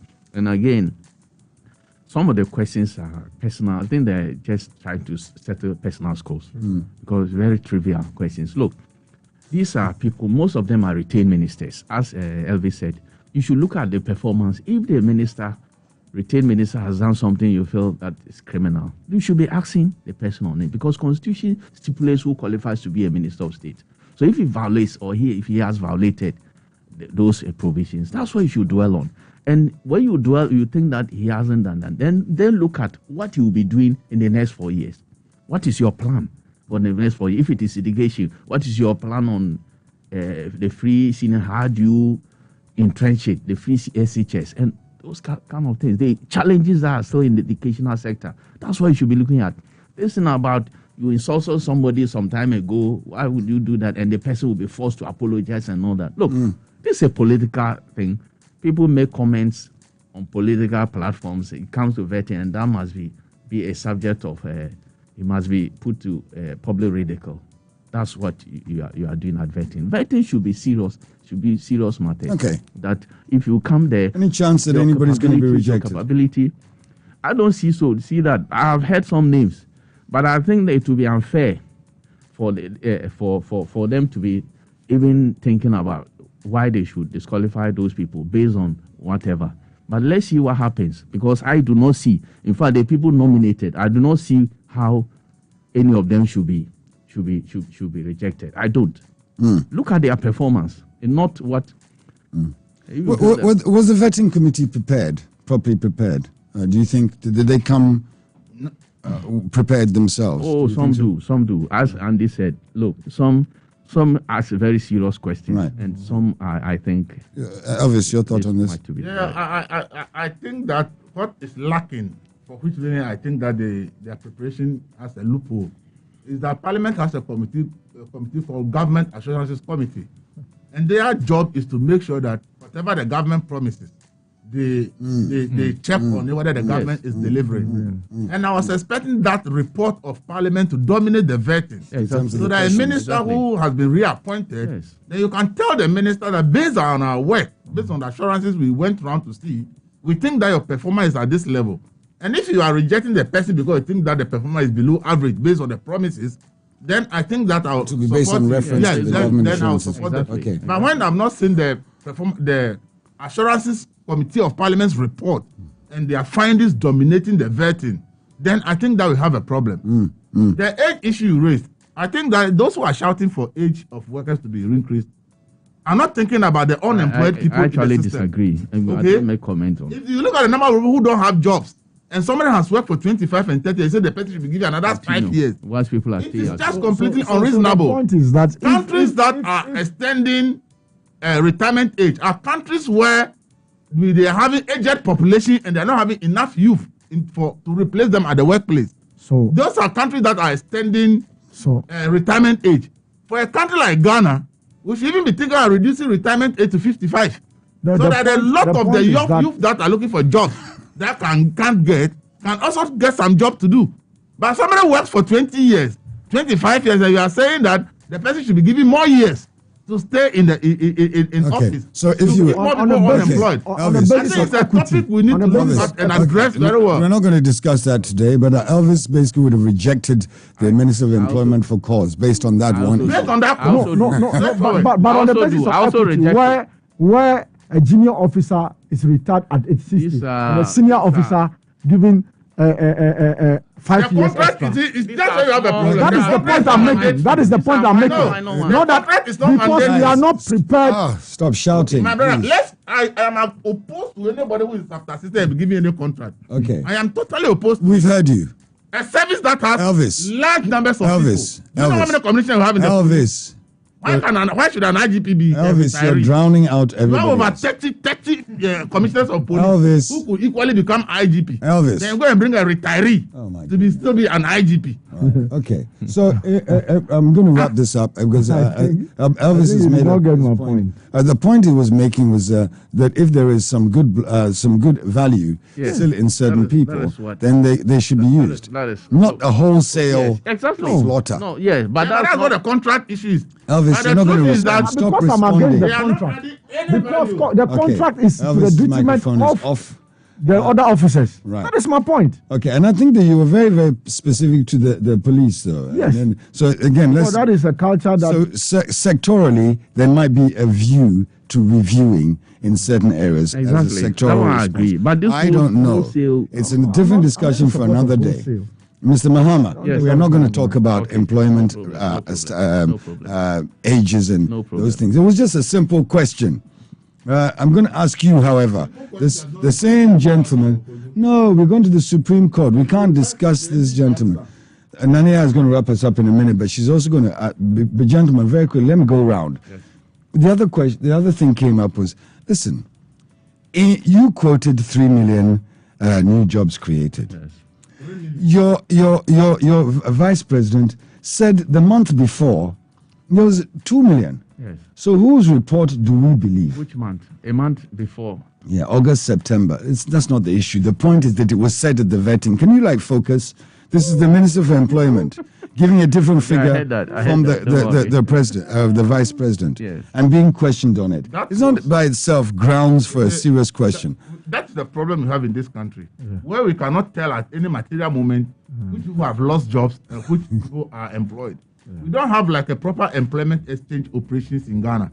And that, you see, statistics is everything. So if we are talking about joblessness and we cannot have effective data. But come on, you cannot be able to get 1 million and the other person gets 2, a difference of 1 million. You see, the figures Dr. Baumia gave were not up to September. He was talking about by the 3 years of the MPP government. Right, okay. And this man is talking about the 4 years of the government. All right. And I believe that at that time, they actually, I have seen figures, even by the Nanabi and Dr. Baumia, they actually broke down the figures, and the public sector jobs alone was over 1 million. Okay, so they talk about planting for food and jobs and all the others. No problem. It's unfortunate the minister didn't bring the figure. Well, I think that he must produce it before his misfortune. He promised to get them by the end of he must produce it to the committee before it's approved. Okay. No problem. What do you think about that? For me, it was a problem. I think I have a problem with it when, at one breath, a person of high authority is quoting another figure and the minister responsible. No, but the timelines are different. You can't say. Wait. He actually clarified. The timelines are different. He said he didn't have that information and he was going to go and get it. He didn't clarify anything. That's my point. Okay, fine. To you, it was clear. To me, it wasn't clear. No problem. Andy, finish When he your was point. put to street proof yesterday, that was why he said that, listen, I didn't have that information. I'm going to look for it. And No problem. But is it a problem, though, when the figures are so The varied? distortions, very unfortunate. It shouldn't happen at all. It shouldn't happen. They should tell us the figures regarding employment, unemployment, like every statistics. Give us the number of people who have lost their jobs, people who are gainfully employed, so that we know when we are planning, we plan properly. Okay. All right. Thank you. Udu, give me your thoughts on this. Yesterday, when he said 3 million, one of the members of the committee said, look, Vice President said 2 million. And he said, the time he said the 2 million and the time I am giving the 3 million, there was a difference, creation of 1 million more votes. That was the explanation he gave. But I even have problem with these figures that governments bring out about job creation. 3 million, 1 million and all that. Look, I have problem. This planting for food, if you assist me, and I don't know the type of jobs that we need to segregate the type of jobs that we are creating. What is a job? What is a job? The job that we do. I found some of the figures that. Elvis, we're not going to get into your figures. No, but you're talking about the figures, and I want to give you some background information. It's important, but I still have problem with this job creation. For the public sector, that's why they talk about over 1 million. And they say public sector, that this government has recruited 778,000. In which area? 706 into the public sector. From teaching to health to all the ministries, departments, agencies. It's over 1 million in recruitment in the 3 years. And then they talk about the private sector, former private sector. They talk about 267,000 jobs, 939. And then they talk about government flagship programs and jobs they think they have created. And they talk about NAPCO recruiting 100,000 people.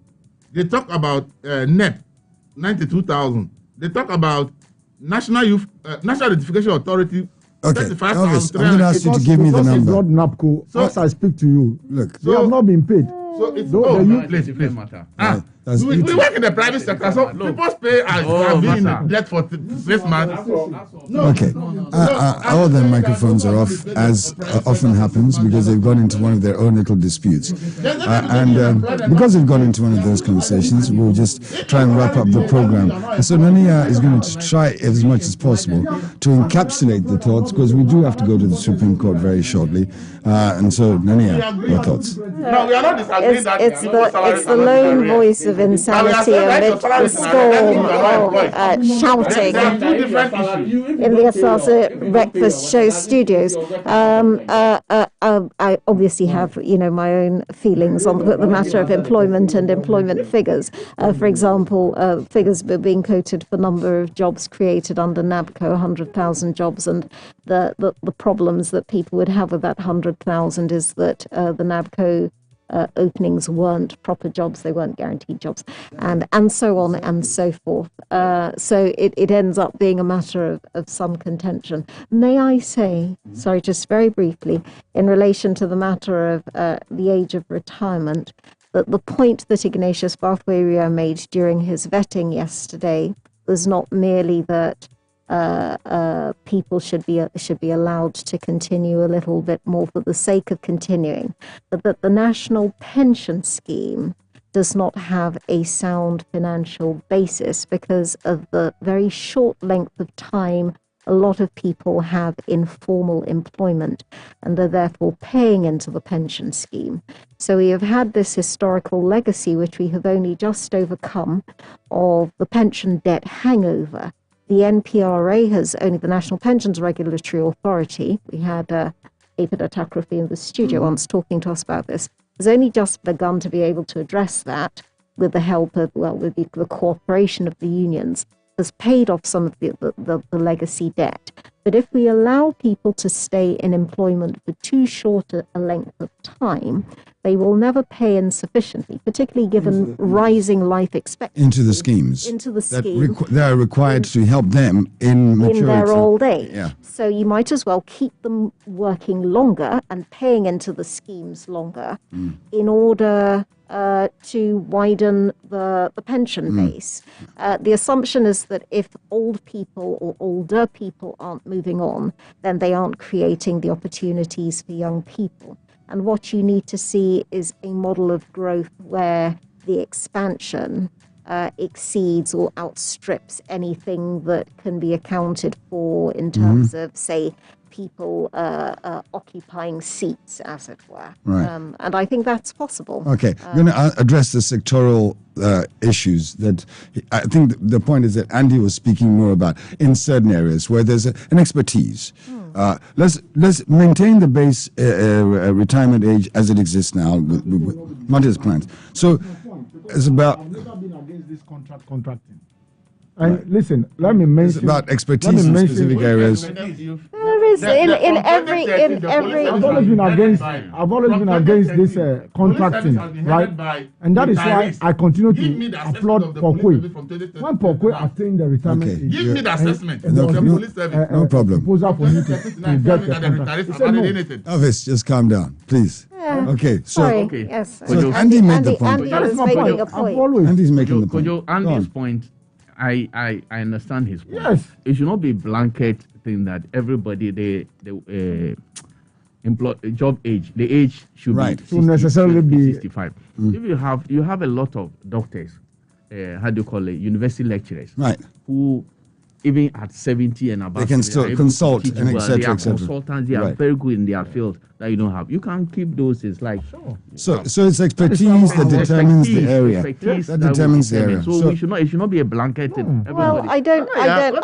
Suggesting about this. If you are saying that people should stay at work for them to contribute to the scheme and all that, what then happens to the millions of those who no, are but that's what I mean. The assumption is always that by virtue of staying in a job, you are taking up a place that a young person is capable of occupying. Yes. And I say that it should be a blanket thing, because in every area of work and life, you get expertise. There are people who are expert chop bar operators.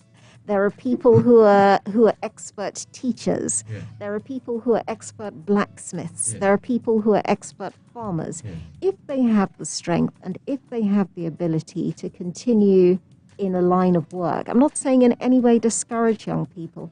Encourage young people and try and find the openings for them to bring them in. They are the future. They're alive. But it doesn't mean that you should turf out. It doesn't mean you should turf out young people on principle, where you have people who are able. This goes back to the kind of the quality of our job reviews, and to moving away from the culture of bahache.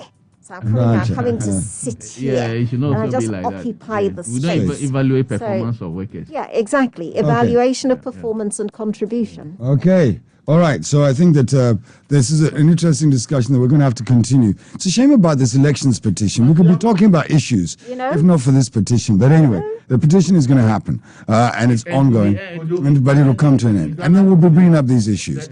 I'm giving everybody 1 minute, and I'm going to be... Elvis is going to let me actually place the question so that everybody has the 1 minute to answer the question. So please, the final question is, because we're seemingly on employment, so let's end with that. Elvis, the question is simply this. Do you not see a place for expertise beyond retirement age in certain very specific fields, as have been mentioned? Awudu has mentioned very clear areas like doctors and things like expertise, which you can't just buy and say there's a young person there who can do it. Do you not see that there's a... In only areas where the professionals are not enough. Right. Okay? When we don't have enough professionals. But in workplaces, where you have too many people more qualified to even do the same thing the person is doing, I don't see reason. From 2013 till now, the Ghana Police Service has bedded by retirees. You keep on going back. Tell me the significant. Tell me the significant things that the so all those retirees that have passed through the police service have left behind. They have been with the service all their life. Right. Okay. You see the way Nanado picked Dr. Anefi to come and head the COVID committee because of his expertise. This is what we are talking about. The specialties in that area, the people who have that kind of expertise are limited. Right. So then you bring on board the retiree because you can't even find the people. Like in Ghana today, if you are looking for actuarial science, professionals in actuarial science, it's difficult to find. So if somebody has worked there, has retired, now actuarial science, there are many. There are many now. They don't even get jobs. In numerous public sector jobs that we have maintained people on contract, the people we have been maintained for political favors or whatever. It is irrelevant to their performance of the job. Okay, so it is needless. So there is a requirement for us to seriously have a review. But what is Elvis is thinking? He agrees with the idea of expertise still being at play with the whole Council of State. The whole Council of State is made up of retirees, for goodness sake. For some strange reason, they are found to be useful. I don't know why. That's them. But anyway, so there's a balance here, but there's a discussion that we must have about really a review of this whole process. And like Nania talked about, the Bahacha syndrome, and then just keeping useless bottoms on seats. Andy, your thought? I would support the extension for these essential services, like you mentioned, in the medical field and that of the judiciary. Because sometimes when you look at the judiciary, people who are even... The judiciary is an essential service? No. But you know... They even have... Are they not? No, they are not. Judiciary, they are not. When Look at this guy. when They are not. people go on retirement, you could see that these people are even healthy. They could live. There are even more people there than you. And you send these people, instead of working, to be a burden on the pension. Yeah, see, that is my point. Andy, I'm going to ask you a simple question. If you are that intelligent and you are Andy, if you're that intelligent and you are past your retirement age and your brain is still active, why can't you think of something to do? Yes. Why do you need somebody to give you a job? To keep you there still. Why don't you go and start a farm if you're that active, aged 65 or whatever? Yeah, because farming might not be your thing. You might be just particularly good at, kind of It is the injustice in the system that we must cure. Well, we still have of doctors. Mr. Mahama, you're going to end. We are more than the UN requirement. Mr. Mahama, you're going to end us You on this. mentioned that if you retire, look, even the lecturers that I mentioned, you realize that some lecturers who have retired in public schools have become vice chancellors in private schools because of their expertise they're taking. Okay. So if you have expertise, your services no, Mr. Mahama, I'm going to challenge you on this vice chancellor one, only on this. Yes. The fact that they got some old fogey like not me, vice chancellor. I'm even saying lecturer. No, lecturing. I'm just saying the fact that they got some old guy who's passed his sell-by date to go and be a vice chancellor and he was retired doesn't mean he was the best person to be the vice chancellor. No, I agree. Yeah, I agree with you. What I'm saying is, look, but if you are not so good, you will not be taken by somebody that's who true. is making... That's true. If you are not so good, you will not be taken by... Do you know that Ghana is a country where we'd like to celebrate old people a little bit too much? Yeah, I think we so. presume a wisdom for old people that they don't have. That is why when a young person... that is why... Mama Nkasa, Kojo. Okay, just wrap it up. Kojo, that is why, because of this old age thing, that is why when a young person is nominated for a post, they say, he's too young. Meanwhile, the young person has intellect that probably is far more than the so-called old person. Thank you very much, Mr. Hammer. You'll be pleased to know that all the other microphones were off, so everybody heard you. Nania, can we wrap it up, please? I've had to Dr. Educhum now. In conclusion, I would agree, as I have repeatedly agreed, that there are some fantastic young people doing fantastically innovative things in all areas of our life, public and private. Some of the most successful economies in this world, i.e. places like China and Singapore, are cultures that have great respect for older people and have retained older people in work for as long as they are able to do that work and do it well. So I don't think there's any correlation between having large numbers of old people in work and success in economic terms. Right. But to be continued, as you say, Fidger. This one has to be continued because there's the attack on the old by Elvis is reprehensible. The very fact that Elvis has decided to attack the whole old person in Ghana, we have to talk about it. It's over. This is the end of the program for today. Coming up next is the news at the top of the hour, presented today by Tina Moses. That's going to be in about a minute's time. We'll say thanks to our brilliant panel, as always, for their vim and vigor. The team, Elvis Darko, editor, Finder Newspaper. Andy Kankam, editor, Informer Newspaper. Audu Mahama is the editor of the Custodian Newspaper. After the news, we'll see if we can join the Supreme Court and find out what the justices have to say. Until tomorrow morning, my name is Kojiman Her name is... We'll be back tomorrow. Bye. The Asaase Breakfast Show. Asaase Radio 99.5.